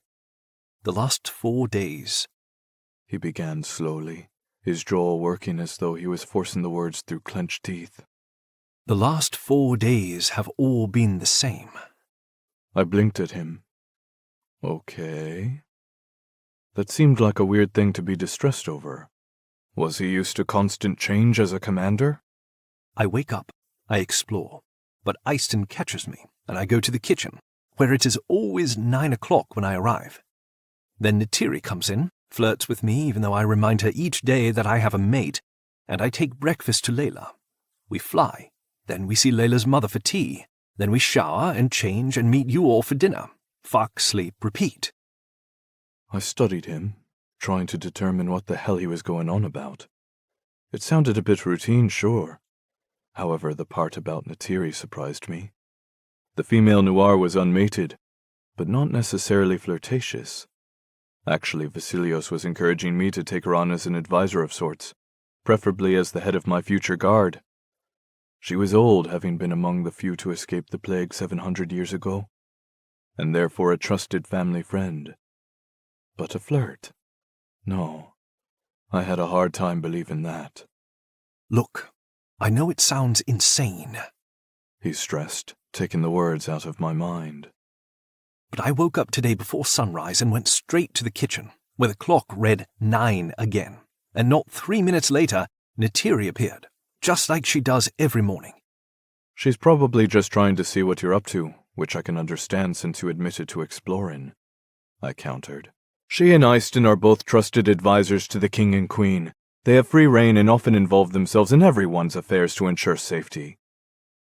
I couldn't help the irritated note in my voice because they'd involved themselves in my affairs more than once. They're annoying, but they mean well. Then explain the clock, he said through his teeth. How is it 9 o'clock every damn morning? Maybe you're waking up on a routine, I offered. I'm not. Then maybe the clock is broken, I shrugged. Either way, I'm sure it's fine. You would say that, as I assume you're behind this madness. I gaped at him. He couldn't be serious. You think I've somehow put you on a repetitive schedule on purpose? For what gain? I don't know, he snapped, throwing up his arms. I can't figure it out, but I seem to be the only one noticing the repetition. Novak and Layla are in this blissful state of ignorance, just repeating the motions and enjoying themselves. Soren and Zayan keep having fucking beach parties with Raven, which is a huge red flag in itself. They're not the sort to relax in this situation. They'd be suspicious and questioning everything, just as Novak should be. So the normalcy of life is what's concerning you, I translated. It's more than normalcy, he bit out, his feathers beginning to flutter with his growing annoyance. I can't explain it, but something is wrong, which you clearly know, and the whole point of this is just to distract me from it. He shook his head, his hands falling to his hips as he glanced downward. I shouldn't have followed you up here. First, I promise you that I have nothing to do with any of this, I insisted. And second, if your instincts are saying something is off, then you're probably right. But maybe it's my presence, or all the information you've learned this week. It's a lot to take in. I trailed off, unsure of how to continue that because I'd meant what I'd said. I was a firm believer in listening to one's instincts, and this male had lived a long time. From what I knew about him from Sair's reports, which he'd been providing to Layla's parents for years, Auric was a respected Nora commander, having been Novak's boss at one point. Soren's and Zion's, too. Which meant his instincts were sharply honed, and if something was nagging at him, then it was worth looking into. It could be as simple as all the change leaving him unsettled, or it could be something else entirely. His commentary about Novak going with the flow irked me a bit, only because it seemed to me that if Auric sensed something was off, then Novak should too. That right there rang as a potential disconnect, along with his comments about Neytiri. "When she's flirting with you, in what way do you mean?" I asked. "Neytiri, I mean," I clarified since I'd changed the subject. "She keeps touching me," he growled, sounding quite frustrated. "This morning she ran her fingers down my spine like she had a right to stroke me." He shuddered, clearly not over the sensation. I could understand that. The center of the back was an extremely intimate location on an angel, something Neytiri definitely knew. "Yesterday it was my arm," he continued.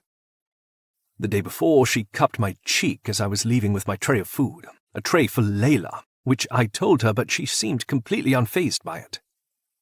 "That doesn't sound like Neytiri at all," I admitted. He snorted. "So you don't believe me?"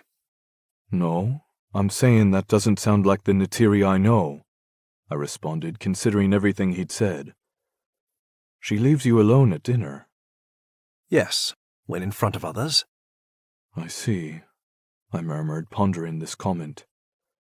"What if I joined you for breakfast tomorrow?" He arched a brow. "Which brings me to a question. Where have you been every day, all day?" He countered, ignoring my suggestion. "As I said, I've been staying elsewhere," I reminded him. "I've only come by in the evening, but I do have a guest suite. I could stay tonight, set my alarm for 8, and meet you in the kitchen by 9, and observe what happens." "I can't tell if that's a convenient way to coax me into playing whatever game this is, or a genuine offer."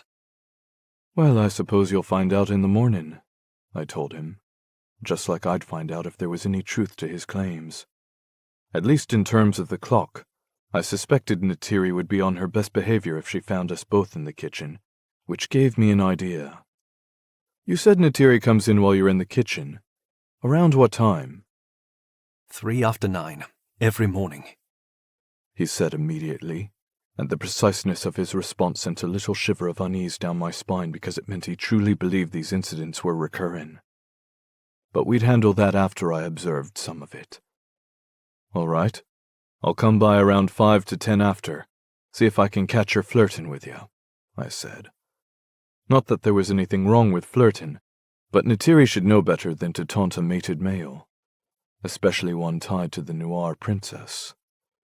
Mated parents were notoriously possessive of each other, which was why I'd allowed Auric's punch the other day. He hadn't appreciated the introduction of another compatible male to his mate circle, and he'd reacted. Layla would react similarly if she caught Neytiri touching Auric, and Layla had the potential to do a lot of damage as the daughter of 2 ancient royal beings.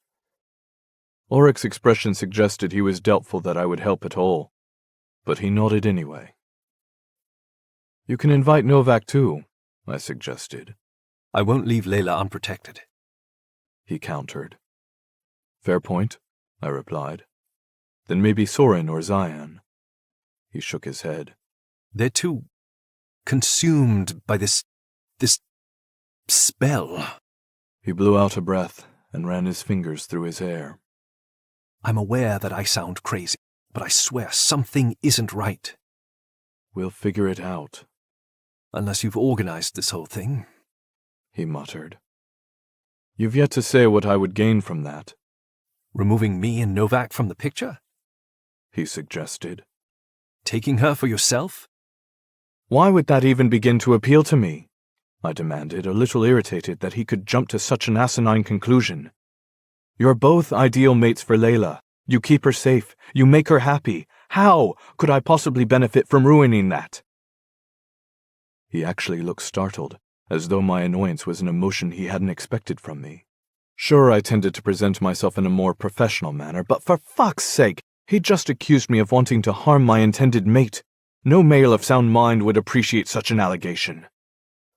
His turquoise irises glittered as he took my measure. Then he nodded as though he approved of something. Tomorrow morning, 10 after 9. Yes, I agreed. Good. He glanced around. Now, which way? I smiled. Why? Are you feeling a bit lost? No. You sure? I taunted, tempted to leave him out here and teach him a lesson. That would probably harm our relationship more than help it at this point, but it was certainly an appealing idea. Fortunately for him, I valued the future more than the present, so I cocked my head and took him to the airstream that led back to the estate. If you want to avoid the sentries again, be sure to take a different path, I shouted back to him. The key is to alter your patterns. They never know what to expect. You do this often? Every chance I get, I confided, grinning as I picked up speed. Auric kept pace with me, his positioning guarded as though he didn't quite believe I'd lead him back to the palace grounds. But as the coast appeared, his shoulders relaxed a little, at least until a sentry appeared directly in front of us. I sighed, stopping to greet Amadil. His crystal blue eyes narrowed, his light blonde hair reminding me a bit of Auric's coloring. Only the sentry's hair was much shorter, cropped to his ears, while Auric favored a longer, fuller mane. Amadil, I murmured. Let us through. You left the compound unprotected. Again. I grinned. Are you upset that I outmaneuvered your squadron or that I declined your offer to guard? We can't protect you if you use your energy shields against us, he said, his tone rigid with superiority. How about this? Once one of your sentries can outmaneuver my shields, I'll consider letting him protect me, and until then, I'll handle myself. I offered, very aware of how arrogant I sounded, but honestly, none of his noir were qualified to handle me. Auric and Novak were the only two around here that even came close, something I wouldn't admit out loud because it would just piss off Amadil more. I'll be speaking with King Vasilios about this, he threatened. Please do, I encouraged him, then used a subtle shift of energy to move him out of our way. Until next time, Amadil. He cursed in my wake, only intensifying my grin. Auric said nothing, but I sensed the approval in his aura. Maybe there's a future for us yet, I mused, catching a faint hint of Layla's scent on the wind. We'll be together soon, mate. Soon. Chapter 18. Novak. I squinted at the horizon, my eyes playing tricks on me, because I could swear that I'd just seen Auric flying with Katos in the sky. I blinked, trying to clear my vision. Then the two males in question touched down before us on the rocky sand, startling Layla into a gasp. Auric had claimed earlier that something strange was going on. I believed him now, because he'd just landed on the beach with Katos at his side. Where the hell have you been? I demanded with a look. Oh. Layla sounded a bit breathless. Hi. We were just heading back to see my mom again. For afternoon tea? Auric guessed, his eyes flashing to Katos before settling on our mate again. Yes? She answered, frowning. Is that a problem? Why would it be a problem? That's what we do every day at 2 o'clock. Why would today be any different? The edge in his tone wasn't lost on me. I nearly grabbed him by the arm to demand what his problem was, but Katos started speaking, thereby introducing a brand new issue into the equation. Would you mind if I join you? He asked. Yes, I thought, glaring at him. No, of course not, Layla said. The more the merrier. Auric snorted. I nearly growled. And Katos gave her a blinding smile. My thoughts exactly. Yeah, I bet those are your thoughts. But he could keep on dreaming because that was sure as fuck not happening. Maybe you could escort Lei while Novak and I go check on Soren and Zion. Auric offered. I gaped at him. The fuck are you going on about? Escort Lei? Have you lost your fucking mind? I would be delighted, Kato said as he offered Layla his arm. Shall we? She blinked at him in surprise. She glanced at Auric, her confusion evident. It's all right. We'll catch up. Besides, isn't Kato supposed to start teaching you some history? Auric said. My eyes narrowed. Isn't that what her mother has been doing all week? But Auric ignored me, his focus on Layla and Katos' extended arm. You can fill us in after. Auric added. After what? I nearly demanded, my hand clenching at my side. Why the fuck are you allowing this? Clearly I hadn't been paying enough attention earlier. Auric had said something was wrong and now he was proving it with this insane behavior. Letting Katos escort our mate? Have you completely lost your fucking mind? I wanted to demand. Sure, she would be safe with the male. He was compatible, which meant he'd protect her. But I didn't want him touching her. Something that was happening right fucking now as she slid her arm through his. I took a step forward, ready to remove the offending limb from Katos' body, but Auric stopped me with a palm against my chest. I growled at him, causing Layla to glance back at us. It's fine. Auric lied. Novak and I just have some aggression we need to work out. She frowned, clearly uneasy with that thought. Maybe I should... Go, I told her, my eyes on Auric now. He'd wanted to make a statement, to snag my attention, and he had it. It's fine, Lei. Auric lied again, making my gaze narrow. Katos was just telling me about his work. I think you'll find it fascinating. The other male arched a brow, telling me they hadn't been discussing that at all. But he quickly smoothed the expression with a smile, saying, Yes, in Dublin, my work with financial investments. I snorted, but Layla seemed drawn to the noir's accent, or maybe to him, because he's touching her. A fact I would be taking out on Auric since he'd fucking orchestrated that. Kato started speaking, distracting Layla enough to walk with him, while Auric and I remained silent in their wake, my gaze on the Nora while Layla moved away from us in my periphery. With each step she took, my ire mounted.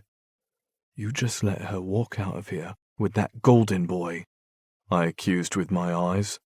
He's not going to steal her away, Auric replied quietly. He doesn't believe in making her choose. And do you fucking believe that? I nearly demanded. He seemed pretty offended when I suggested the alternative, that he intended to take her for himself. He spouted off a retort asking why he'd want to do something that would knowingly hurt Layla, which is arguably a good point. I scowled. So he blew some smoke up your ass and you believed him? If our roles were switched, I wouldn't want to make Layla choose, not if I knew how much her mates meant to her. He swallowed uneasily. I might not like the bastard, but his connection to her means he'll protect her, and I'd rather have him on our side protecting her than fighting us. I rolled my eyes. So he seduced you with his scent. Auric narrowed his gaze. Stop with the silent game and fucking speak. You're an idiot. My commander barked out a laugh and took a few steps back.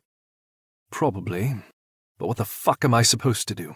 None of you will listen to me. Oh, so your response was to confide in him, the Noir Prince, our fucking competition. I turned on my heel and threw a fist at Auric's face because that felt a lot better than watching my mate walk off with the pompous prince, and it helped dispel some of my fury at being replaced by that fucking prick too. The hit caught Auric off guard, and blood splattered across his lip, but it wasn't nearly enough violence to bring me satisfaction for his grievances. You sent her off with that arsehole? Alone?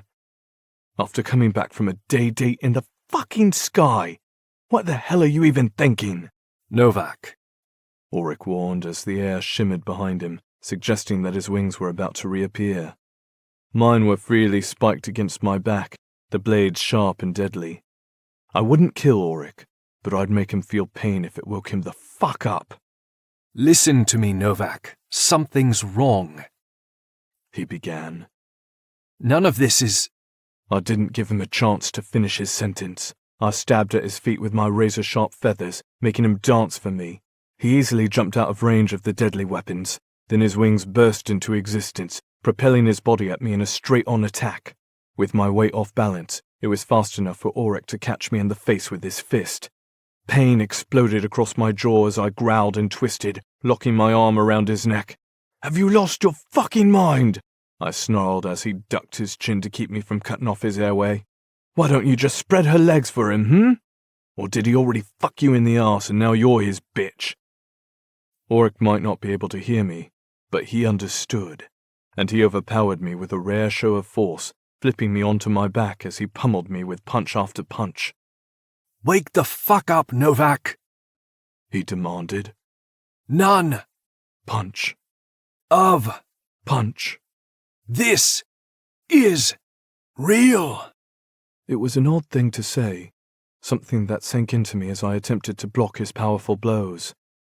I couldn't remember the last time I'd seen him like this. What the fuck is wrong with him? The guards shouted, attempting to break us up, but Auric roared at them and shoved them away. The small reprieve left me dazed as I stared at the broken sky, squinting at the strange patterns in the air that danced back and forth. What the fuck is that? I wondered. Something felt off. I couldn't place what it was, but it probably had something to do with being punched multiple times in the face by my pissed-off commander. Struggling to my feet, I shook off the strange feeling as best I could. "I'm going to kick your ass," I growled as I launched for Auric again. We would have easily fought until the sun went down, but Soren and Zion came soaring toward us. "What the fuck is wrong with the two of you?" Zion demanded, his feet landing on my chest as he drove me several steps backward. Soren held off Auric, the two of them putting even more distance between us as I bared my teeth. Raven stood off to the side with a puzzled frown. She glanced around and back to the ocean, then at us, like she was trying to shake herself from some sort of enchantment. It wasn't the first time Auric and I had fought, but it might have been the first time she'd seen us at each other's throats like this. "Get a fucking grip," I snarled at Auric. You're the one who needs to wake up, he snapped back. Why did he keep fucking saying that? I was wide awake and pissed off. Because my mate was alone with Katos right now somewhere where I couldn't see her, and Auric had allowed that to happen. What was he thinking anyway? Stalking off, I couldn't look at Auric without risking violence again, so I ventured into the palace as blood roared in my ears. A weird shimmer seemed to glitter off of everything. The walls, the paintings, the fucking floor. How hard did that arsehole punch me? I wondered. Except Auric's demand that I wake up echoed inside my head, and I couldn't shake the feeling that something was terribly wrong. What if Auric is onto something? What if none of this is real? Chapter 19. Layla. Katos poured the tea in a manner similar to that of my mother, making me wonder if she'd taught him that skill. Rather than hold the question back, I asked her, "Did you help raise Katos?" From my previous discussions with my mother, I knew Katos had been found as an infant, his power signifying his godly heritage. Maybe even his gold markings, too. And she'd mentioned that a mate circle had raised him in Ireland, but I didn't know much else. My mother's eyes widened with the question. Then she glanced at Katos and laughed a little. "No, he was fully raised in Ireland by Gedriel, Batar, and Ariel. All changeling children appear to strong mate circles around the world, and those mate circles raise them. And as none of us can afford to be in the same place, it's rare for us to meet for extended periods of time, such as this week." Katos grinned in response. Yes, typically our time together equates to less than a day. As your mother said, we can't remain together for long. It provides too big a target for the Nora. Is that why there are so many guards? I asked, recalling the line of sentries in the sky during my morning flights with my mates. Yes. Katos murmured. There is an abundance of them here right now to keep you all safe. I frowned. Not you? Katos keeps escaping them, my mother said conspiratorially. He's quite the rebel. He chuckled in response and relaxed into the couch beside me. He was close enough to touch, but he kept a slight distance between us, as though he didn't want to encroach on my space too much. I don't need a guard. You do, she replied with ease. But I'll save that argument for my husband. A very kind gesture, Katos murmured. I've always been giving, she replied, her eyes sparkling with some sort of joke I didn't understand. But Katos laughed, suggesting he was in on the double meaning. When he caught my confused glance, he arched a brow and looked at my mother. You've not told your daughter about your lineage. She hasn't asked, my mother murmured. I frowned. I don't understand. What do you mean by lineage? Like grandparents? I sat up a little straighter. I knew my father was the son of the gods, similar to Katos, but I hadn't thought about my mother's line. Yes, your grandparents, my mother mused, her gaze still glittering with mirth. Otherwise known as the gods. Oh, I felt a little deflated by that, because I couldn't exactly meet the gods. Your mother is being purposely elusive, Katos murmured, his violet gaze glinting with knowledge. She's quite powerful, though, because her mother was a direct descendant of the gods, similar to Vasilios, making your mother a second generation with a very strong bloodline. My eyebrows lifted. Which god? The goddess of fertility, my mother said softly. Hence, I'm always giving mate advice or the gift of procreation. I gaped at her. Procreation? She nodded. I've helped more than a few mate circles. It's why she always finds the changelings, also my kind or the godlike children of my generation, first, too. Katos added. The gods leave them for her, trust in her with our protection. I frowned. But I thought you said the gods left them near powerful mate circles. They do, she murmured, but I'm the one who senses them first. Including Katos? Including Katos, she echoed, her eyes sparkling as she looked at him. He was the latest gift from the gods. Changelings have been appearing every 5 to 7 decades since a little over 2 centuries ago. Katos added. Which means you should be receiving another soon if the gods continue to bestow favor upon us. She nodded, her fuchsia hair glinting in the afternoon sunlight streaming in through her balcony doors. Similar to the suite she'd given me, hers had a wraparound terrace that stretched along the sitting room to what I assumed were bedrooms at the back. I'd only been in the main living area, where she preferred to serve tea and cookies. Katos is the youngest of the changelings, my mother told me. Just turned 60 human years last month. I glanced at him, appraising his youth-like appearance. Like all angels, he'd aged very well, his features forever frozen in his late 20s. You look very good for your age, Katos. He grinned, his gaze roaming over me with equal interest. As do you, Princess. I'm only 21, I said, my cheeks heating as he continued to study me. In Nora years? It came out as a question because I wasn't sure if there was a difference. Time moves the same here as it does in our home realm, my mother explained, clearly reading my uncertainty. Most aspects are similar, apart from the mortality and fragility of humans. And they can't fly.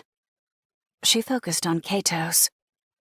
Your betrothed knows far more about the mortals than I do. The changelings all pretend they're human in their early years, even going to their schools and universities too. Katos nodded. Yes, I studied at Oxford in England. I actually had plans to start a new enrollment at Yale in the States soon to work on a medical degree. But I suspect that's all about to change now that you're here. Medical degree? I repeated, fascinated. With a focus on humans? His chin dipped again. Their basic anatomy is akin to ours. We're more invincible and immune to their diseases, but I thought it might help me understand mutations and potential plagues a bit better. It's what Kia studied too. My mother interjected. One of the other changelings. She's a physician in Seattle. Kia? A female changeling? I asked slowly, an unexpected sensation rolling in my stomach. Is Katos compatible with her too? My mother took a sip of her tea before answering. All of them are females, except for Katos. Oh, I wasn't sure I liked that detail. Katos gently tugged on one of my loose strands of hair, drawing my attention to him. I'm not compatible with them, Layla. I wasn't thinking that, I lied. His grin told me he knew I was lying too. Just making sure you know. They're like sisters to me. Something your mother very well knows. My mother gave him an innocent smile that told me she'd brought up the topic on purpose to goad me. Of course I do. He hummed, clearly amused. We all fell into companionable silence, which was swiftly broken by a phone ringing. Sighing, I leaned back in my chair as Katos frowned and pulled out the device. Saved by the phone. I forgot I had some business to handle. He admitted a bit sheepishly, glancing at me. You and Auric distracted me. I mustered a smile intended to make him feel comfortable. It's okay. Kato stood and then hesitated, but Gaia mirrored my smile with one of her own. Take your call. We'll be here, or we'll see you at dinner later.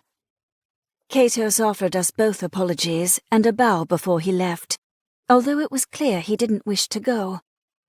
It reminded me a bit of my father leaving dinner the other night. He hadn't wanted to excuse himself, but he'd felt obligated to do so. What pressing matters do they have to see to, I wondered. Not because I minded, but because I genuinely wanted to understand how they lived in this world.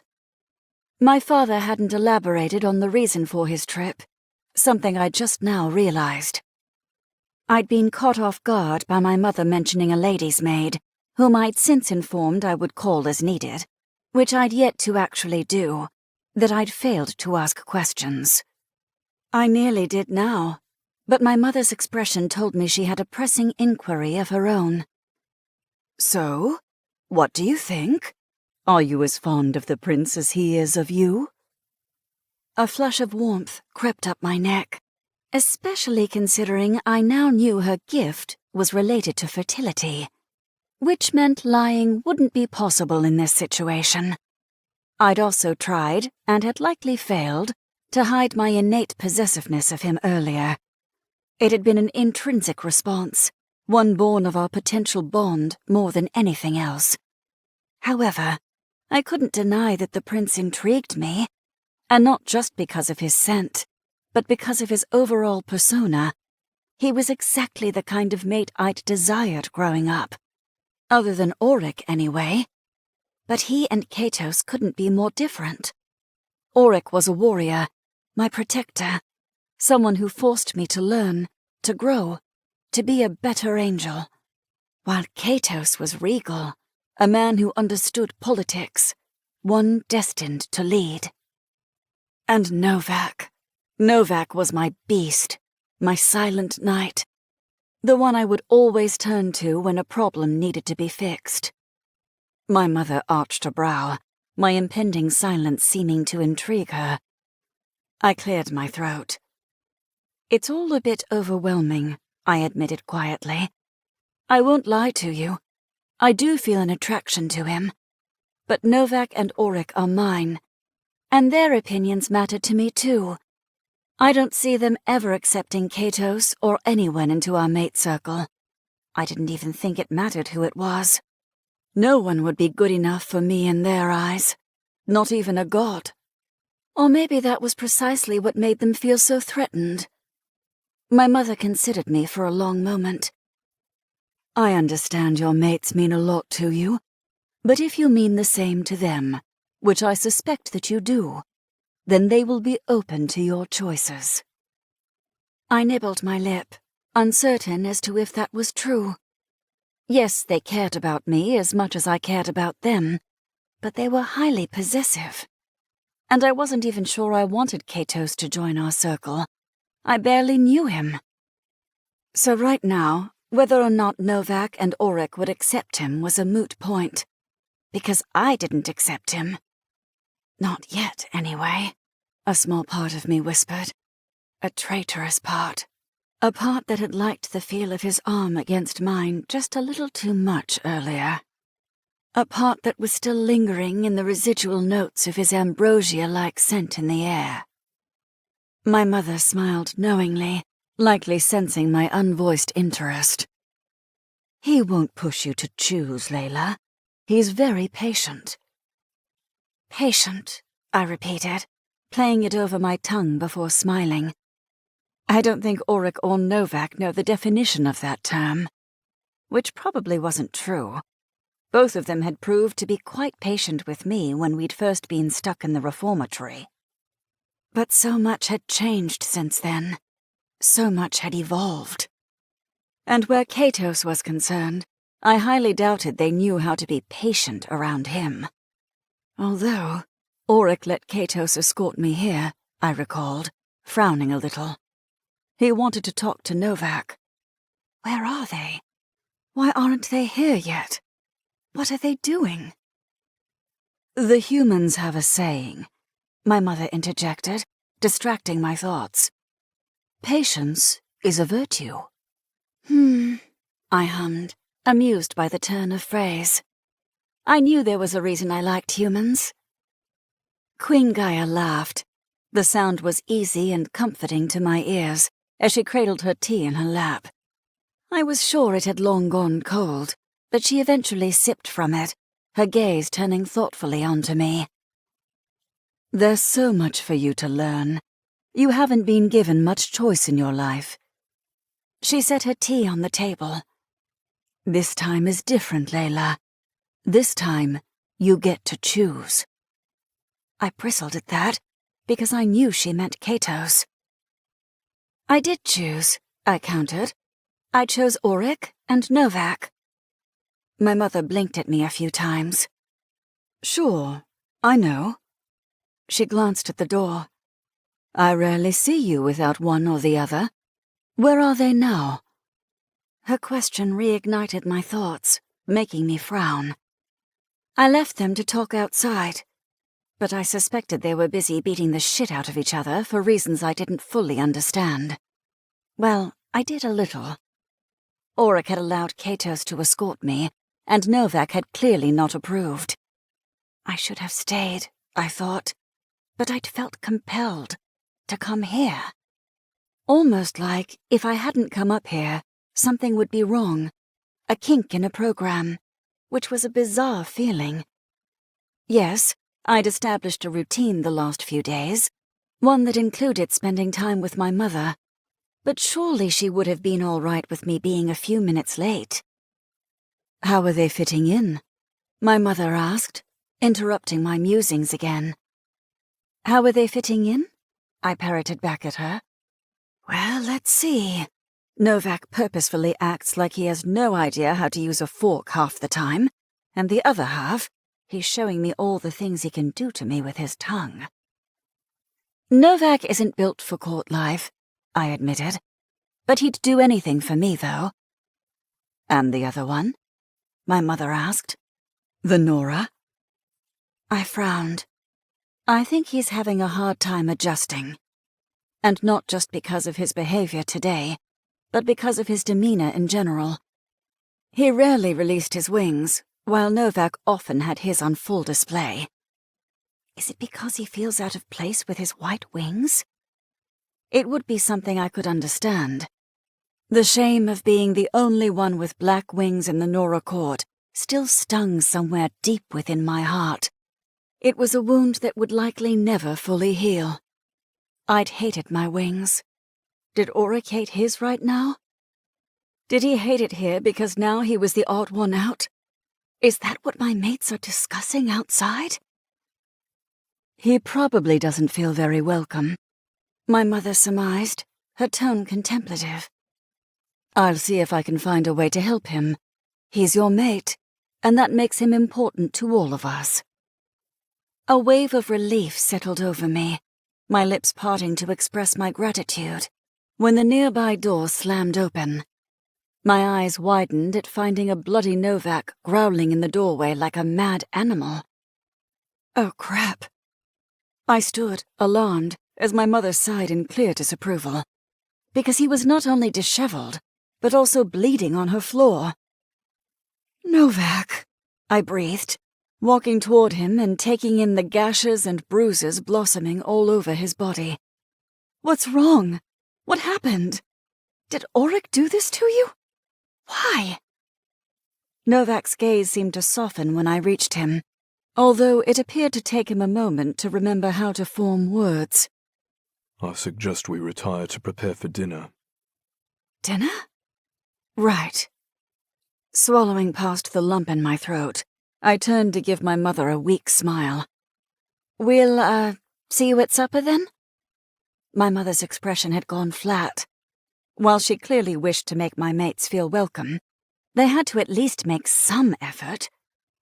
And whatever the hell had happened to Novak was a story he didn't seem keen on sharing in front of my mother. Fine by me. I wanted nothing more than to run out of here as fast as I could before my mother threw us out. Of course, dear, she said with a tight smile. Novak offered her a nod. At least he had the decency to do that, before he turned on his heel, not even bothering to make sure I was following him. I balled my fists and stormed out of the room, because he was clearly fine, just pissed off. Novak had better have a good reason as to why he just embarrassed me like that. And where the fuck is Auric? Chapter 20. Raven. I stared at the water, my toes in the rocky sand, the waves glistening in warm welcome. However, I knew it was cold, so why did I keep trying to swim? Is my mind trying to tell me that something is in the water? I wondered, glancing around. The hazy sensation of living in a dream swirled around me again, making me dizzy. I tried to fight it by engaging my healing ability, but that foggy sense of happiness kept overtaking my mind. Maybe I should just jump in, I thought. I almost did, but the fear of icy prickles held me back. This is ridiculous. I'd faced a lot worse than a chilly wave. Wake up. Auric's words reverberated in my head, something about them demanding that I see this through, and wake up. The frigid water trickled over my toes, and instead of cringing away, I stepped into it. Wake up. Auric's tones shifted a little, deepening, reminding me of someone else. Frowning, I forced myself to take another step, and then another, until my chest ached from the abrupt temperature shift. Wrong. Something's horribly wrong. I could sense it. Something was coming. Something deadly. It's going to swallow me whole. Wake up. The voice repeated. Not Auric. But who? The ocean swirled around me, and the sand at my feet seemed to slip away, leaving me at the mercy of the icy water that closed over my head without warning. I screamed, but water rushed into the opening and choked me. Why had I stepped into the water? I didn't even know how to swim. I tried to stand, but I couldn't find my footing, and a strong current ripped me sideways. Wake up. That voice roared. Sayer? I thought, my arms moving wildly around me as I tried to find the surface. Instinct told me to fling out my wings and find my way up, to the sky, to safety. But I'd recently taken the elixir. It always left me off balance and disoriented afterward. For some reason, I hadn't cared about that until now. Finally. That voice growled, making me dizzy. What's happening? Dark spots glittered over my vision as my lungs demanded air. The sense of wrongness crushed in all around me, like the ocean had claimed me, refusing to let me go now that I'd realized something was wrong. But I wasn't alone. No, I was never really alone. My father's voice echoed inside my head. Do you see? The ocean seemed to spit me out at that moment, and I gasped for air, coughed, and opened my eyes. It was as if I could see for the first time in days. Just for a moment, it was all clear. Nora warriors, a portal in the ocean, an army. My eyes widened, and a scream lodged in my water-clogged throat. Wake up! My father shouted. And run! Soren! Zion! I called for my mates, my mouth refusing to work, as well as my body. I couldn't. I was whirling, confused, upside down, drowning. Don't fail me. My father threatened. Not after everything I've given you. Fuck you! I snarled back at him, my gaze finding the warriors again. They blinked in and out of my vision as something ensnared me from behind. Something hard, muscular, an arm. But I was swimming the wrong way. It was taking me down, underwater, killing me. I tried to fight, my nails biting into the flesh as I screamed soundlessly beneath the waves, only to be yanked above the water. Breathe, Soren demanded, his lips at my ear, making me blink. I gasped, my lungs screeching at the need for air as my mind fogged over with the memory and reality and whatever the fuck mirage surrounded us. Because the soldiers were gone. The portal had disappeared. A bad dream? I wondered, frowning. Do you see? That voice echoed in my head, my father's presence suffocating me once more. I blinked, my lips parting, as I saw the mirage fade again, revealing the portal beyond. Honora stood nearby, his lips curling into a cruel smirk as he watched my mates drag me to shore. He wasn't watching me at all, but them, and a murderous rage glimmered in his eyes. Then he disappeared again behind a cloak of blue sky. All of them did, the soldiers and the portal too. I blinked again, only to be surrounded by a handful of sentries a second later as my back hit the rocky earth. But these warriors were Noir, not Nora.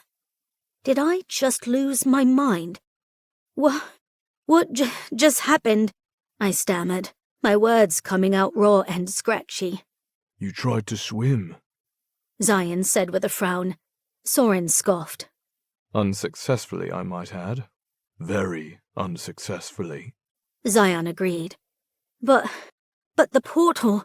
I coughed again, my mind hazy once more, the dream settling again. Or was this the reality, and the other was the dream? I'm so confused and lost. Easton showed up with a tray of cocktails.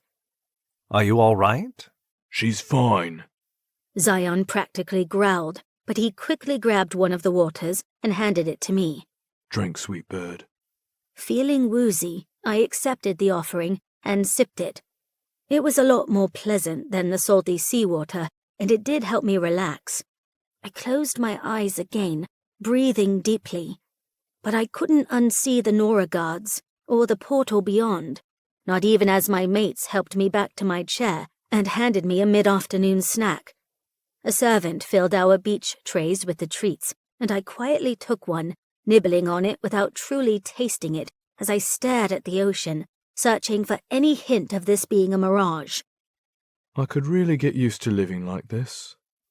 Soren said, as I bit an olive off of a fancy stick thing. Then he glanced at me. Minus the drowning bit. Perhaps we should teach her to swim as our next training exercise. Zion suggested. Training, I thought, liking the sound of that. It reminded me of a time when survival was our norm. Not that I missed it, but something still nagged at me. But I saw something in the water. What? What was it? A portal? I frowned. What's happening to me? Deal. Soren said, tapping his olive-free stick against Zion's drink. My mates contemplated how to keep me from drowning again, while I leaned back in my chair and closed my eyes, just needing to rest. Maybe drowning caused some fear-driven hallucination, I wondered. Or maybe I'm missing something. Maybe I just need to wake up. Chapter 21. Layla. What happened? I demanded in a low voice as we started down the hallway toward our suite. Oryx lost his damn mind. Novak muttered back to me. But I think he might be onto something. What do you mean? I asked. Novak glanced around like he was searching for a sentry or a camera. It's too perfect here. I frowned. Too perfect? He paused at the door to our rooms. Yeah, like too good to be real. Like a dream, I said. Exactly. Is that such a bad thing? I wondered out loud. We've been through a lot, so this all probably feels a bit strange, but don't we deserve the reprieve? He studied me for a moment, neither agreeing nor disagreeing, and pushed open the door. Oryx stood on the other side, his face freshly washed, but I could see the lingering signs of bruises along his jaw. When neither of them moved or said anything, I knew this fight had been worse than just a physical beating. My mates tended to release their frustrations on each other, often ending in sex, but this time was different. They stared at one another, the palpable tension in the air making me shift my weight as I debated what I should say. Oryx raked his fingers through his damp hair. I'm going for a walk. He said as he brushed past me. Alone. Oryx, I snapped.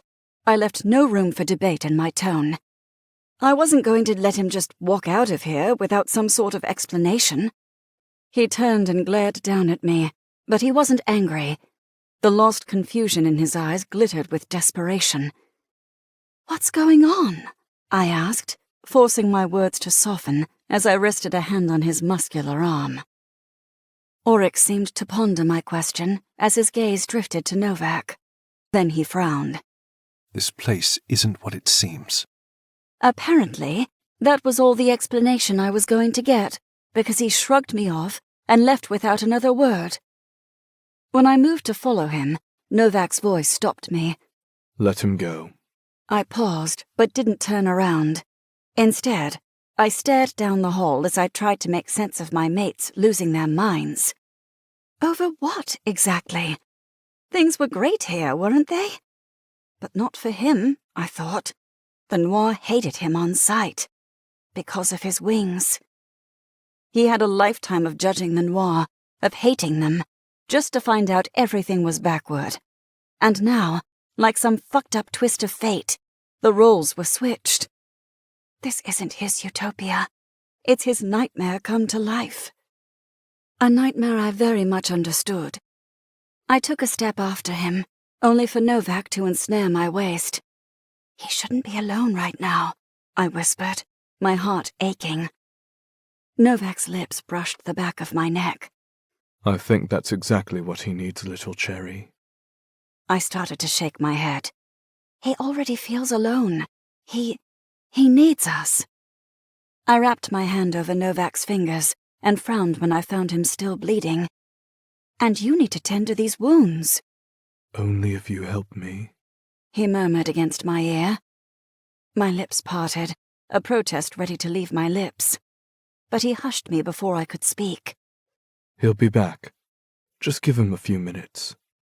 How can you be sure? Because it's Auric. He left so he didn't punch me again. His words were soft but clear against my ear. Trust me, Blossom. He won't go far. Not with you here. I swallowed, my heart in my throat. This felt like a choice I didn't want to make. But it was one Novak made for me as he pulled me deeper into the room and toward the bathroom. Auric was hurting, but so was Novak, because they'd fought with each other. This place isn't what it seems. Why?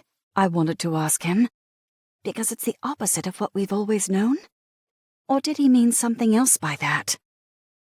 Novak sat me down on a nearby stool, then went to the sink to wash his hands.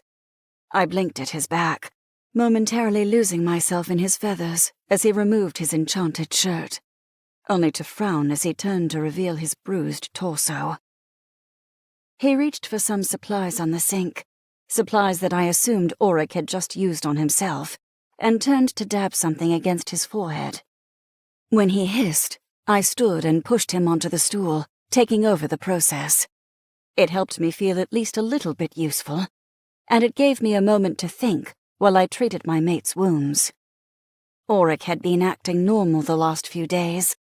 It was something about today that irked him, something that had happened during his scouting this morning, and it had set off a strange series of events, starting with him wanting to talk to Novak, alone. "What did you two discuss this morning about Auric's scouting?" I wondered aloud, realizing now that no one had told me. Novak remained silent for a beat, his icy irises flashing. He tried to tell me that we're stuck in some sort of routine, and he thinks something isn't right about it. Why? Because every time he goes into the kitchen it's 9 o'clock on the dot. No matter when he wakes up, it's always that time. I frowned again. Is the clock broken? He shook his head. I don't know. But he also mentions Natiri. My gaze narrowed. What about her? He said that she's always there. My chest rumbled with a growl I couldn't quite contain. Why hasn't he told me that? I don't know. His nostrils flared, his pupils dilating. But I like that sound. Make it again. I sighed, my hands working to clean the cuts on his face. Focus, Novak. I'm always focused, little cherry. He returned, but something about that statement had his brow coming down. Except for lately. Auric did a number on my head.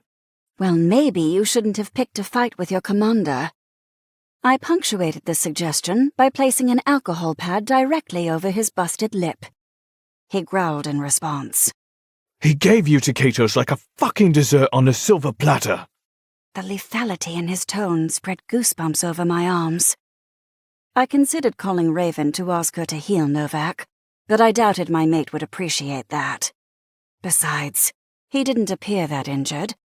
He mostly just had a gash under his ear that had caused blood to trickle along his jaw, which I finished cleaning up now. A bloody lip, which I'd already tended to, and busted knuckles. He'd live without Raven's help.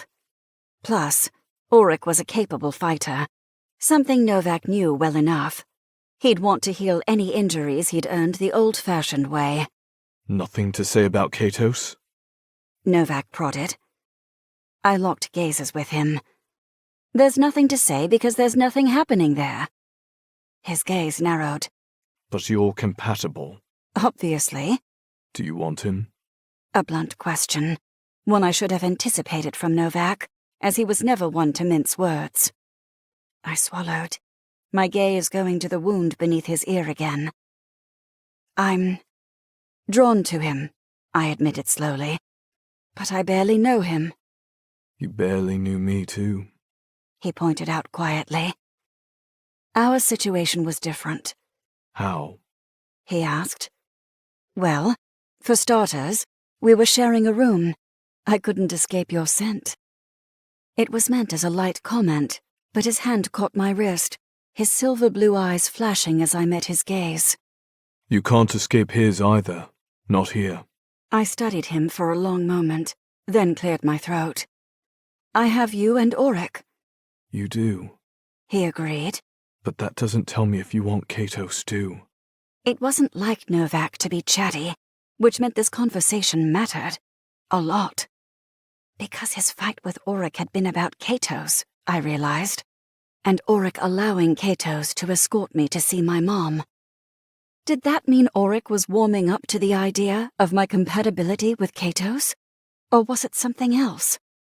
Auric was always honorable, and he didn't fit in here. Something that had been abundantly clear from the beginning. Is he thinking of leaving? I wondered, my heart skipping a beat. Is he thinking of having Katos replace him? No. No! I would not let that happen. Layla, Novak said, a note of concern in his voice. Does Auric think I want to replace him with Katos? Because I will fucking kill him if that's the case. Novak's eyes widened. what? Is that why he's being so weird? He's not even willing to try for a week to fit in here, and he's already coming up with alternatives? Thinking I'll just accept Katos as, what, a replacement? My ire grew with each word. Because that is not happening.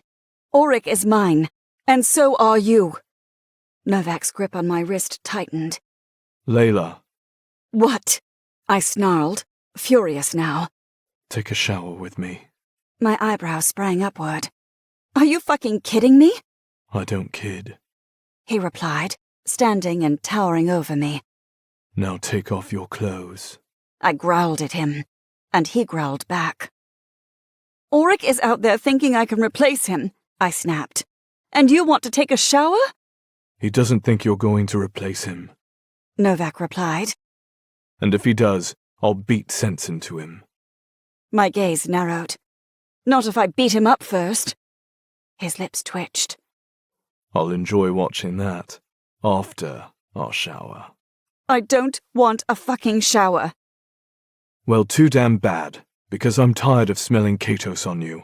So either you take a shower with me, or I go find the prince and kill him. Your choice. I gaped at him. What kind of choice is that? A very easy one for you to make, I think, given your conflicted feelings. But I'm not like you. I will happily kill him if it means removing this complication. Another speech from Novak. Something he only seemed to do when we were alone. I considered him for a long moment. I don't want you to kill him. I know. But he's not replacing Auric or you. I know. My eyebrow inched upward. Then why ask me if I want him? Because I need to know your feelings so I can prepare. For what? The possibility of our mate circle expanding. He answered bluntly, making me gape at him again. You would be okay with that? He grunted. No, I would not. But I would learn how to deal with it. For you. My heart skipped a beat in my chest, his words turning my world upside down. You would? His chin dipped, his palm cupping my cheek. I would do anything for you. He reiterated, his lips whispering across mine. Including stripping you down and fucking you in the shower right now if it'll make you feel better. My lips twitched a little. That sounds like something that'll make you feel better. So we're agreed? He asked, his palm sliding to the back of my neck. I almost said yes, but thoughts of Auric still lingered in my mind, as well as Katos, and Novak's revelations about Katos. My throat worked as I tried to swallow. Auric, Will come around. Novak promised. And if he doesn't, I'll make him. I swallowed, nodding against him. Then I let him disrobe me and pull me into the shower. But we didn't fuck. Instead, we washed each other and let our hands do all the talking. Which was just like Novak, his silent communications shouting so much louder than words. He was telling me with each stroke of his fingers that he would never leave me, that he would worship me, that he would be there forever and always. Every gentle kiss was another whispered vow, telling me he wouldn't let anything happen to me, He would protect me. He would forever guard my heart. Which meant he truly would ensure that Auric came back, that he didn't leave us, that he'd make sure I had a chance to tell Auric he was irreplaceable. And with every stroke of my own fingertips against Novak's muscular form, I drew symbols and words of love, letters only he could understand. A whole new language meant only for us. We kissed, we petted, we cherished, until my body was shivering with a need I almost couldn't deny. Novak took that as a sign to stop, to pull me out of the shower and dry us both off. We dressed in silence, waiting for Auric to return. But he didn't. So we went to dinner without him. His chair remained empty the whole time, distracting me from the polite conversation my mother and Katos were making. He seemed just as preoccupied with Auric's disappearance as I was, but he was much better at hiding it. My mother didn't comment on his absence, and neither did Katos. Although it was definitely noticed by everyone at the table. Raven had arched a brow a few times. However, I shook my head, not wanting to talk about it. Neither Soren nor Zayan seemed surprised, but they asked Novak a few questions with their eyes. Questions he seemed to answer with a few silent twists of his jaw. During dessert, I placed a bite of chocolate mousse into my mouth, but hardly tasted it, even though it should have been divine. I couldn't help but glance around the dining room, finding it emptier than usual, because Eyston and Natiri were missing too. Because Auric isn't here, I guessed, proving that they only attended because of my Nora mate. I would have liked to have seen Natiri, though, mostly so I could tell her to leave my mate alone. When the task of dinner was done, Novak and I silently returned to our room. I almost suggested we go looking for Auric, but a shake of Novak's head told me the answer would be no before I even voiced the thought aloud. Something I understood the moment the door opened, and I found Auric waiting for us. Because somehow, Novak had known. Maybe he'd sensed it. I wasn't sure. But seeing Auric immediately had my heart hammering in my chest. Auric, I breathed, running for him. He caught me in a hug that nearly suffocated my very being. I buried my head against his neck, inhaling his familiar scent as his feathers curled around us. He's been flying, I realized, reveling in his wintergreen fragrance. My mate. Please don't leave again, I murmured against his chest. You're mine. I could never replace you. He stilled against me. What? She thinks you're trying to set her up with Golden Boy, Novak muttered. Auric pulled away from me, his gaze narrowed. Why the fuck would you think that? Because you left. And this place, you don't like it here. I trailed off, my reasoning no longer sounding right as I voiced it aloud. Auric seemed startled. And that leads to me wanting you to mate Katos instead of me? My lips twisted. You've been acting strange. Because this place is messing with my head. He growled. Not because I want to give you up.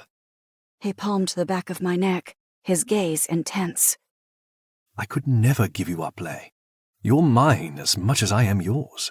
And a prince is not going to replace me. You promise? I whispered, searching his gaze. You don't want to leave? Oh, I want to leave. He replied. But with you, Lay. Always with you. His lips captured mine before I could reply, his mouth whispering a claiming benediction against my very soul. I shivered in response, my fingers curling into his shirt, only for my nose to twitch as a weird scent hit me. Rotten eggs. Natiri. Did you? No more talking. He said, his voice urgent as he ripped his shirt over his head. I need you to know who you are to me, who you are to us. His gaze went to Novak before returning to mine. I love you, Lay. I meant it when I said that. I still do. My gaze searched his, noting the sense of loss blossoming in his depths. Something between us felt wounded, but not broken. A sense of strangeness in this odd slice of utopia. Or is it a nightmare, I thought, scrutinizing his features. Auric's nightmare. However, the way he was looking at me, I was his dream, his fantasy, his truth. I went up onto my toes to kiss him again, accepting his desires and returning them in kind. Because I loved him too. So damn much that it hurt. Chapter 22. Auric. I needed Layla right now, because she was the only thing that made any fucking sense in this place. Leaving her had been a mistake, but I didn't know what else to do. I was only trying to make sense of this feeling of wrongness that wouldn't go away. But this feels so right, I murmured against Layla's mouth, my tongue laying claim to her once more. Novak gave me space, allowing me this moment, knowing I needed it. And I accepted it for what it was. An apology from him. A sense of understanding. A history filled with ups and downs that always seemed to lead to us forgiving each other, no matter how hard the hit. He'd hurt my pride, betrayed my trust. But I'd done the same to him. Our egos at odds as we grappled with the truth. However, what mattered through it all was Layla. Our princess. Our mate. And I told her that with my mouth. I love you, I was saying. You're mine. I'm sorry I left. I'm sorry I feel so lost. I'm sorry this world is so confusing. None of that was her fault. This wrongness, this place, this life, it was all a fucked up fate. And she didn't deserve to be caught in the middle. She deserved to be worshipped, loved, cherished by me, by Novak, by us. I lifted her off the ground, my hands on her hips, and she wrapped her legs around my waist. Then I carried her to the bed with Novak right behind us. He'd already lost his tie and dress shirt, his chest hard and honed from his harsh warrior training. He moved to stand behind Layla as I slowly set her on her feet, his hands finding her shoulders and bringing the straps of her dress down. My gaze followed, her flesh slowly revealed in the evening light, making her resemble her goddess birthright as her tits glowed with a soft golden hue illuminated by the moon. I leaned down to capture her nipple in my mouth, the taut peak seeming to beg for my touch. Then I shifted to her opposite breast as her dress pooled on the ground at her feet. Novak grabbed her chin, tilting her head back for a hungry kiss, his opposite hand going to her throat to give her a squeeze. I nibbled her rosy tip while enjoying the view of their mouths worshipping each other. This was home. Even if it felt like a fucked-up dream, even if we were stuck in some sort of spell, this right here was my everything. And I needed Layla to know that. Replace me with Katos? I nearly grunted. Fuck that. Did I recognize the possibility that he might join our mate circle? Unfortunately, yes, I did. But he would not be replacing me. Because I would never leave Layla. Just as I knew she would never leave me. We were mates, pieces of the same soul, connected for eternity. Nothing would come between us, especially not another compatible mate.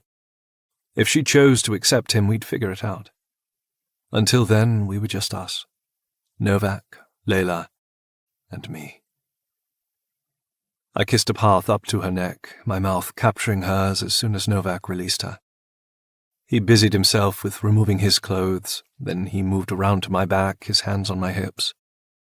His touch was tentative at first, almost as though he expected me to kick him off of me. When I didn't, his hands grew bolder, roaming to my abdomen and lower to unbutton my pants. His teeth met my bare shoulder as he lowered my zipper, his hand finding my cock and giving it a harsh squeeze. I growled in response and shuddered when he gave it a firm stroke between me and Layla. Her sweet cherry fragrance blossomed around us, her desire a decadent taste on my tongue that mingled with Novak's smoky essence. Fuck. I was lost to them, their touch, their hands, their tongues. Because Layla had begun trailing a wet path downward, her gorgeous blue eyes hypnotic as she stared up at me. She seemed to be communicating silently with Novak, or maybe he'd issued a command. Or perhaps they were just working naturally together, understanding their motives without words. I wasn't sure. But as her mouth closed around the tip, I shuddered. I damn near came. However, Novak squeezed, his grip unyielding and demanding that I not explode. I cursed, my head falling back against his shoulder as his teeth sank into my neck, marking me, claiming me as his. It was so fucking feral that it was downright animalistic. And so damn perfect. Because it was Novak. I growled again, my hand going to Layla's hair as I held her against me. You're both killing me. She hummed in approval, the vibration making my balls fucking ache. I'm going to fuck you, Novak told me with a low rumble to his voice. And you're going to fuck her. I wanted to tell him to fuck right off, to remind him that I did not submit to anyone, and definitely not him. But something about the moment seemed too tenuous to fight. He needed this. A reminder, a way of reigniting our bond as Layla took the brunt of our brute strength. So goddamn twisted, I thought, pressing back against him in my version of an agreement. One time, I was telling him, enjoy it while it lasts. His snarl against my ear told me he disagreed, that this would not be a one-time occurrence. And he was reminding me that we had done this before, just between us.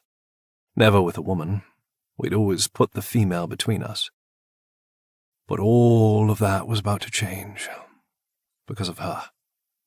Which meant we would be doing this now, and again later. Layla stared up at me with lust-drunk eyes, her arousal a beacon that had me caving to Novak's desires in a flash. Because fuck it, I wanted everything. With them. Always them. Novak released my cock, his hand covering mine as he encouraged Layla to take me deeper into her mouth. Suck him, he said. Deep, thorough, drive him mad.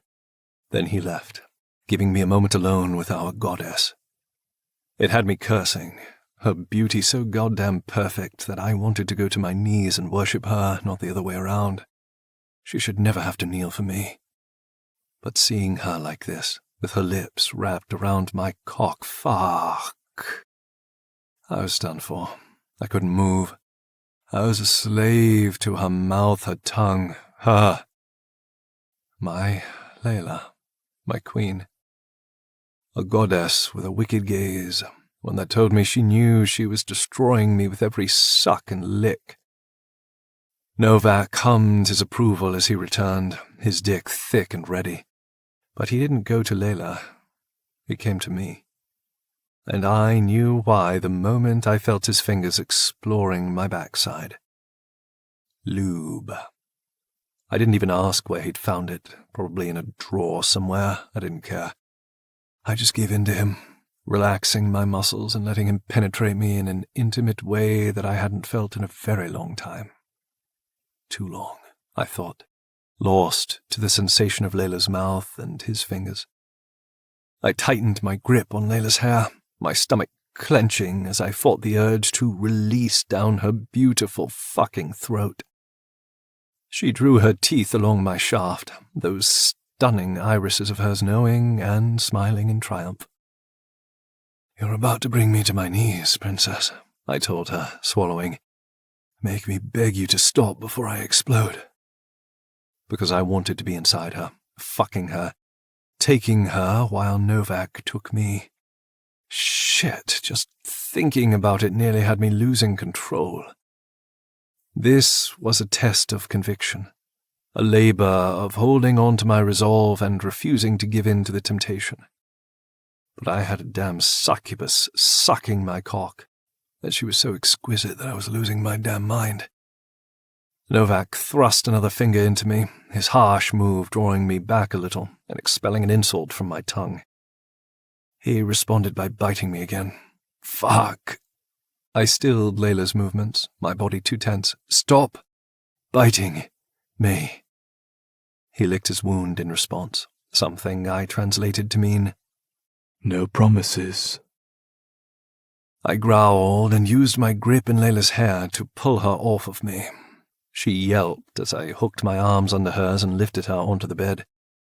Then I bent over her and devoured her mouth. Her breasts rose and fell against me as I grabbed her thighs, spreading her for my hips. Her lower half partially hung off the bed, forcing me to balance her weight. But I held her with ease, my feet still on the ground as I more firmly rested my chest against hers. Auric, She panted, her nails biting into my shoulders. I pressed my groin to hers, loving the way her pussy practically wept for me. For us. Take her. Novak dared. I accepted without a word, thrusting deep into her and catching her scream with my tongue. Mine, my hips said, marrying hers all over again. This female is mine. Novak chuckled behind me, his hands on my hips again, lowering, spreading. I inhaled, stilling myself, preparing for what I knew would be a harsh "fuck," I snarled, my lower half protesting Novak's less than graceful entry. He released a feral sound in response, entirely unapologetic and forcing me to brace my weight on either side of Layla's head. She stared up at me in wonder, her swollen lips plump from my kiss. I rubbed my nose against hers, then winced as Novak struck me deep again. Fucker. But with each brutal shove of his hips, the warmth returned to my insides, spiraling quickly and making me to move with him, against him, with him again. A battle. One that had me moving in and out of Layla's sweet cunt as Novak dominated me from behind. But he didn't make me feel small. His hands were reverent as he took me, his palms tracing up my sides, petting me, memorizing me, possessing me. It was at odds with the savagery below, an intoxicating conundrum that left me winded, my heart thudding, my chest burning with the need to breathe, and Layla became my oxygen, my lifeline. She kissed me, her hands cupping my cheeks as the three of us engaged in a carnal dance, skin slapping, sweat, tears, blood. This was us. Violent perfection. It had my chest threatening to burst, my veins pulsating with liquid fire. Fuck, I love you. I breathed against Layla's lips, my words for her and Novak, and they responded in kind. The three of us professing our love for each other, this fucked-up relationship, a full circle of adoration and mutual respect. They were my reasons for breathing. Layla was my heart. Novak was my soul. Together they were everything. My home, my universe, my only true reality. I unleashed every pent-up emotion into Layla's mouth, my hips meeting hers with a brutality that I knew would leave bruises. But she accepted it. She accepted us. And everything suddenly felt right again. Beautiful. A new beginning. Filled with love, happiness. A warm future. I stilled against her, my climax so damn close I could taste it. But I needed her to come with me. With us. But it was Novak's hand that reached around me, between us, to stroke Layla's clit. His lips were on my back, his opposite palm bracing him against my lower spine as he fucked me. However, he was in charge of this moment, taking control, giving me a few seconds reprieve, allowing me to submit. I have you, That touch of his mouth said. Give in to us. Let go. Layla pressed up into me, forcing my hips to move again, her thighs tightening around me. Auric. She breathed. Novak. He growled. I gasped, and my insides came undone.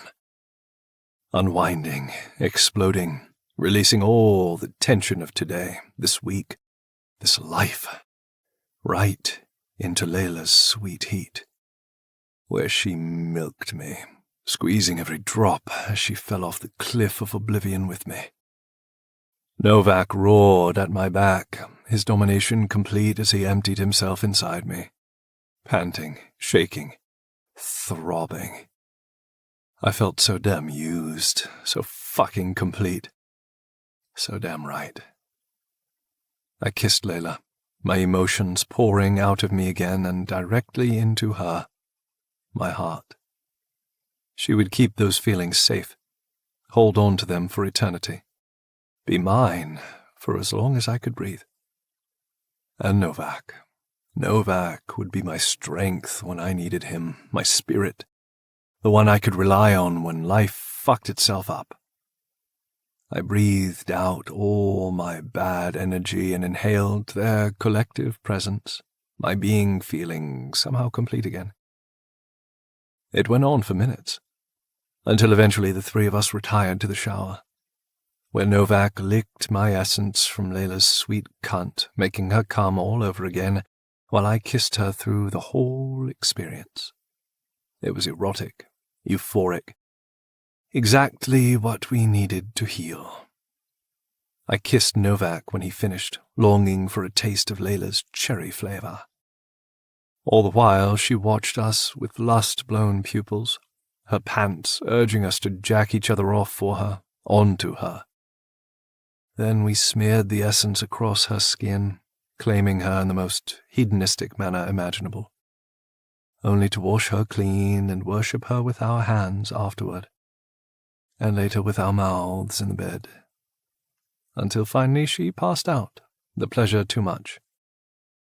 She was sprawled against Novak's chest, her head against his heart, but his eyes were on me as I settled behind her. We good? He seemed to be asking. I swallowed and gave a tight nod. We're good. He reached for me, his fingers brushing my jaw. It was an uncharacteristically sweet gesture from him, intimate too. I believe you, he said, the words ones I hadn't expected him to voice. We'll figure it out tomorrow. Now I swallowed for an entirely different reason. Thank you, I told him. His icy gaze sparkled in the night, his possessive energy surrounding all three of us. He'd felt my weakness tonight, my broken state, and he was telling me now that he had my back. No questions, no demands. Just a simple understanding, one I appreciated more than I could tell him. His hand left my face to rest on Layla's head. Ours, that touch said. I leaned down to kiss her temple, agreeing with him. Ours. Then I curled myself around her, my head close to Novak's shoulder, and closed my eyes. This is right. This is safe. This is home.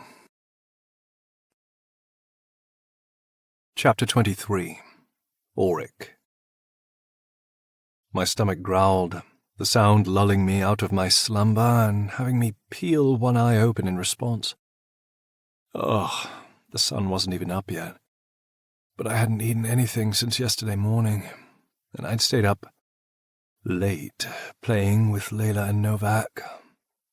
I'm immortal, I thought at my grumbling insides. Give me a break. My stomach growled again, protesting my desire to sleep. Layla moved against me, a soft sound escaping her, Likely as a result of my hunger stirring her from sleep, too. I clenched my jaw. Fine. I would grab a snack and come back to bed.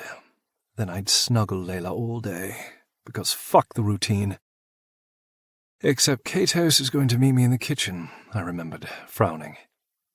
If I go now, will it ruin our plans? Or maybe going now would finally break the spell. I ignored my thoughts for a moment and pulled Layla close, needing to love her. I buried my nose in her hair and tried to banish every bad feeling by inhaling her sweet cherry blossom scent. It worked to an extent, until my stomach spoke up once more. She squirmed, her lips parting on a yawn that told me she was close to waking. Sighing, I released her and rolled off the bed. Leaving her was like breaking a spell, causing all my memories of yesterday to come crashing down on my shoulders again. Arguing with Novak, wandering around the estate, discussions with Katos, fighting with Novak, leaving Layla, wandering around again, running into Eiston and Natiri at every fucking turn, returning to Layla and Novak, making love to them. I swallowed, very much wanting to live within that last memory forever. But I had to figure this out. I stared down at Novak, willing him to wake up. However, he didn't move. His lips parted in deep sleep that only intensified as Layla rolled into him. His arms automatically closed around her, his body telling me she would be protected even in his dreams. Rather than disturb him and risk waking Layla, I found a piece of paper and wrote a note. Going to the kitchen for a midnight snack. The sun is down. We'll see how long it stays down. A. I left it on the nightstand beside him. Then I found some pants and a shirt and headed out of the rooms. The moon glimmered overhead, the bright orb making me scowl. I'd spent hours last night wandering, making it very clear to everyone around me that I was snooping.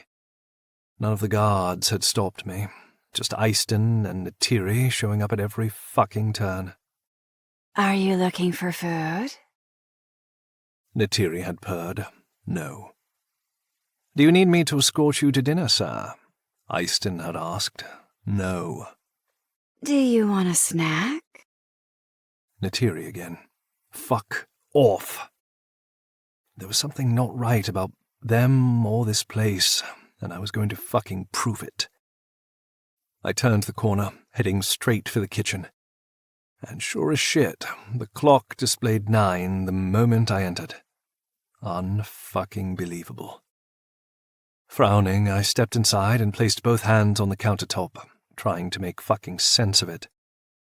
Then the door sounded behind me, and I didn't want to turn around, but I did.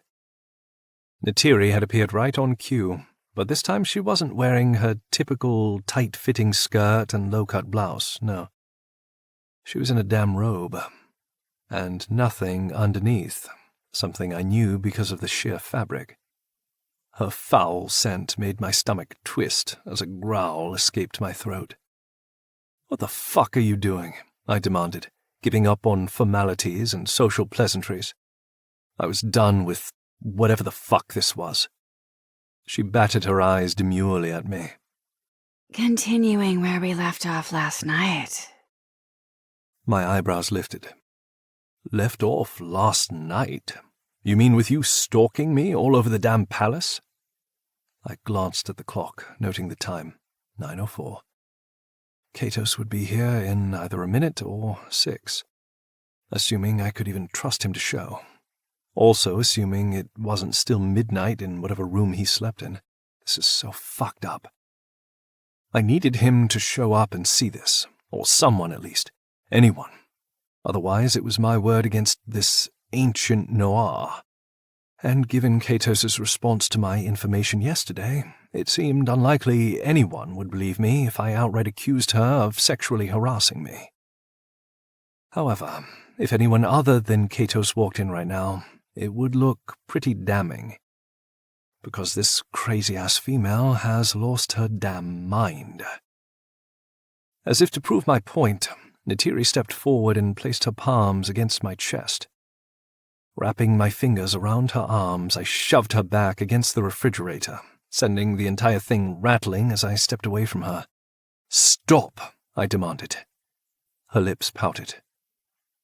Don't you still want me? We had so much fun last night. Or are you just a one-fucking-done kind of male? She asked, starting toward me again. The only woman I fucked last night was Layla. Are you sure?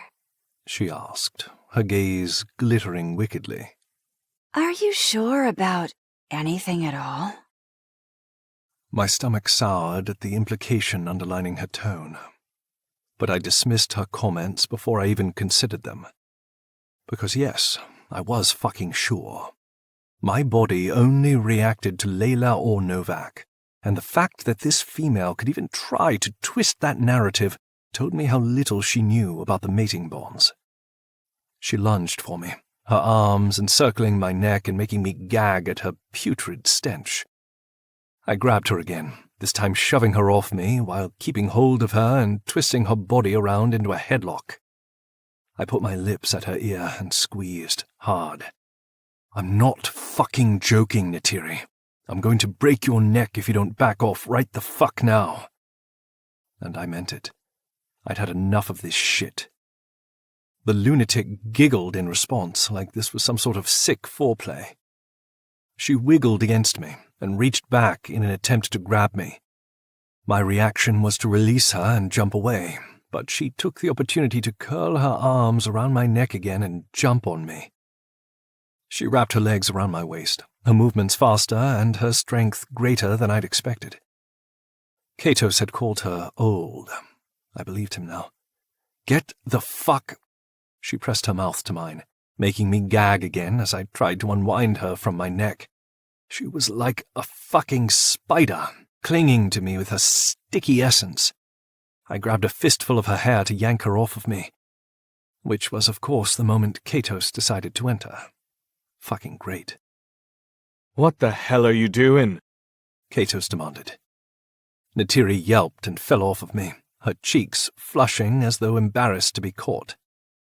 I spat and wiped my mouth, trying to rid myself of the taste of her. She fucking attacked me. "Some attack?"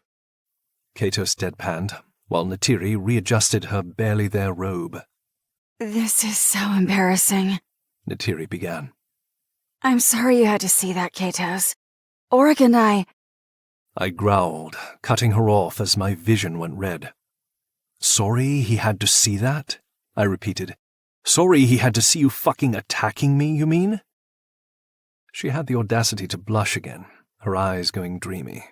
Well, I wouldn't say I attack. I cut my hand through the air, silencing her, because fuck this.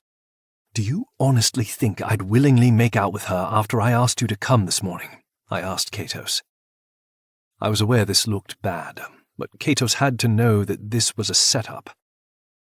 A flicker of sympathy glinted in Katos's gaze, assuring me he shared the knowledge that something really was going on here. "I think we—" He trailed off on a wince as Eyston appeared behind him, making me frown. "Katos."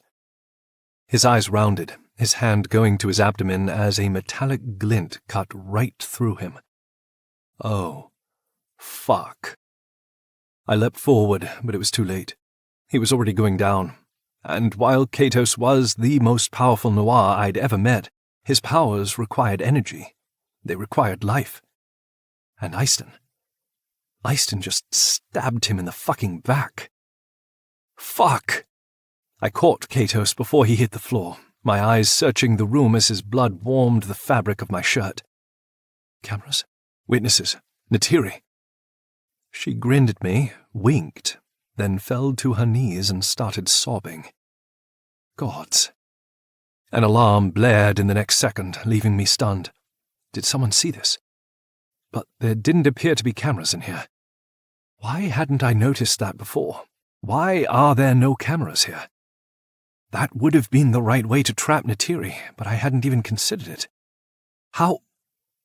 My knees buckled as Katos's heavy form gave out, taking us both to the ground. His eyes were no longer open, his body completely limp against me. I lowered him to the ground, my hands searching as I tried to figure out how to save him. Was this setup all about Katos and I'd just been the bait? Eyston. I looked up for him, but he was no longer in the doorway. He'd left me alone with Neytiri and a dying Katos, with the alarms blaring overhead. Someone had to be coming. We would explain this. No, Neytiri. Neytiri is going to... I ignored her. I'd deal with that in a minute. I needed Katos to live, because this would kill Layla. She might not have chosen him as a mate, but he was compatible. And while she hadn't admitted it to me, I knew she was interested. "Raven!" I shouted, thinking as fast as I could. I couldn't remove the blade, not without risking his life. He might have been a god, but the weapon had taken him down quickly, suggesting it was magically empowered. Footsteps barreled through the halls, but they were heavy footfalls of sentries wearing boots, not Raven's response to my call for her. I shouted her name again, praying she could hear me, screaming as loud as I could. Only Eyston appeared, his expression frantic as he pointed at me. "Here! He stabbed Prince Katos!" What? I'd expected something like this, but it was all happening so quickly. All of it too insane to comprehend. Eyston waved his hands at Neytiri's state of undress, causing my mind to go numb as Eyston continued listing off accusations that were clearly scripted. Katos was going to tell Layla. The Nora bastard stabbed him to shut him up. This is an outrage. A strong arm shoved the guards away, revealing a half-dressed Novak and Layla at his side. They both gaped at me. Then Layla glanced at Neytiri, her eyes going wide. Gods, had she overheard Eyston's idiotic accusations? "He's lying," I shouted, but the guards were having none of that. "Katos is going to die! Raven!" There was no time. I needed someone to focus on what was important, on Katos. Because he knows the truth. Because Layla needs him. Because he needs to live, damn it. "Raven!" I shouted on repeat. "Rave!" Something harsh slammed into my skull, making the world wink in and out of existence, until I was staring up into a pair of startled blue eyes. Layla. And then the world went black. Chapter 24. Raven. You saw it, didn't you? The portal in the ocean. Sire asked, his black-tipped white wings bristling around him in clear agitation. Raven, tell me you saw it. Why is this becoming a thing? I asked, sighing. Can't a girl sleep without her insane father bothering her dreams in the middle of the night? Raven. He growled. We're running out of time. I need you to focus. I could do that a lot better if you stopped interrupting my sleep. Consider for a moment that there is a reason I'm here. He pressed, the sense of urgency in his voice, one that drew my gaze to him. This isn't a dream or a nightmare. This is real. I'm trying to help you. Help me, I repeated. Right, because he'd been so helpful before. You need to save Prince Katos. He and Layla are the keys to everything. You have to trust me. Why the hell would I ever trust you? I countered, sitting up and glaring at him. The reformer stood several feet away from the bed, and while I knew I was asleep, it was a bit of a surreal experience to see my two mates passed out and unaware beside me. If you would just listen to me, my father insisted. You'd see what I'm saying is true. He stabbed a finger at the balcony. You saw the portal, Raven. You saw what this mirage is trying to hide. I yawned in response. Just because I was still technically asleep didn't mean I was resting, not when the reformer kept bothering me. I almost drowned, I reminded him. That harrowing experience had been a living nightmare, one I didn't want to repeat. But you didn't. Because my mates saved me, I countered. My father started pacing, as if I was the one irritating him, and not the other way around. Raven, I don't know how to say this any differently. This mirage is a trap. The Nora warriors are coming! He slammed his hands onto the end of the bed, making me jolt. You need to wake the fuck up! I curled my fingers into the sheets. Something wasn't right. My father was always so calm, cool, and collected. He was a calculative monster, not a roaring one, and even at his worst, he'd never yelled at me, never even cursed at me. He preferred to exude his usual elegant facade. I parted my lips to speak, but didn't know what to say. This felt so real, as if my father truly was speaking to me, except I'd never seen him like this. He looked at me, really looked at me. They're coming, Raven. Today. And if you don't heal Prince Katos, you and your mates will die. My brow furrowed. Heal Prince Katos? Heal him from what? Katos is the only one who knows where all the secrets are kept. Save him to save yourselves. With that, he turned on his heel, and the air blurred around him as a circular spiral of black and purple magic rippled through the room, revealing a portal, one that the Reformer used to leave. My lips parted. That certainly hasn't happened before. And the burning scent that followed was new as well. It was too realistic. Too...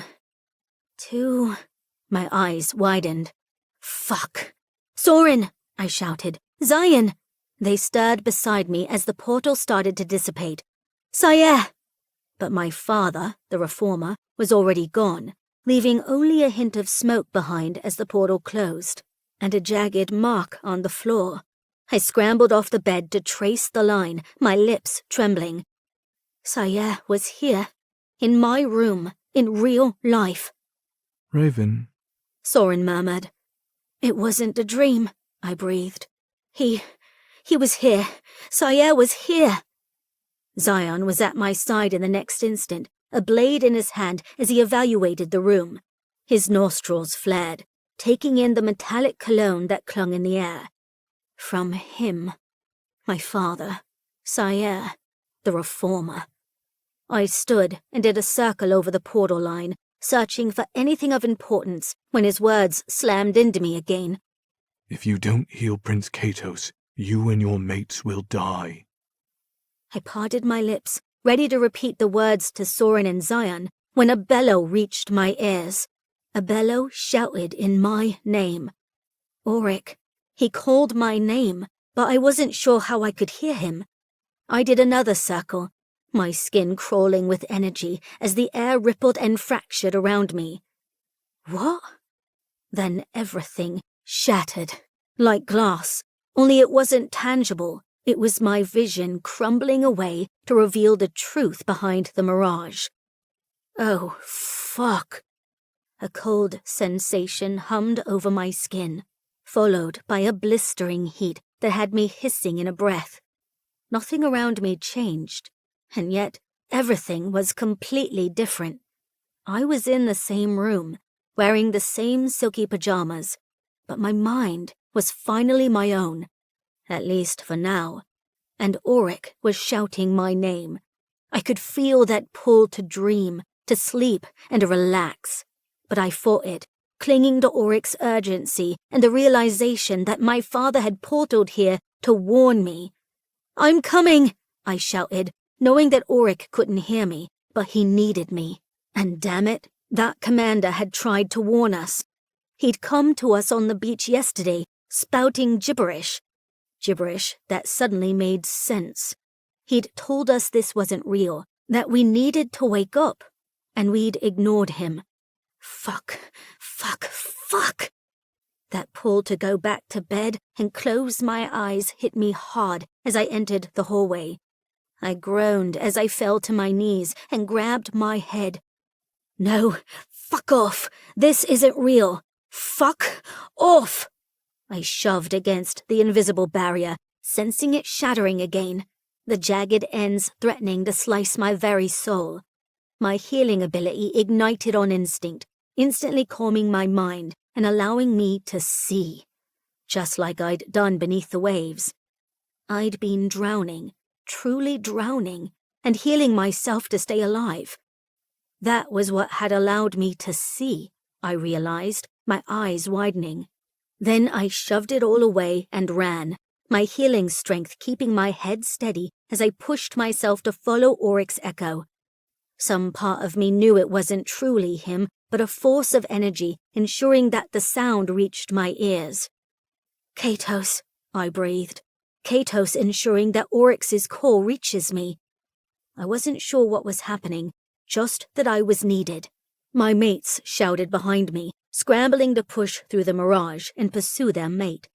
I shoved some of my power backward, hoping my healing essence reached them, giving them the energy to follow. Their heavy steps told me it worked, as did their voices as they demanded to know what I was doing and where I was going. I don't know, I admitted, but we have to hurry. It's taking too much energy, I lamented, as the fog closed in around me once more, but I shoved it back with another punch of healing. What's going on? Soren demanded, his hand reaching my arm. He didn't try to stop me, just attempted to keep up with me. It took so much concentration to keep myself moving that I merely hissed, "Trust me!" They stopped asking questions and followed, their presence a warm and welcome protection at my back, even as we navigated through the insanity of this mirage. I had no idea what kind of power kept this whole thing going, but it was immense and terrifying. But I fought it with everything I possessed, navigating through the murky reality and following that hum of sound. Raven! Raven! Raven! It took me downstairs, through the middle of the house, and back up into a new wing, Layla's wing, I vaguely recognized, and right to her kitchen, where Prince Katos was bleeding out on the floor. I froze, searching for Auric, but I didn't see him anywhere. However, I'd heard him yelling for me, for Katos. The guards were all around him, wrapping him up in a body bag like he was already dead, but his chest was moving, ever so slightly, and I could sense his spirit still inside of him. "Move!" I demanded, shoving the guard closest to me out of the way. He snarled, his energy shifting as he came for me, but Zion blocked him. Or maybe it was Soren, I wasn't sure, but they were instantly at my back, growling at the guards in warning. Touch her and you die, they were saying, their snarls animalistic in nature. I trusted them to protect me, my energy already shifting as I hovered my hand over Katos's prone form. Come on, I thought. Tell me how to fix you. Show me where it hurts most. Chaos swirled around me, the entire fucking palace losing their damn minds. Layla and Novak stood in the corner, listening as Natiri cried over some sob story about Auric stabbing Katos. But I sensed her lie. I could fucking taste it. Because the truth was in Katos's blood. He needs to survive. I didn't know where Auric was, but they'd done this to him, somehow, which meant they couldn't be trusted. Auric saw through it all. Maybe Katos did too. I found the source of his wound, the blade in his abdomen, and ripped it out of him. Because the metal was draining his energy, he'd used what was left of it to strengthen Auric's core. I could sense it all, feel the truth of it beneath my fingertips as his body began to hum. Fuck, my father was right. This whole damn thing is a mirage. And now I had to do what he said. I had to save Katos. If you don't heal Prince Katos, you and your mates will die. Not going to happen, I thought, sweat populating my brow. Katos is going to live, and we're going to get the fuck out of here. Something I realized was even more imperative now as I glanced out the window, because now that I'd broken through the mirage, I could see our reality outside, and the very real portal shining in the middle of the ocean. The portal that no one else seemed to notice. The portal that was flickering to life. Right fucking now. Chapter 25. Layla. A few minutes earlier. I couldn't move. I could only stare, my heart beating so slowly that I felt dead, alone. cold. Except Novak stood right beside me, his wings curled around my shoulders in a protective shadow of lethality and grace. I blinked, then swallowed, my gaze returning to Katos. Dead? But he can't. The world fell dark, then lit up again. My eyes, I thought, my eyes closing and opening. But it didn't feel real. None of this felt real. Katos is... They're putting him in a body bag? Because he's dead. No, my heart protested. No! I could still smell him, his ambrosia fragrance taunting my nose and beckoning me to kneel, to creep closer to him, to accept him. And Auric.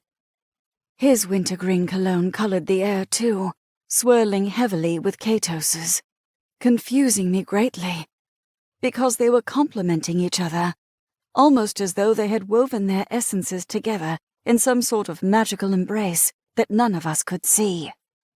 It made no fucking sense. Just like the words coming out of Natiri's mouth. Something about Auric stabbing Katos because he'd walked in on them. He was going to tell Layla, Natiri whispered, sounding broken. And Auric just reacted. Novak grunted beside me, that sound telling me he didn't believe a single line coming out of that woman's mouth. And neither did I. But I had no explanation for what had happened here. My heart stuttered, my eyes falling to Katos's still form again. We never had time. We needed more time. I could have. I don't. Novak's feathers brushed my arms, grounding me once more, only for that woman to keep speaking, accusing Auric, telling lies. He would never touch her. I felt that to my very soul. Then why did you let the guards take him away? A guilty part of me demanded. Because I hadn't known what to do, I whispered back. It had all happened so quickly. One moment, Auric was shouting Raven's name, and the next, the guards were knocking him out with Eyston issuing demands to imprison him. Imprison him where? I wondered. And what about Katos? Why are they bagging him? I can still smell him. My lips parted, a command taunting my tongue as Raven burst into the room. Move! She demanded, shoving one of the guards and going to her knees beside Katos. Zayan and Soren immediately fell in line at her back, snarling and threatening anyone who dared to touch their mate. Even Novak straightened, his feathers turning to blades along my skin. He didn't cut me, his touch still gentle, but he was ready to massacre anyone who interfered with the scene. And ensured the room knew that with a soft, threatening growl that had the hairs along my arms dancing in appreciation. Except that didn't shut up Natiri. She kept crying, and now she was going into detail with her story. Every word made me want to take a blade and stab her. It escalated, and one thing led to another this morning, and we were kissing. She made a show of shuddering, causing my eyes to narrow. Then Prince Katos walked in. What happened then? Eyston asked, his tone lacking emotion. I tuned them out, my focus on Raven and the scent of her healing energy. She seemed to be evaluating Katos. I wanted to kneel, to ask her if she could save him, but I didn't want to interrupt. And I was still frozen. Like my entire body had just stopped working. Because of my mates, I thought. No, mate, Auric, and Katos? Our souls weren't properly bonded, but we were connected in a way. Compatible. Betrothed. I shivered. My insides flashed hot and cold, my mind spinning a mile a minute.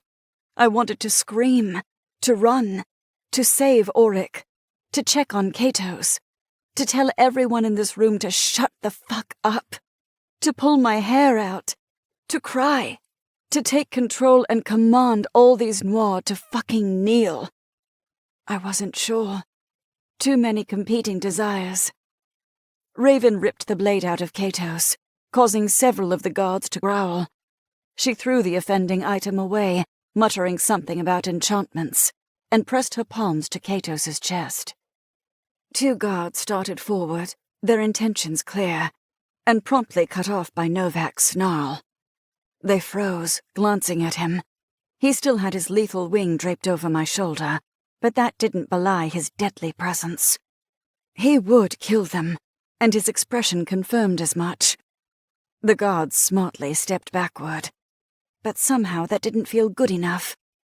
I didn't want them tempting my last standing mate to murder. I needed him. We needed him.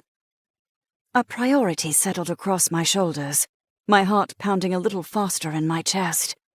I swallowed again, this time the movement coming easier than before, and I lifted my head. "No one in this room is to touch him," I stated, my voice calm yet regal.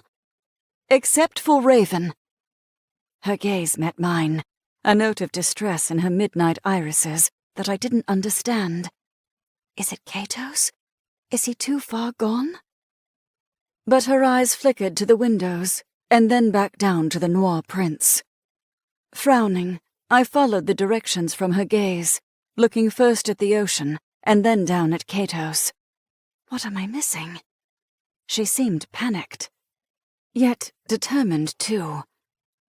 Eyston asked another question, causing Neytiri to begin speaking again, but I no longer wished to hear her fucking voice. "Shut up." 2 softly spoken words underlined with power. Her lips parted, but no sound escaped them. "She's disturbing the evidence," Eyston snapped, his calm facade seeming to have disappeared now that he wasn't questioning Neytiri. It was like he'd just noticed Raven's presence. "Stop her." 3 guards stepped forward, causing Novak to bristle, but I pressed a palm to his chest and moved into their path. "Do not disturb." A hand slammed into my cheek, drawing a gasp from me and a snarl from Novak. I blinked as one of the guards' heads rolled off his shoulders and onto the ground, in a swift, unexpected movement. One that I hadn't even seen because Novak had swung his wing that fast. Novak's brand of violence didn't supply a warning strike. He simply acted. And now he stood before me, blocking my view of the remaining 2 guards. Zayan and Sorin were growling from the other side of the room, while Raven worked between us, her skin shimmering with a sheen of sweat. It was all so surreal. Eyston snapped something, but I didn't bother translating the words into coherent thought. I was too busy scanning the room for an explanation. A Noir guard had just struck me. King Vasilios's and Queen Gaia's daughter. Their guards would never strike me under any circumstances. This isn't right. I glanced around, noting a streak of blood and ash splattering across the walls, the mixture not having been there a moment ago. How hard had that guard hit me? But I wasn't given a chance to ask or react because the air shimmered in the next moment, and all hell broke loose as Sorin, Zayan, and Novak started spinning around the room in a macabre dance, slaying everyone and everything in their paths. I ducked down by Raven and Katos, stunned by their decision to murder everyone in the room. But I knew Novak. Something had prompted him to act. Something had. My brow furrowed. The ash. There was ash everywhere, similar to the reformatory. How was that possible? "Layla, I know this is hard to hear." Eyston suddenly said, his nearness startling me. What?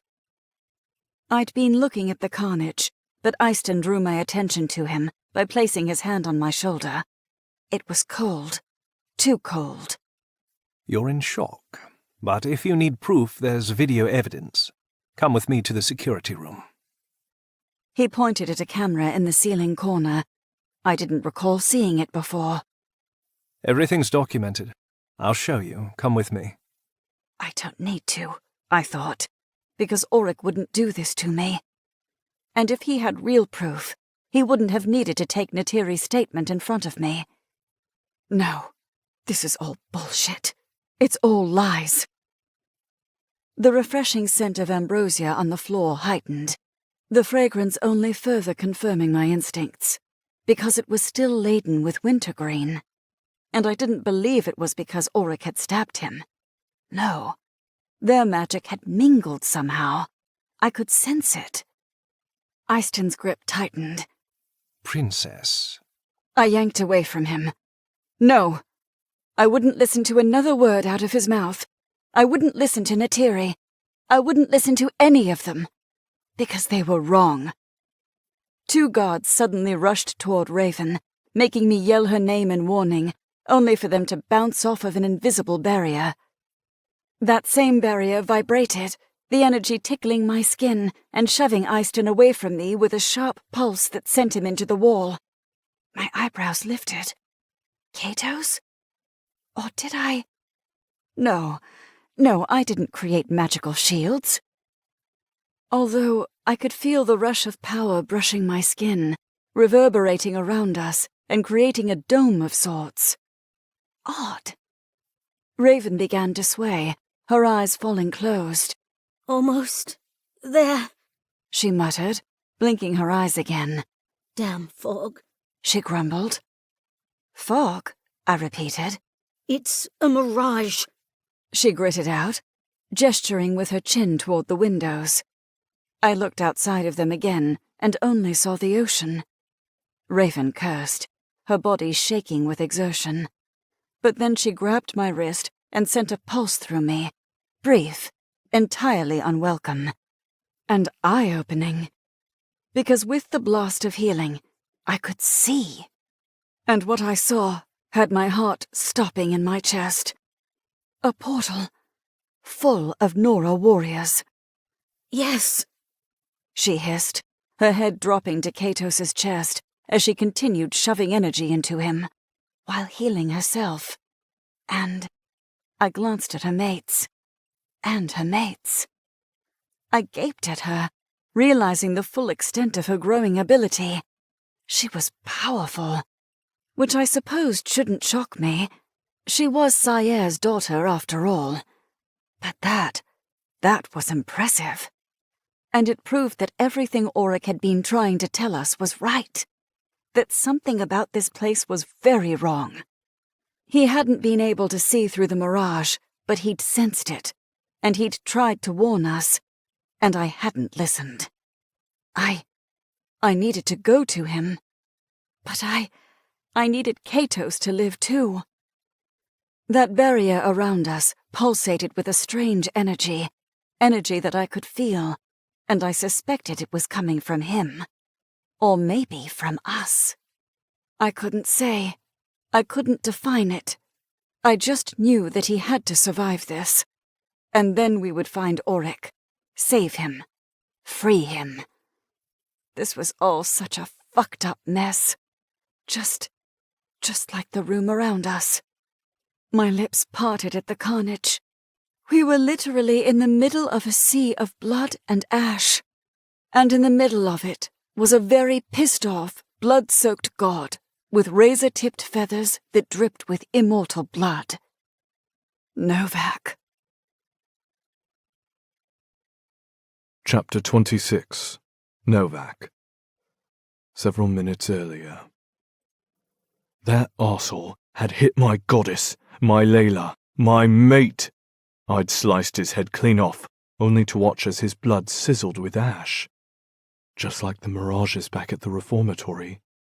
What the fuck? Zayan met my gaze, his midnight eyes blazing with fury.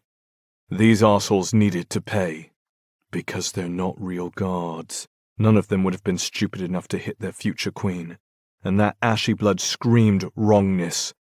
I spun, my wings reacting instinctually to my thoughts as I began to slay, only to be struck in the next instant by a blast of energy that sent me careening across the room and into a wall, head first. Fuck! My skull ached in protest, making the world spin around me. I clawed at reality, fighting for my vision to return before something else struck me. It felt slow, everything moving at a gradual pace, almost as though I were waking from a dream. Just like when Auric punched me. And like that time at the reformatory. I frowned. The kitchen held those same glimmers I'd seen before, making me squint. Oh shit. I knew what this meant. It's all a fucking mirage. The glimmers were evidence of enchantments, ones intended to keep me compliant? Complacent? Glancing around the kitchen and dining area, I found everything to be exactly the same. Noir guards were filtering into the room. Cato still remained on the floor. Auric was gone. Everyone was who they said they were, which meant this wasn't one of Saye's mind manipulations. No, this was a different sort of spell, one that purposefully kept us all calm and at ease, and distracted. That was when I felt the negative energy from outside. Something big was coming, something hidden, something I should have noticed but hadn't because of whatever these damn angels had done to me. Aistin and Natiri, I realized with a snarl. I wasn't sure how I knew, I just did. The wrongness wafted off of them like a stench. Or maybe it was the energy I felt pulsating in their auras, like they were personally signed notes from Katos that said, "Bad guys here." Am I imagining that? I wondered, making up evidence to support my theories. Maybe, but it was the only conclusion that made sense after days of insanity. The wrongness, the betrayal, the sense of something other. And suddenly everything was clear again, and I could hear Aistin chanting, not speaking, not uttering words of apology or orders or asking questions. No, a chant. And the residual magic underlying those words made my skin crawl. "This is your doing, you arsehole." The guards finally looked at me, realizing that I stood over here rather than in the middle of the room. I growled as they charged forward, only to bounce against the invisible shield between us. An energy shield. From Katos. This was all him. The wake-up shove. The energy signatures of Natiri and Aistin. My ability to hear the chants. He was doing this. He was helping us. He was ensuring Raven could save him. And he had her and Layla protected as well. Or is that Layla? I wondered, confused by the power rippling off her. Or is it some sort of combination from both of them? Because the power had erupted when Layla had shouted for the guards to back off. Or was I misremembering that detail? I took in my mate, noting the way she hovered over Katos, clearly needing him to survive.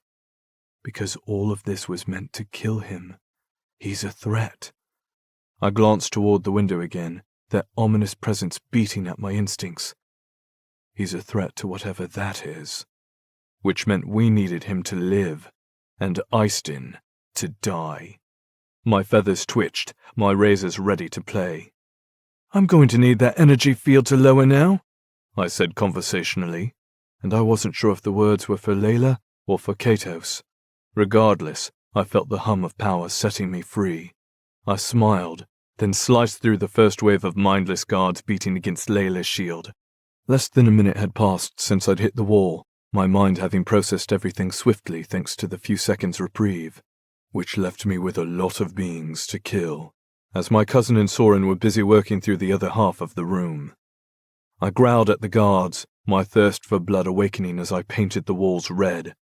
Such a beautiful color. Normally I preferred a challenge, but right now I was too pissed off to beg for a fight, so I simply slayed. Because I'd been bespelled, drugged, tricked, blown off my commander's warnings, fought him. All because I had been manipulated. The price for that was blood, death, screams. I beheaded a guard that turned on me, finally having noticed that I wasn't on their side.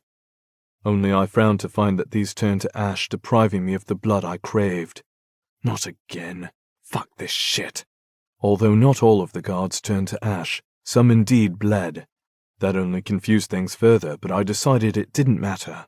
Right now my job was to kill. If my enemies bled, that was just a bonus. I painted the kitchen an ashy red, staining the walls so thoroughly that no one would ever be able to use this space again without tasting carnage in their mouths for days. Another 3 guards attempted to take me down in unison, but the confines of the kitchen area were too small to evade my wings. It was almost pathetically easy to slice down my enemies. I stepped over the growing pile of bodies as more mindlessly attacked.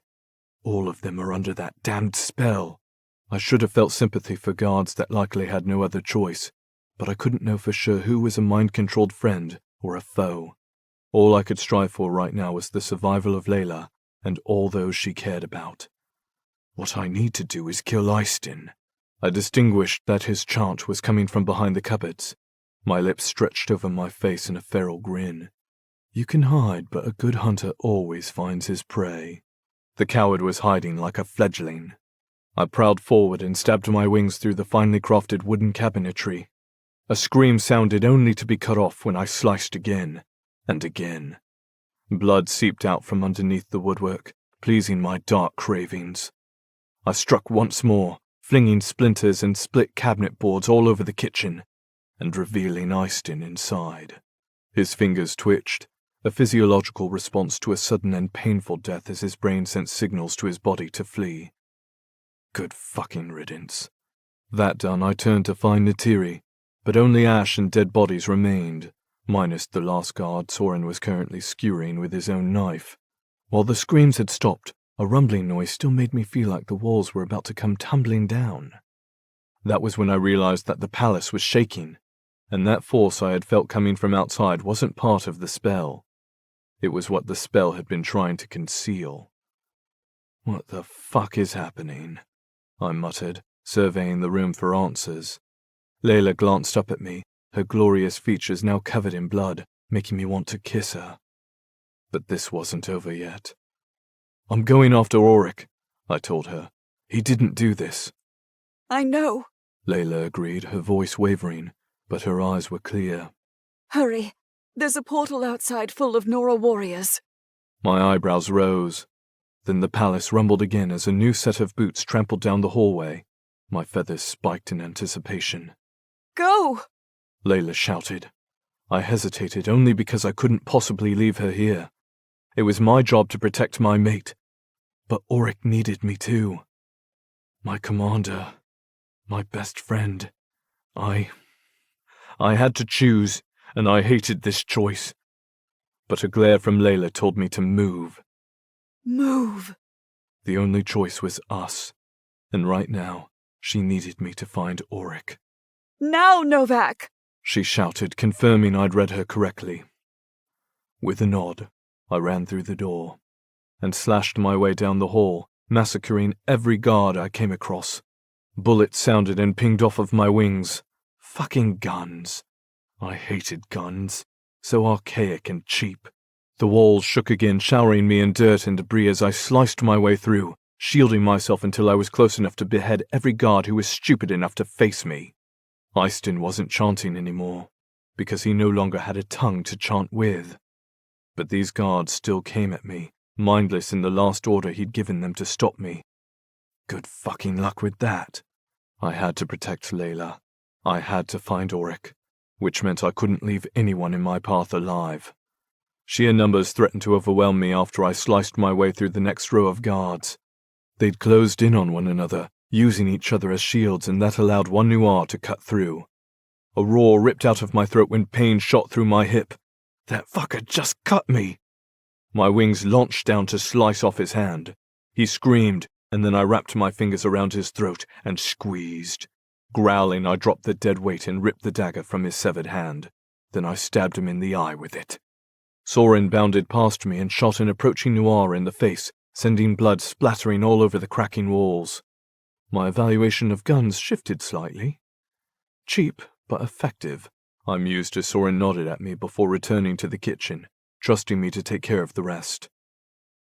I made my way to the end of the hall, cutting through the guards until there was none left. I'd destroyed everyone in my path to protect Layla, while fighting to reach Auric. Only when I completed my murderous path, I found myself in the living area. and I had no idea where to go. Auric's evergreen scent had all but dissipated. There was no one, no sign of a disturbance other than the continued rumble that echoed from outside. No indication of life from any of the halls or open doorways. And Auric was gone. Chapter 27. Zion. My heart hammered in my chest, the thudding echoing loudly in my ears. Novak just killed a dozen guards. A dozen fucking guards! Without pause, without hesitation, without so much as batting a fucking eye. Holy shit. I'd seen my cousin killed before, but this was a whole new level. A state of carnage unlike I'd ever witnessed. Cold, calculating, death. And it left me feeling relieved. Everything had changed in an instant. The world suddenly clear again. Partially from Raven's healing influence, but also because of Novak's lethality. Eyston is dead. Neytiri fled. Auric was taken. And Katos. I shifted my focus to Raven, noting her rounded shoulders and her tightly clenched eyes. Katos might survive. Because of my mate. Because of everything we'd done. Because of this insane sequence of events. I wasn't sure how any of this had happened, but I'd gathered enough of the pieces to put it together. Eyston and Neytiri were the true culprits here, not Auric. And everything is an illusion. Except for the sight before me. Except for my mate and the vibrations pulsing around her. Layla and Katos were real too. And Soren, who had gone silent, his focus on our female. He knelt beside her, his palm on her back, concern etching his brow. Our mate's pale skin glimmered with a sheen of sweat, every part of her appearing strained. But she didn't stop focusing on the Noir Prince. She just muttered words about fog, demanding it to fuck off. Fog, I repeated to myself, acknowledging the description. Yes, fog. It was an adequate description for the sensation I felt now, my mind clouding with a mixture of reality and dream. Raven had seen through it. She'd tried to tell us at different points. Fuck, she damn near drowned trying to break herself from the spell that had fucked with our versions of reality. We knew better. We'd been through this before. And yet, this had somehow been so much worse, because we'd wanted to believe we were safe. But we're never safe. That's not our lives or our fates. Raven shuddered, causing Soren to press himself against her, offering her strength. I stood guard behind them just in case more of those mind-fucked guards appeared. Although Layla appeared to be creating some sort of shield, I could feel the energy of it pulsing around us, the warmth of comforting blanket over our skin. Or is that Katos? I wondered, having heard about his energy-related power from Raven. Layla had shared that detail when she'd given my mate the shell necklace, one my mate wore around her neck right now as she continued healing the Noir Prince. Another wave of energy brushed my mind, clearing the fog just a little more. It allowed me to see properly, to take in the ash blood mixture painting the room in death. Do you see all this? I asked, my question for Soren. Yeah, he confirmed, wincing as Raven began to shake. He drew his palm down her spine, over the silky nightgown she still wore. Normally I'd want to cover her in something more appropriate, but now wasn't the time. Fuck, I had just killed Noir in my damn flannel pants and nothing else. Same with Soren. It was like a bloody nightmare, only real, and outlined in ash. Novak appeared in the doorway, his expression haunted, his body that of an avenging angel. I can't smell Auric, he gritted out. My eyebrows rose. That couldn't be a good sign, not with their history. His icy gaze went to Layla. I can't either. She breathed, her eyes flicking down at Katos before going to the window. And the portal. Portal? I repeated, following the line of her stare, and feeling my world shift in response. Oh, fuck. Nora warriors, everywhere. We needed to get the fuck out of here. We need to go. No. Raven said, her voice brittle. We need him. What? He's the key. The words were spoken between clenched teeth. We need him and Layla to live, to survive. I wasn't sure how she knew that, or what it all meant, but I recalled her father using the term key in reference to Layla. And while I didn't care for any of the shit that had happened since she'd arrived, I couldn't deny her powerful position in this world. Novak made a sound, one that had me locking gazes with him. An intense moment settled between us, one where he left the figurative crown in my hands. The pressure settled on me with that single look, because he was telling me to protect his mate, while he went to pursue his other one. I wasn't sure how I knew that, but it was just Novak's way. He conveyed so much with his eyes alone. The last time he told me to guard, I'd fucked up. I'd chosen my mate over his. And while I knew I would do it again, this occasion was different, because Raven had just said we needed to ensure Katos and Layla survived. Novak was asking me if I could handle it, if I could protect them all. It was a heavy burden, one that had my heart pounding again in my chest. But my chin dipped down, confirming I would try. His gaze narrowed. "That's not good enough," he seemed to be saying. So I glowered right back. "There's a fucking portal outside." "No shit." "My confidence is feeling a bit wounded," I wanted to snarl. "Get over it," he demanded with a look. "Get over it and fucking fight." I swallowed, uncertain if this was a real conversation or just one I was having inside my own head. But it didn't matter, because whoever was speaking these words was right. I couldn't wallow. I couldn't second-guess myself. I needed to rely on my instincts and fight. Novak gave me a stiff nod, his icy irises glinting with pride. And then he was gone, leaving me to guard, to protect, to kill. I went to the window to evaluate the portal. It was in the ocean, swirling like a deadly vortex, spewing warriors from its depth. Only the angels in the air and on the ground appeared to be battling some sort of invisible wall. A shield, I realized. One similar to... My lips parted as I looked at Layla and the energy humming around her, around us. It is her. She's created a barrier, made of energy. Katos' energy? Or her own? I opened my mouth to ask when a fiery wave of heat singed my senses. My gaze flew to the window again, my pulse racing. Because the portal had just widened to reveal an army of Nora. Not just the few dotting the sky or the dozens on the ground, but 100 more soldiers. And that's just the first wave. Fuck, Sorin whispered, taking the word from my mind. Fuck indeed. Chapter 28. Layla. I tugged on the shield I had somehow erected, trying futilely to push it outward and block the incoming invasion. I couldn't see them from the floor with Katos, but I could feel them.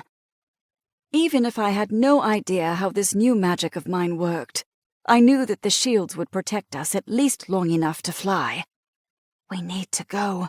This barrier isn't going to hold.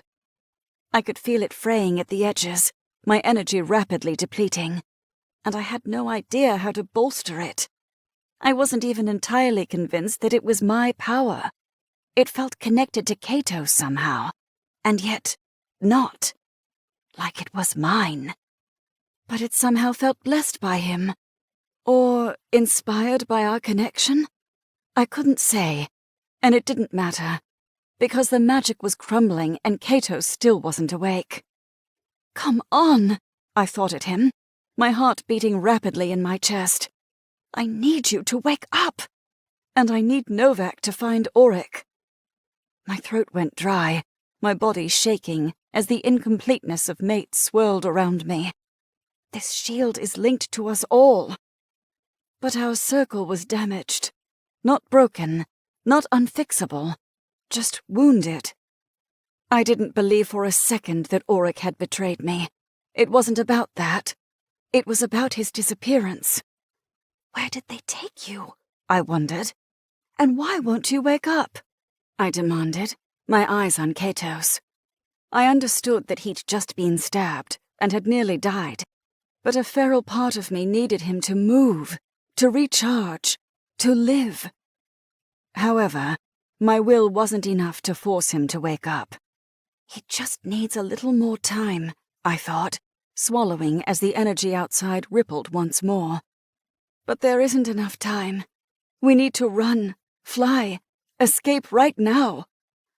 Before the barrier collapsed, before the entity outside truly attacked, before it's too late for us all to survive. But Katos, we would have to carry him. We can't leave him here. He's supposed to be, might be, mine. Raven wavered, all the blood having drained from her face as she continued to push her healing energy into Katos. It had worked, at least on the surface, because all that was left of the knife wound was an angry red line, which suggested his internal injuries were still healing, but he was breathing normally now, and I could feel some of his power caressing mine, as though tasting the new energy around him. Does that mean this is my ability? I wondered, flexing it once more to smooth out the fraying edges outside. However, something pulsed right back, damaging it again in an instant. It's not going to hold, I thought again, panting now. What's holding them back? Soren asked, his grip on Raven the only thing keeping her upright. Barrier, I told him.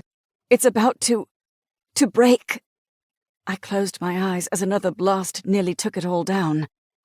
But I tugged on a strand of magic in the air, using it to reinforce the invisible shield like a plank across a bowing wall. I forced myself to my feet and walked toward the windows, my mind building another fortifying layer as I moved. It was like I kept pulling pieces of energy from the air and turning them into bricks. Only a fire outside grew, the portal turning the water around it into steam. The fiery jaws of the magical hole were just beyond where we'd flown every day. I recalled it hazily, remembering the sentries, the guards that had pretty much kept us inside the perimeter, like some sort of glorified prison. But maybe that was the edge of whatever shield those Nora guards had been trying to penetrate. Some sort of runes or magic that protected the compound. Or perhaps this mirage had created those sentries. Raven! Soren shouted, causing me to whirl back toward them, just as she lost consciousness beside Katos. Fuck. Zayan ran for them, his concern a palpable wave that had me shivering behind him. But I didn't move to follow, my gaze suddenly distracted by the whole scene. The room, the carnage, the strange blood. Eyston. The fallen Noir. The fake ones, too. I frowned. Not everyone here was a true Noir. Which suggested the sentries outside might not have been real either. There'd been an influx of them appearing to guard, because of our arrival, I thought, frowning, which led to all this. So soon after we'd arrived, too. Because we led them here, I realized, my eyes widening. We somehow led them here. It suddenly made so much sense. My parents had survived in this realm without detection for hundreds of years. Yet I arrived, and the Nora warriors did too. That couldn't be a coincidence. They'd found my parents because of me. Or maybe Auric. Maybe both of us. My so-called father, King Safid, had sent me to Noir Reformatory to reform. But it had never been about reform. He'd known that the Noir royals would come for me eventually, and he'd used me as bait. But that doesn't explain Sire. Unless Sire had unwittingly fallen into his brother's plans, or perhaps he'd helped him orchestrate the entire thing. Regardless, this had always been one massive endgame, with me as the final chess piece on the board. But one part didn't make sense. If Safid already had all these spies in place, why did he need me as bait? Because Neytiri clearly worked for him, as did all these Ash guards. Although these guards could be new, I couldn't remember if they'd greeted us the other night, or if they'd been replaced. But still, if Neytiri and Eyston, who I assumed was part of this due to the gruesome way my mate had slaughtered him, were in on all this, then Why now? Why not before? Why does Safid need me? I returned to the window, watching as the Nora warriors lined the water's edge, their brilliant wings blinking in the early morning sun. Unless he didn't have spies in place until I arrived, I thought, considering the possibility that my father needed me to be able to properly break through some sort of barrier. I started thinking back to how we'd traveled here, the trip to Buenos Aires, the plane, the elixir, our arrival, the transport. I'm missing something. What am I missing? I went backward again, contemplating everyone that had traveled with us. Then my eyes widened. Clyde. When was the last time I saw that little blaze demon? Before the plane. Something must have happened between takeoff and landing, something I couldn't remember. We had the elixir, then we slept. Did you all sleep on the plane? I asked, spinning to face Soren and Zayan. I knew Raven and I had slept, but had the men? What? Soren asked, his expression telling me he had no idea what I was talking about. On the plane, on the way here, did you, Novak, Zayan, and Auric all sleep? I sounded a bit manic, but I could feel the truth lingering right out of my reach. The reason I was needed, the reason for the spell of the last few days, the reason this was all unfolding right now in front of us. Auric was meant to be a final distraction, I realized, feeling the truth of it in my bones. It was the only explanation that made sense. Yet we saw through it. And now the Nora warriors are coming. Yeah, I think we all slept at one point. Soren finally replied, his gaze narrowing. Why? They did something on that plane, I told him. I don't know what, but something happened. I glanced around. Where's Gaia? Where's Chiral? Where's Clyde? It was like having a veil removed from my eyes, the explanation spinning just out of focus. Sire has the tech to make us see things, I continued, thinking out loud. He made us imagine all those beasts. Why not Noir, too? He might have even made Novak think that he'd stayed awake on that plane, when in reality he hadn't. Because I remembered him saying he'd stayed aware. Auric had said the same thing. But what if it was all a lie? What if they just thought they'd been awake when they'd really slept? Sire's technology was terrifyingly real.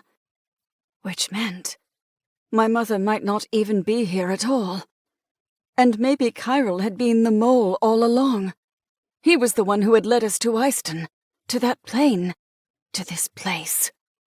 But Clyde had trusted him, and I'd trusted Clyde. Unless the little blaze demon was in on this all along, too. I started to pace, my gaze flicking to the invisible shield outside, making sure it still stood. We needed to run, but to do that, we needed to understand the game. Without answers, we couldn't be strategic. I need Novak, I said. I need Auric. They would be able to help me puzzle through this. Auric knew we were caught in a loop. He could see through it somehow. Maybe because the magic didn't work on him as a Nora, similar to the plague. My lips pinched to the side. But Novak, I think he could see through it too. Not me, though. I'd been blind, happy, enjoying the freedom and love of my mates. How naive I'd been. But now wasn't the time to berate myself. Think, Layla, think. It was all right there. We'd taken the flight. They'd given us the elixir. We'd slept. Something in the elixir must have knocked us out. How long is a trip from Buenos Aires to Rome? I asked, still pacing. Do any of you know? Soren and Zayan both shook their heads, and Raven groaned from the floor as she started to wake up. Cato still didn't move. The ground continued to rumble. We were running out of time, but I had to solve this puzzle, this riddle. It was important. Why now? If Neytiri and Eiston had been working for Safid this whole time, they would have engaged in this battle years ago, which meant that they'd either been brainwashed or replaced. I frowned, glancing at Eiston's remains. He hadn't turned to ash at all. His face remained the same, what was left of it anyway. But I wonder... I grabbed a knife from a nearby block and walked over to his corpse. This was wrong on so many levels, but I had to know. I bent his head and cut into his neck, into the place Sire had implanted those bugs, and growled as I found one lodged into his skull. I dropped it on the ground before Zayan and Sorin. They both immediately grasped their own necks. Zayan pulled out a blade, driving the tip into Sorin's skin, but all he did was bleed in response. Sorin repeated the action on Zayan, and the same thing happened. Then they attempted to rouse Raven enough to have her check with her healing ability, but she was too weak to do more than mumble unintelligibly at them. I knelt beside Katos, gently moving his head, and pressed the blade to his neck. But he caught my wrist in a flash, his alert gaze lifting to mine. My heart skipped a beat at finding him awake, my soul rejoicing in a cartwheel of emotions I didn't have time to analyze. Instead, I swallowed and let him see some of those emotions in my eyes. I'm checking you for an implant, I told him. And I'm so glad you're alive, that we have a chance, that we might be able to know each other better. He didn't reply at first, his gaze suspicious and his grip firm. He was definitely close to fully healed now, confirming Raven had given him an extreme amount of energy. After a long beat, he ever so slowly released my wrist and relaxed his neck for me. I sliced as small a sliver as I could, finding nothing inside him. So just Eiston, I said, frowning. Then how did they bespell us the last few days? The food, Raven croaked out, coughing with the words. I frowned at her, then recalled all our meals. Auric had made breakfast, but my mother had supplied afternoon tea, and dinner was always prepared by the Noir team. But that still doesn't explain my purpose here, I thought, standing again. I needed some distance from the prince on the ground. Now wasn't the time to explore our connection. Although, I was entirely grateful that he'd survived, because I wanted a chance to know him. To see what could exist between us, within my mate circle. Maybe. Katos pressed his palm to his chest, wincing as he rasped out. What's happening? We've all been under some sort of enchantment, while the Nora have been trying to find a way around that invisible shield. I summarized, swallowing. And someone stabbed you. I don't know who, but they tried to blame Auric. Which I knew wasn't true. He wouldn't do that. Regardless, I needed to figure this out. Something happened on the plane. We were drugged. Eiston was bugged. I don't know about Chiral or Neytiri. I don't know where Clyde is. But we were clearly meant to be distracted to give the Nora enough time to attack. And all this happened while Vasilios was gone too. I frowned. Is that why they're waiting now? They need him to return? Maybe it wasn't about me at all, but about making sure they entered at the right time. He wasn't due back for 2 more days. However, Auric had seen through the glamour. He'd known there was something wrong. That's why they framed him, I breathed. Because Auric wasn't playing along. He saw through it. And he told me too, Kato said, his voice still raspy, but the redness on his chest had begun to fade back into his pale coloring. Now his skin was just covered in dried blood. I came here this morning to witness what he'd been telling me. Only Neytiri... The kitchen rattled as a loud boom echoed through the estate.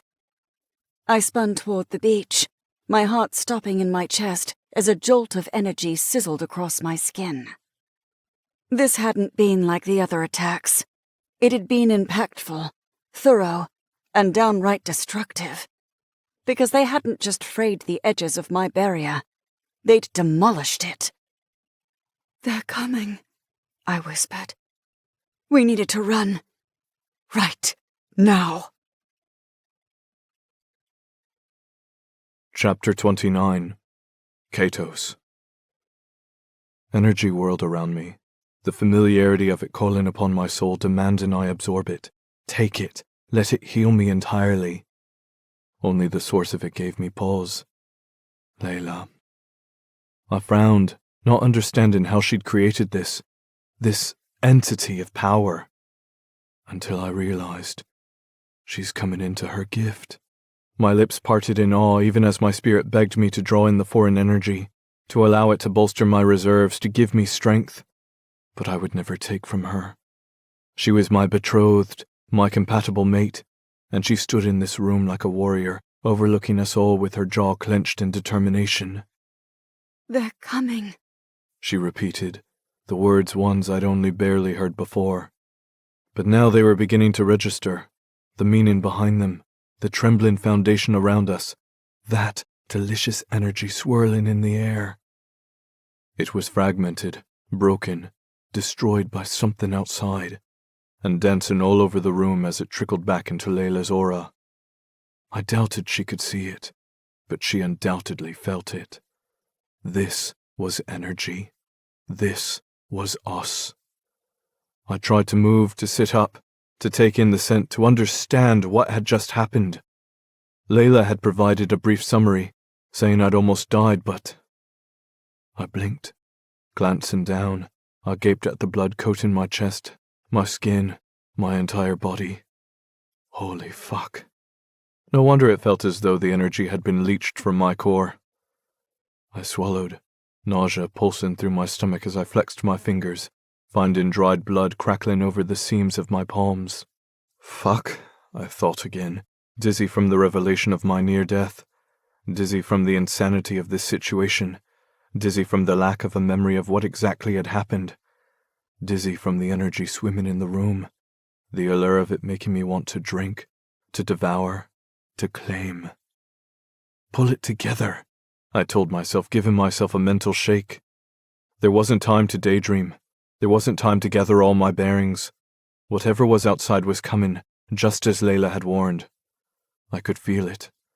Glimpses of what had led to this moment flickered behind my eyes, memories of Auric, of Natiri, of being... stabbed. I shuddered. I could do without that feeling again. But it was there, pulsing in my chest, only to be warmed by another energy source. One I hadn't quite considered yet. A healing sort of energy. Raven. I vaguely recalled Auric yelling her name, his frantic call making me push the words through the palace to reach her ears. It had been my final fight, the last fragments of my power enforcing that single word for reasons I couldn't quite define. Just that it had felt right. Because Auric had shouted it, he'd made it clear she was needed. I'd instinctually listened. I'd ensured she could hear it too. And she healed me. The nearly unconscious female groaned as one of her mates held her aloft like a broken bird, making my chest tighten with gratitude and shame. Gratitude that she'd helped me. Shame that it had hurt her. She'd supplied me with an incredible amount of energy. Exactly what I'd needed to survive what should have otherwise been a fatal wound. "We need to go," Layla said, interrupting my thoughts and yanking me back to the present. A present where that energy swam all around her and the palace walls reverberated with angry warnings. "Where?" Zion demanded, pointing at the window. "We're surrounded!" Key. Raven whispered, her big dark eyes opening as she met my gaze. Katos is key. I frowned. I'm what? "How do we get out of here?" Soren asked me, his tone filled with impatience. "Is there another way out, besides the sky?" My feathers twitched behind me, their broken quality confirming how close to death I'd been. However, I could fly. It would hurt, but I could force it. Layla approached us. "Katos, That energy swirled around her like a beacon of light, causing her to glow angelically and making me wonder for half a beat if I'd fallen into a dream. But I hadn't. This was real, and I needed to fucking focus. I closed my eyes and stole a breath. I'd woken suddenly when I'd felt the threat against my neck, but it had taken serious effort to grab the assailant. Layla's wrist, checking me. Did anyone check her neck? I did, Zayan said, causing my eyes to open again. Apparently I'd voiced that out loud. Katos, Layla repeated, a hint of desperation in her tone. I need you to get up. We have to run. We need to fly. I started to shake my head. No, not fly. She frowned at me. Why are you shaking your head? Get up! She reached for my hand, her strength surprising me as she nearly yanked me off the ground.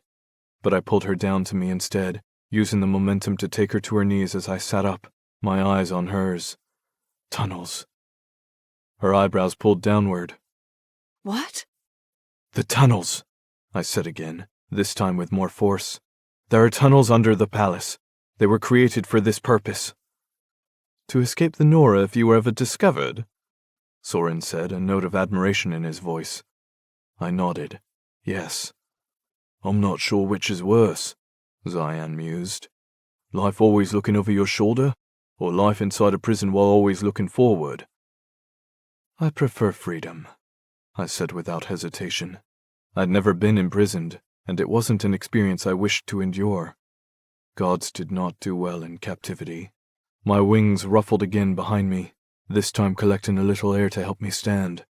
I pulled Layla up with me, her touch grounding me in a manner that I hadn't realized I craved.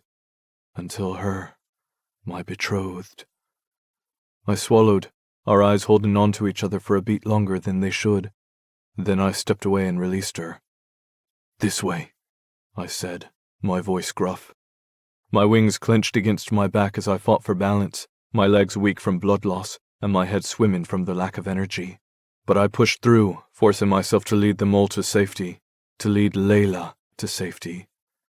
One step at a time, toward the sitting room. Only Layla wasn't following us. She'd stayed at the kitchen doorway, her expression pained. I paused, turning toward her. Why aren't you following? I can't leave without Novak or Auric, she said, her eyes glittering with challenge. It was then that I realized they weren't here. I hadn't really noticed before, their scent's always a note in the air around Layla suggesting their constant presence. I glanced up and down the hallway. Do you know where they went? She frowned. Then we wait, I told her before turning to the others. The tunnel is... No, Zayan interjected. We're not leaving without Novak either. Raven is in no shape to fight, Soren said, hoisting her up to his side. She groaned as her eyes rolled back in her head. I'll go with you and wait in the tunnels. Give us some time to recuperate. I glanced at Zayan, and the two seemed to have a moment of unspoken conversation, coming to the agreement that Raven's well-being came first. I didn't blame them. Every instinct in my body told me to protect Layla even though we weren't mated yet. I imagined if we were, that bond would be impossible to ignore. We'll wait for you, Soren said, speaking to Zayan. Don't wait long, Zayan replied.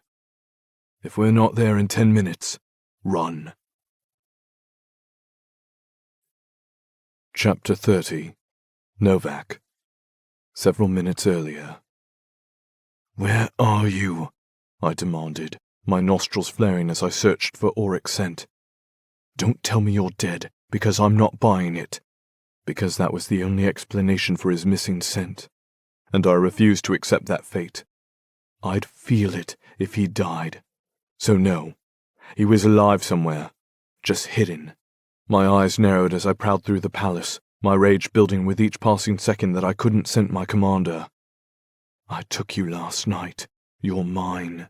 I fucking bit you. Now where the fuck are you? My thoughts stirred a rumble in my throat that matched the pulsating walls around me. But I ignored the chaos, my focus resolute. A hunter tracking his prey. My commander. Come out wherever you are, I taunted him. But the scent remained elusive, no longer existing. I'm going to make you bleed when I find you, I promised Auric, because I don't fucking appreciate this. Every passing second had my pulse racing a little faster, my senses expanding just a bit more. Goosebumps pebbled my flesh, a reaction I could honestly say had never happened to me. But the mere thought. No, I snarled.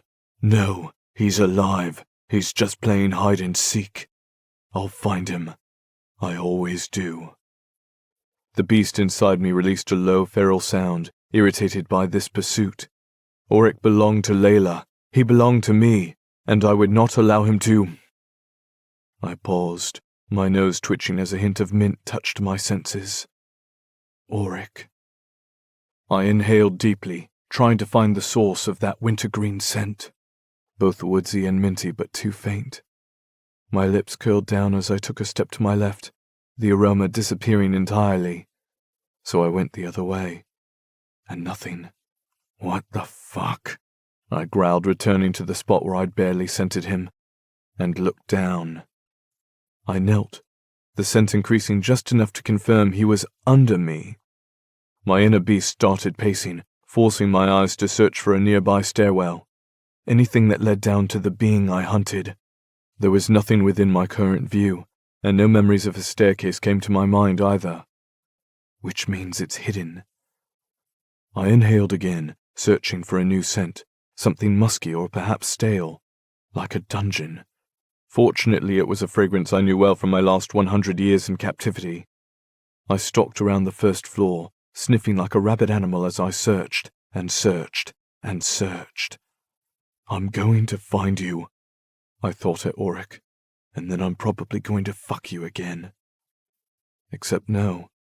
There was an army outside, their presence a steady beat against my senses causing me to move faster, continuing my search, scenting each room.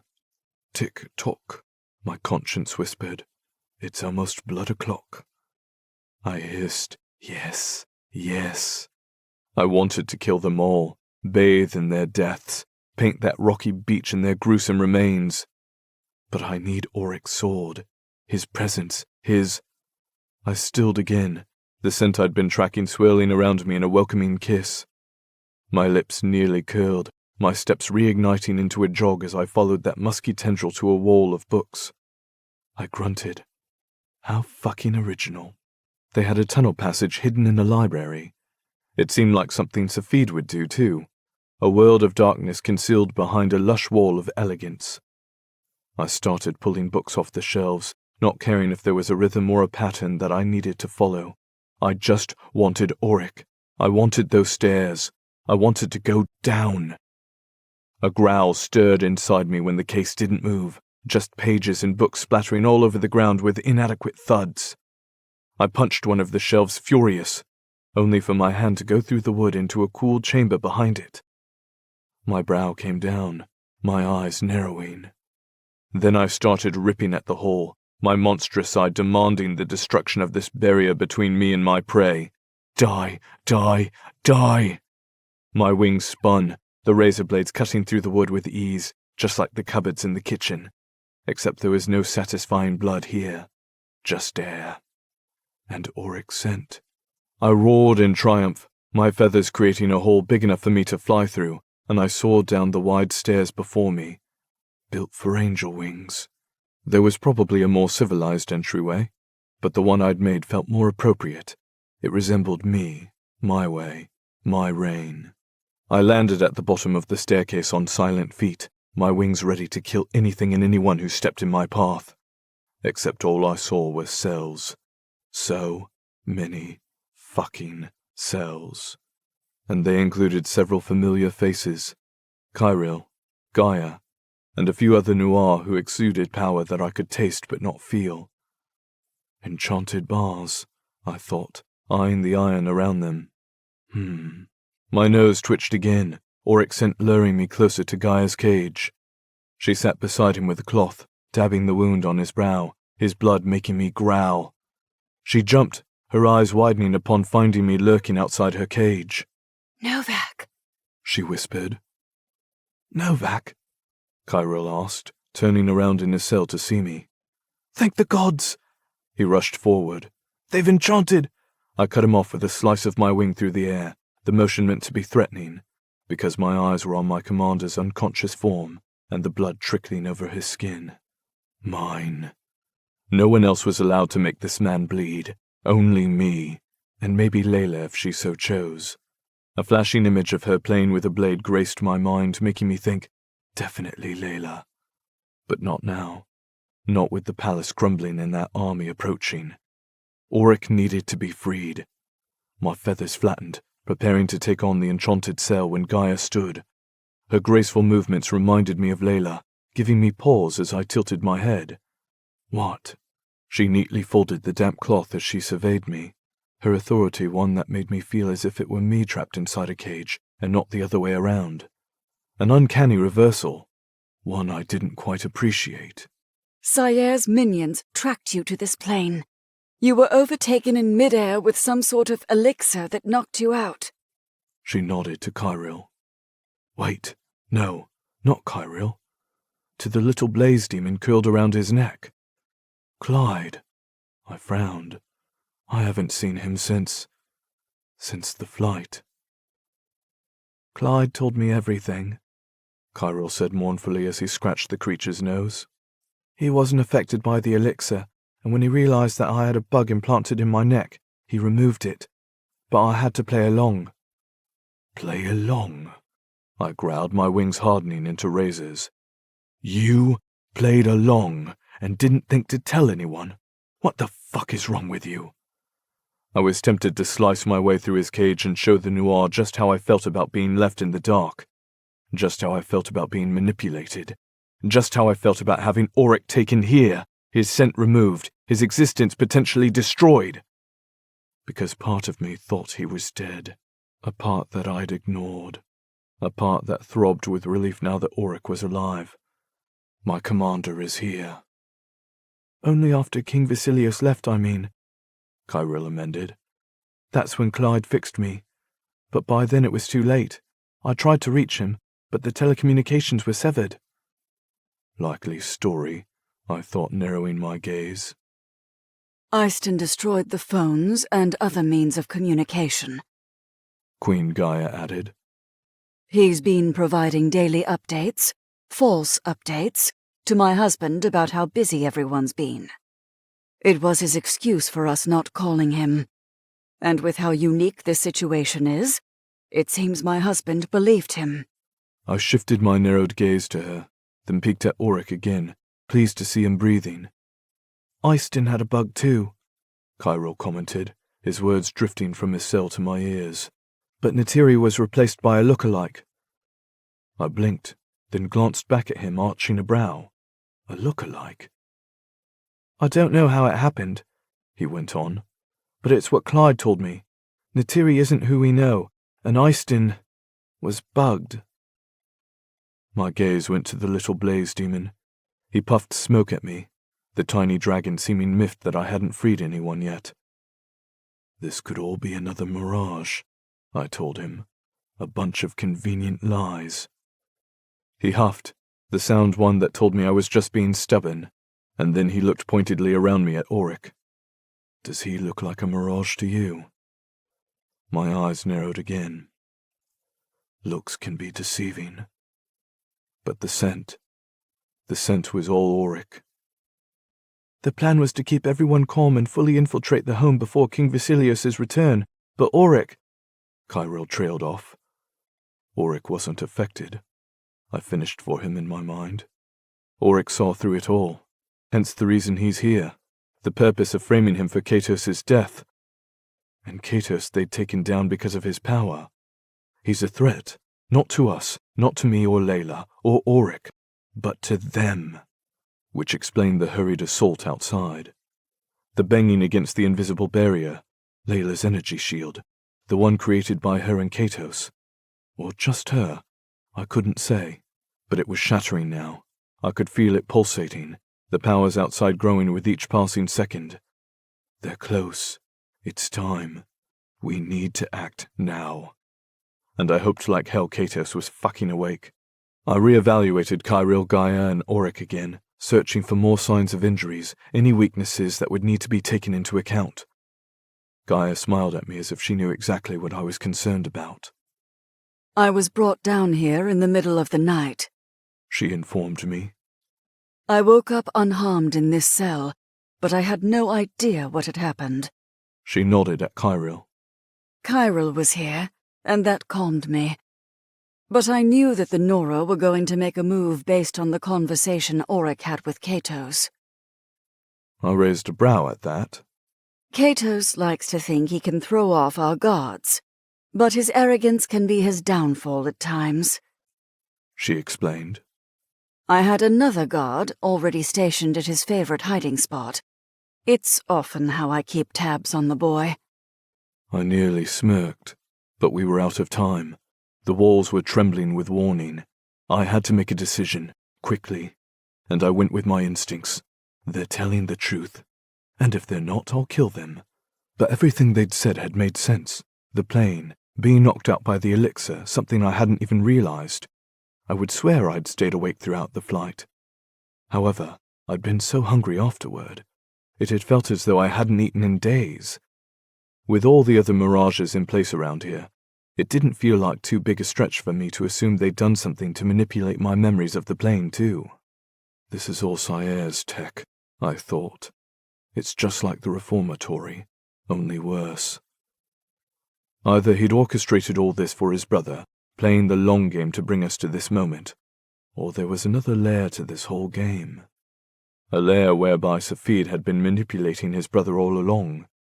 A strategic play that I would need to thoroughly consider later. Making my decision, I sliced my wing through the brackets on the door of Gaia's cell first. Then I flew in a circle and did the same to Kyril and Clyde's door. The doors from the reformatory would have held against my wings. Perhaps whoever had built this dungeon should have taken some tips from the reformer. I made my way down the corridor, releasing the other Noir. I didn't know them, but I sensed their allegiance to Gaia. And maybe I wanted a challenge too, because if they all turned out to be arseholes, I'd enjoy killing them. Only a groan from Auric had me stilling, my lethal focus shifting to the man I'd admired all my life. He slumped over, his hand going to his head. I remained outside the cage, aware that this might be a trap, but as his turquoise gaze met mine, I realized this was real, and he was truly waking up. Fuck, He muttered. my head is killing me. I leaned against the enchanted bars, ignoring the zap that hummed across my skin. That's what happens when you let a guard take you down, I said with a look. He grunted, likely reading the mocking words in my gaze. Then he gradually pulled himself off the ground, because I wasn't fucking helping him. I'd saved him by coming this far. He could take those last few steps himself. Besides, he'd earned a little pain for falling into Natirian Eiston's trap. He started toward me, his expression shifting as various emotions seemed to settle over his features. Amusement, confusion, sudden dread. He froze. I didn't do it, Novak. Natiri's lying. I would never...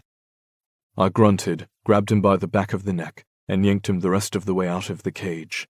His eyes widened, and I silenced his concern with a kiss meant to punish, a kiss meant to claim, a kiss meant to remind this arsehole that I knew him, that I trusted him, that I would never doubt him. He grabbed me in kind, returning the embrace, our teeth clashing, our souls melting, and only when I knew he truly understood, I released him.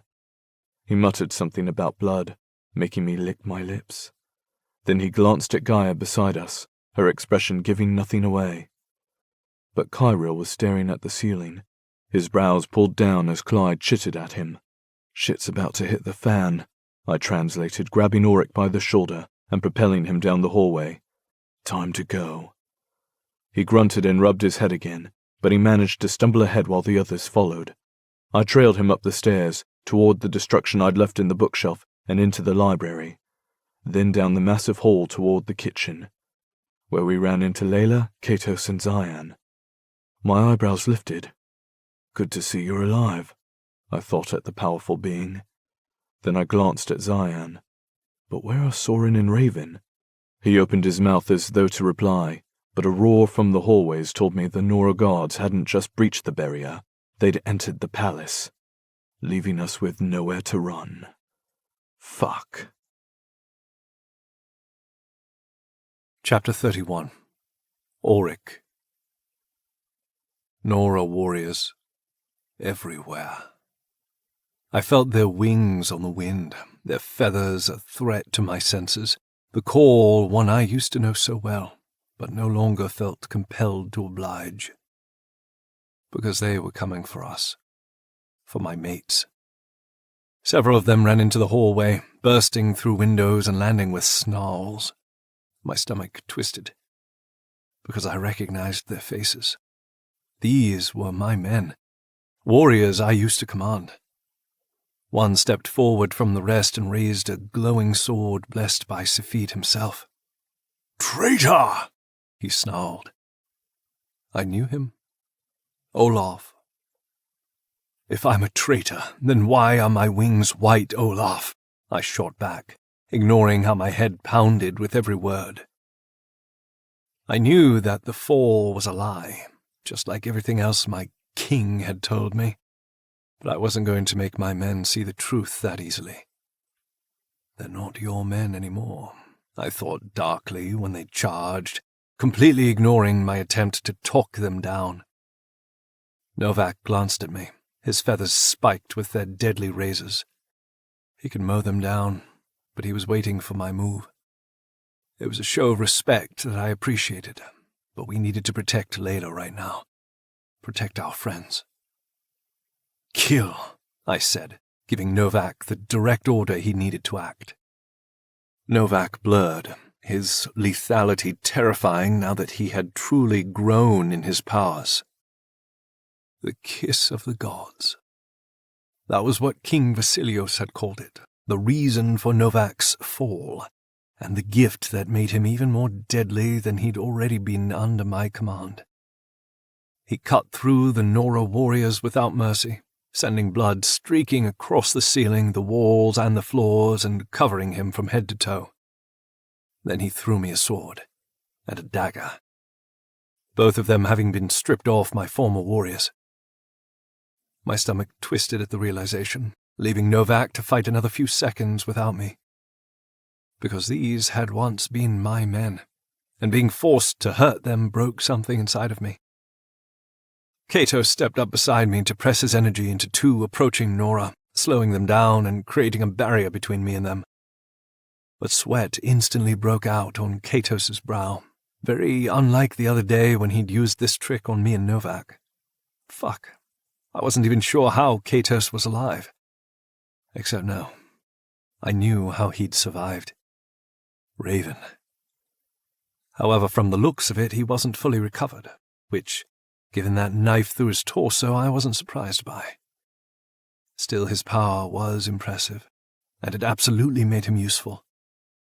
The flash of a sword in my peripheral vision had me turning toward Olaf, his expression tightened into a sneer. "You betrayed us," he spat at me. "You're a fucking disgrace." "With white wings," I pointed out again. "Interesting how that happens, isn't it?" His lip curled, but it wasn't a pleasant expression, just a gruesome one. "Lies," he growled, taking my measure as we began to circle one another. "You were never worthy of your role." "Worthier than you, Olaf," I deadpanned, aware of his pent-up jealousy over my success. He saw this as an opportunity to pursue glory by taking out his evil, traitorous commander. Poor fool. Screams and chaos erupted all around us as I slowly circled Olaf. Novak took on my warriors, but his onslaught had slowed. There were too many of them. Safid had sent the whole fucking legion after us this time.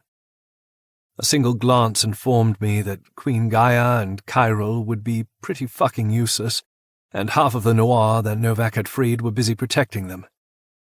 Queen Gaia's and Kyril's powers were ones of fertility and knowledge, not exactly useful in a battle situation. But Layla was holding her own, using some sort of invisible shield to send the Nora backward. I blinked, confused by it, only for metal to glint a little too close to my throat. I ducked backward, catching myself with my wings, and threw a knife to my left, right into Olaf's thigh. He stumbled but didn't fall, his power proved by that response alone. "You're going to regret that," he snarled. Then he flicked his wrist, revealing a gun of some sort, and a laser blade extended from his hand. What the fuck is that, I thought, backing up quickly as he pursued me with his new technologically enhanced weapon. That's not Nora grade. But then again, nothing about this whole operation felt like a Nora. It's all Sayer.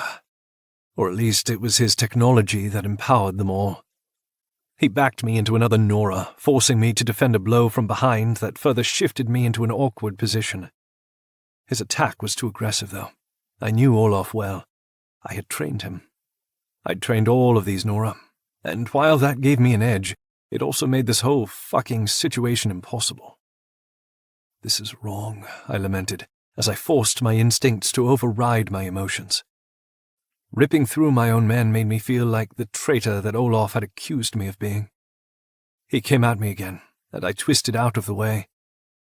The elixir I'd taken just yesterday allowed me to suppress my wings, something that gave Olaf and the other Nora a temporary pause when they disappeared. Then Olaf roared, "Traitor!"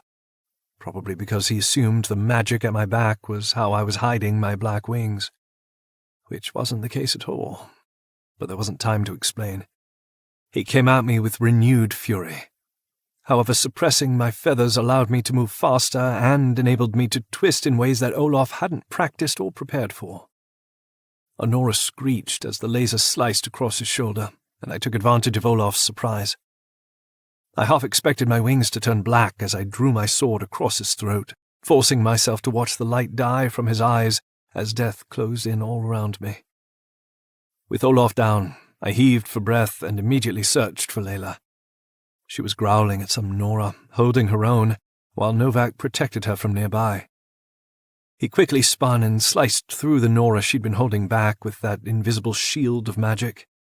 Then she promptly erected another to offset a second group that Novak almost instantly destroyed. Working together, I realized. What a fucking beautiful sight. Useful, too, I thought, appraising this new ability of hers.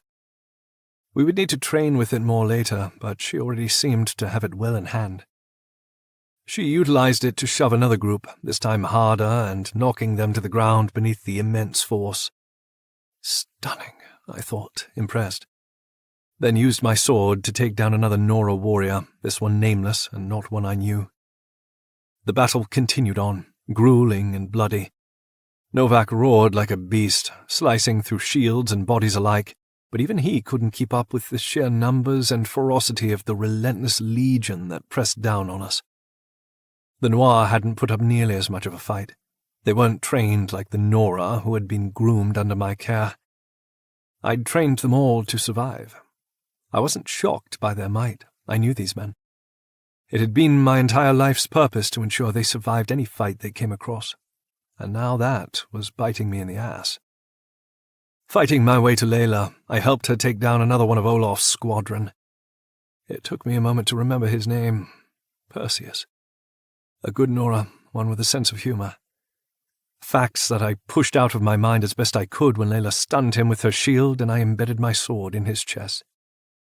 He stared at me, his eyes turning glassy as his spirit left his body, leaving a sick feeling lingering in my stomach. "There's a way out," Layla told me as she pressed against my side. She frantically looked around the area. There were Nora everywhere. Where? I asked. "The tunnels," she whispered. My brow furrowed. The tunnels we just came up from? Through Novak's not-so-subtle hole? That was going to be a problem. Even if we managed to reach it unseen, the Nora would find it in an instant. No, what they needed was a distraction, something to lure them outside and away from the potential exit, thereby giving us enough time to flee. Not us, I thought, realization striking me in the heart. Them. Because there were really only two of us here who could lead a large enough chase into the sky to distract the Legion. Me, or Novak. But their anger toward me was stronger than their desire to slaughter Novak, because I was a Nora, their traitorous commander, the betrayer, the one they wanted to make bleed. If I flew, they'd chase, because they were hungry for my blood. Novak might be a lethal beast, but the Nora knew my face. They felt the sting of treachery that had them homing in on me even now. They saw me as a fallen even though my wings hadn't changed. A disgrace. A being who needed to be punished and destroyed for what I'd done. The anger in their eyes hit me from all directions, especially now that I had killed some of our own. Olaf, Perseus. They had been some of the closest warriors in my squadron, and if I was willing to kill them, then no one was safe. Underneath the anger was hurt that I'd chosen the other side. It was an emotion I would use against them. Auric? Layla said, a note of warning in her voice. I don't like that look. They need a distraction, I told her, voicing my thoughts out loud. It's the only way. Auric, no. She reached for me, but I stepped to the side, already searching for Novak. There was no time to debate this. Her life mattered most, and if this meant they could escape, so be it. Because they needed to go now before it was too late. The palace was already burning, the walls threatening to buckle, the lower floor filled with Nora. They would expect us to fly, to try to escape in the air where our wings can beat freely. And if I went first, they would assume my party would follow. They would preemptively come after me, wanting to take out the perceived leader, to leave them all without direction. Because that was the sort of attack I'd taught them to do. I flew to Novak's side, catching his gaze and telling him without words what needed to be done. Keep her safe and fucking survive. His gaze narrowed, his jaw tightening. He didn't quite understand what I intended to do, but there was enough substance between us for him to grasp that I had a plan. One he knew on principle that he didn't like. It's the only way, Novak. It's not, he seemed to be saying, but his expression told me he wasn't as certain of that as he wanted to be. Protect her, I growled. She knows the way. His brow furrowed.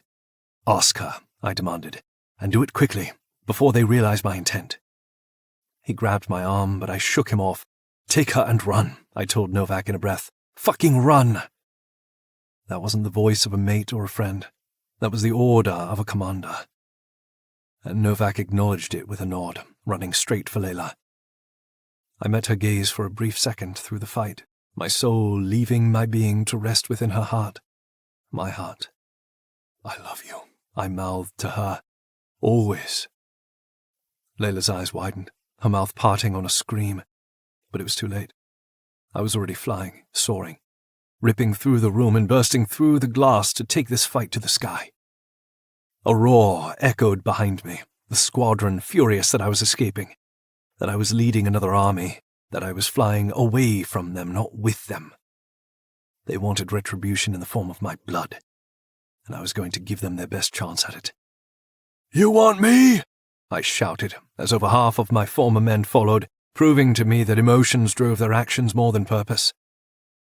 Something that disappointed me a little, because I'd taught them better than that.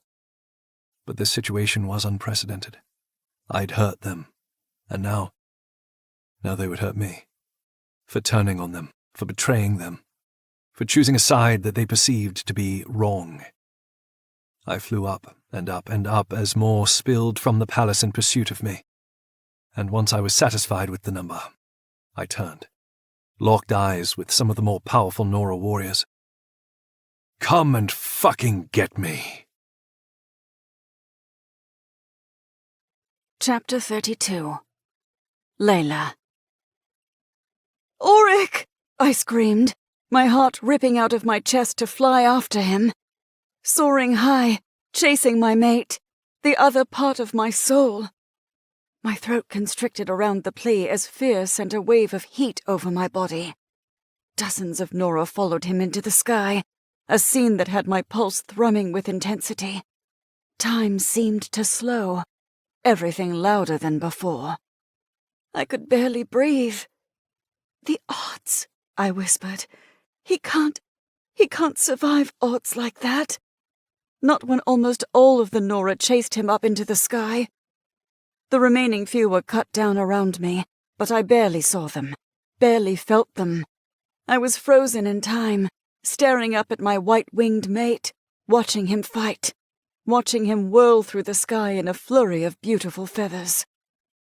Streaked with blood. I choked, my heart in shambles as it returned from the sky to land at my feet. Auric. He couldn't. I couldn't. I needed to help him, save him, fix this. Fly, I thought. Fly, fly, fly. It wasn't a chant meant for Auric, but for me. I had to try. I had to join him. I couldn't let him do this alone. Energy pulsed around me as my wings burst through the elixir. Fly, fly, fly. I crouched, ready to launch, but a heavy weight crushed down all around me, keeping me grounded. I whirled on Katos, snarling at him like a wild animal. Don't you fucking dare use your power on me! He replaced the weight of his energy with his hands, his touch unexpected and confusing, only for Novak to grab me from behind, lifting me with ease. I shrieked, but Katos's hand covered my mouth as the two men carried me to the library, and Zion followed from behind. Overhead, I heard shouts, growls, murderous sounds. But still Auric flew, his wings reminding me of a glorious sun, flickering in and out of the sky. Tears pooled in my gaze as I struggled, desperate to reach him, to help him, to bring him back. He was my mate, my soul. What was he thinking? Auric! I screamed for him, my energy threatening to unravel, to create a shield between me and those carrying me. But a blanket of darkness suffocated my attempt, confusing me as Novak flew down a set of old stairs. My windows were gone, my view of the sky having disappeared. The tunnels, I realized, understanding what he was doing, but not accepting it. I bit Katos's hand hard enough to make him bleed, but he didn't release me. How could you? I demanded with a look. How could you do this? How could you sacrifice him? Novak growled against my back. I responded with a growl of my own. Then I tried to shove them away with my energy, only for Katos to wrap me up in a net of his own. I snarled like an ensnared animal, screaming for them to release me, to let me help Auric, for them to help him. Don't do this. Don't leave him there to die. Novak started flying, soaring through the hallways with Katos on his tail. I hate you, I told them both, furious that they were doing this. I'm never going to forgive you for this. I know, Novak said quietly, those two words striking me in the heart, because in them I heard his inability to forgive himself. Because he knew. He knew what was going to happen, what Auric had just done. This grand sacrifice, this painful fucking decision to put us before him, to give up his own life for ours. I couldn't see. My eyes blurred with so many unshed angry tears that I started to rant and rave again, threatening Katos, threatening Novak, while inside I was dying. I was lost. I was belittled to the naive, small girl I'd once been, the teenager pining for her God, for the man she was never supposed to love, the man she was never allowed to love, the man the adult version of her had chosen anyway, despite all the odds, despite all the warnings not to, the man she could now feel slipping from her very being. Auric, I whispered, my soul fracturing inside me. Don't leave me, Auric. Don't leave us. Please. Gods, please. My chest went tight as I struggled to breathe. I felt cut off from my mate, like he was already dead. No, that wasn't true. I could feel him in my heart. He's alive. He's going to survive. He'll find us. Novak wrapped his arms around me as I continued to fight, desperate to return to the way we'd come. He continued to run as I beat against his chest. "Go back," I begged him. "Please." His jaw clenched, and I knew he wanted to do exactly that. But he wouldn't. He was choosing me over the fight. And a part of me despised him for that. "Novak," I whispered. "You have—" Our bodies slammed into the jagged rock wall as an explosion shook the compound overhead. Novak took the brunt of it with his wings, his body curling protectively around mine. I gazed up at him through my tears, then around us at the destruction, and I realized with a start that we were too late. That there was no going back now. Because rocks had fallen into the tunnel behind us, closing off the entryway, making it impossible for any of us to retreat. No. No. I didn't know what to feel, how to speak, how to think. I simply stared over Novak's shoulder as he stood up again and continued down the path. I felt weak, broken, alone. Pain ripped through me, the agony in my chest cutting off any hope of breathing. Auric. I clutched at the air, clutched at Novak, clutched at hope, but dread weighed me down. Something's happened. Something too horrible to be real. My soul cried out in agony, pain, the link fraying, making my eyes go wide. He's dying, I realized, my insides shattering. Auric. My vision blinked, fading. I can't breathe. My mind, it's... Everything went black. My world was dissolving into nothing. Auric. My mate. I can't feel him. I can't sense him. I can no longer feel anything. He's gone. Chapter 33. Katos. I ran my finger through my hair and paced the courtyard outside my home. As it was similar to the one in Italy, we were on the water surrounded by greenery on every other side of the estate. I also had a myriad of guest quarters, but not as many as Vasilios and Gaia had. Novak and Layla had taken one of the rooms in my wing. Not that either of them had slept. They both refused to eat too. Given what we'd been through, I understood.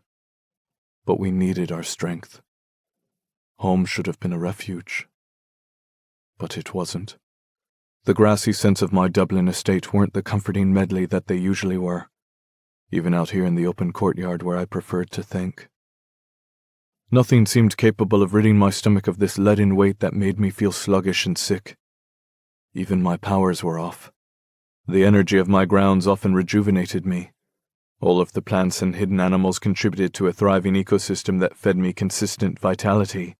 Not to mention the undercurrent of wires that ran through the soil with a subtle electronic frequency that aided the garden's growth and often helped me recharge and reset.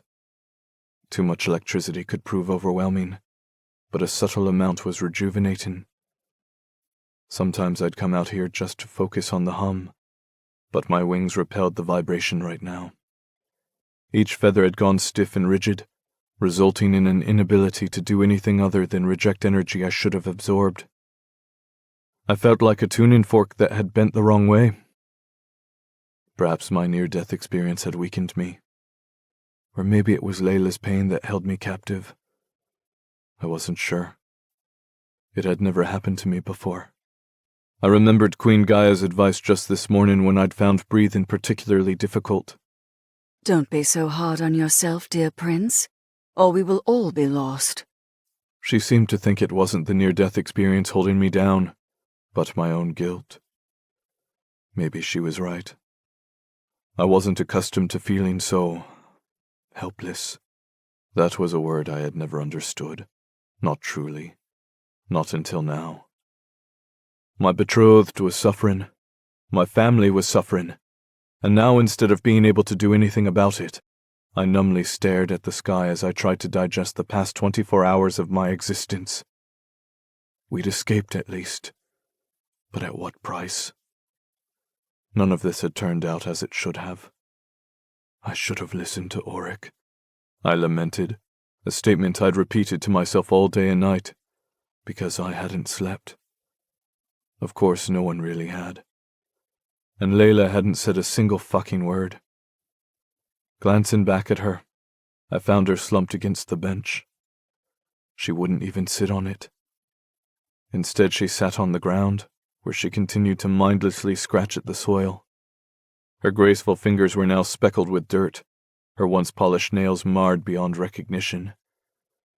It was as if she needed her body to reflect the state of her soul, damaged, broken, distant. She'd been deteriorating every hour that passed. Any attempt to talk to her only made her retreat into her shell. So I allowed my soul to fracture with hers as I helplessly watched her continue her destructive behavior. Nothing about this was right. But what can I do? Surely there's something. I'm a god for crying out loud, right? My jaw tightened as I hated myself a little bit more. Layla seemed completely unaware of my internal struggle. She momentarily paused her digging as if a painful spasm had taken over her body. Her wings shrank to her back as she trembled. Her chest froze for so long that I feared she'd lost the will to breathe. However, her lips gave in to an exhale half a beat later. Then she began the digging again, even though I spotted blood forming around her nails. I didn't dare stop her. If I managed to make her look at me, I wasn't sure I could bear the dead look in her eyes staring into my soul, fracturing me even more from within. My gaze shifted to Novak, her existing mate who might have a better shot at helping her than I would. Layla didn't know me, didn't trust me. She wasn't going to let me in. She also blamed me for grounding her flight, even though I knew it had saved her life.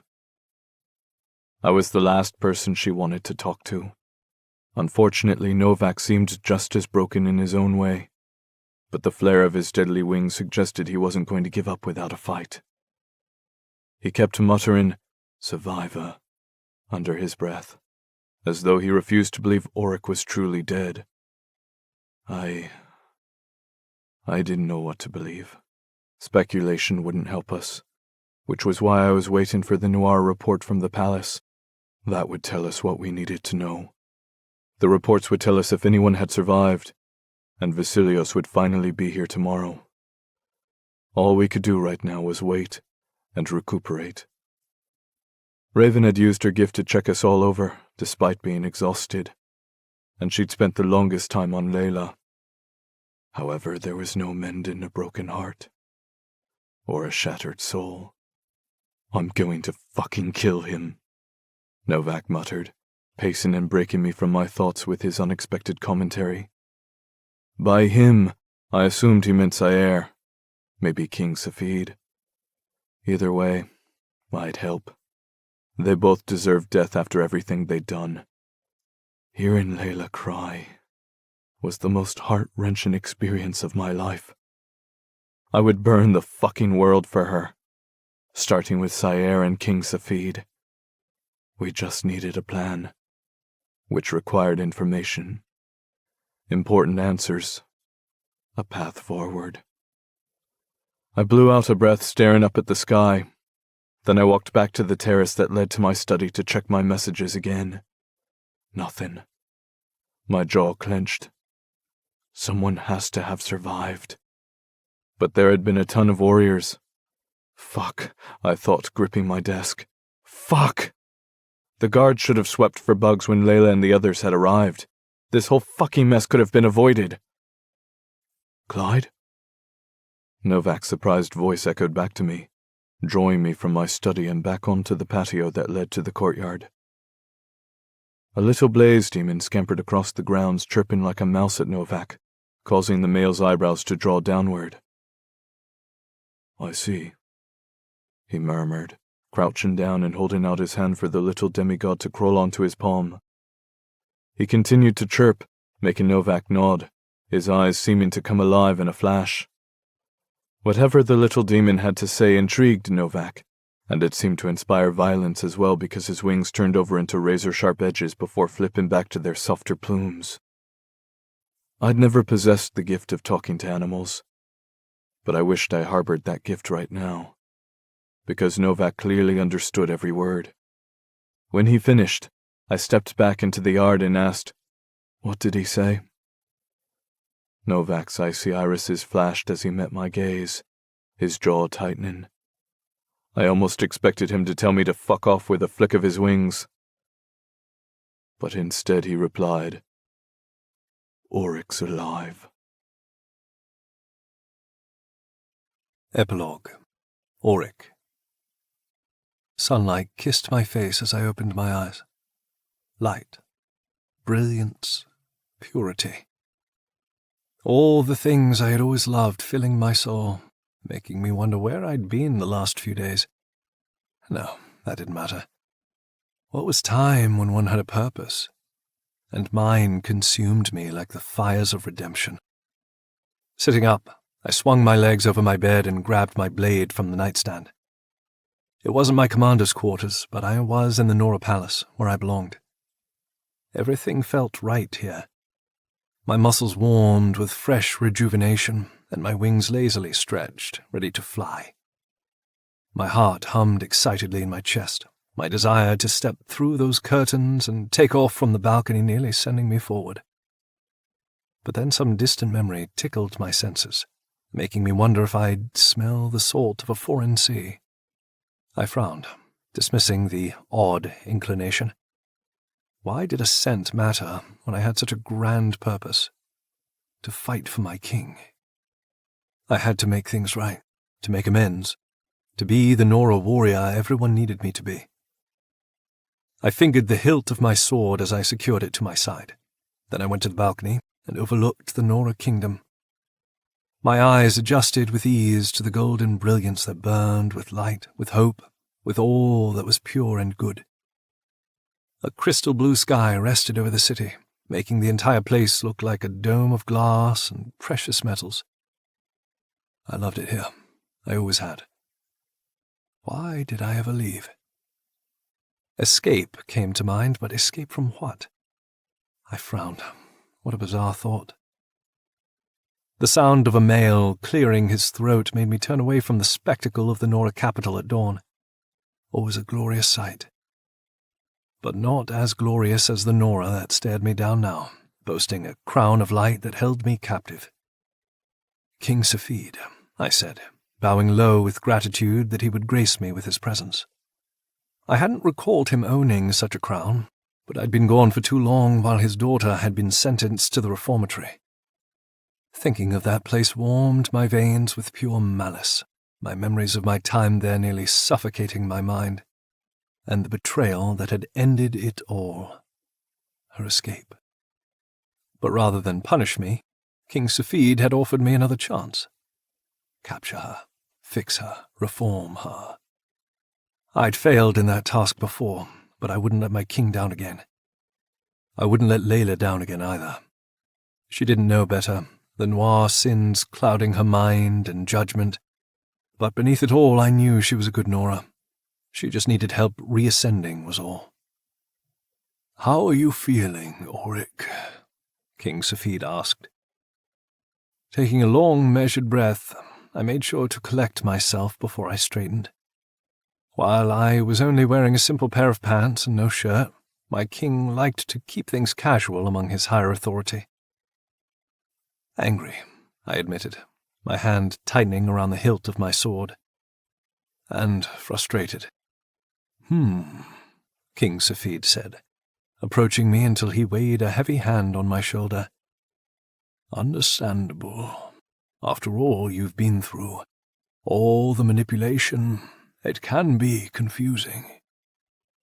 Frowning, I had to agree with that. I'm not confused anymore. I knew what my goal was now, and I wouldn't fail this time. Good. He took his hand away, then went to the balcony where I'd been overlooking the city. Because you're important to my plans for the Nora, Auric. Very important. I will save Layla, I vowed. He glanced at me. You'll bring her here, you mean? Of course, I replied. How better to save her than to bring her home? The reformatory had been too harsh a treatment. King Safid had already explained that to me. That was why she'd felt compelled to escape. His shoulders relaxed as he nodded in agreement. I couldn't agree more. He picked up one of my blades from a nearby table and thoughtfully thumbed the sharp edge. It's imperative that Layla be saved, no matter the cost. The cost. The impact of those words sent a strange sense of unease through me that I didn't understand. Are you referring to Novak, my king? I asked, my stomach tightening at the question. Novak and I had shared a bed and a past, but he wasn't the right mate for Layla. He was the problem. King Safid had explained that too. Except, that didn't make sense, did it? Why?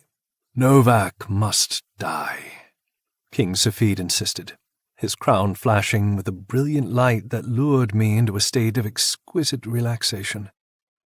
My king, my leader, the one who knows all. Novak must die, I repeated, smiling, because clearly that made the most sense. I had to listen to my body. Right now, my king's words calmed me and provided me with guidance when I had clearly been blind and lost. Everything was right in the world.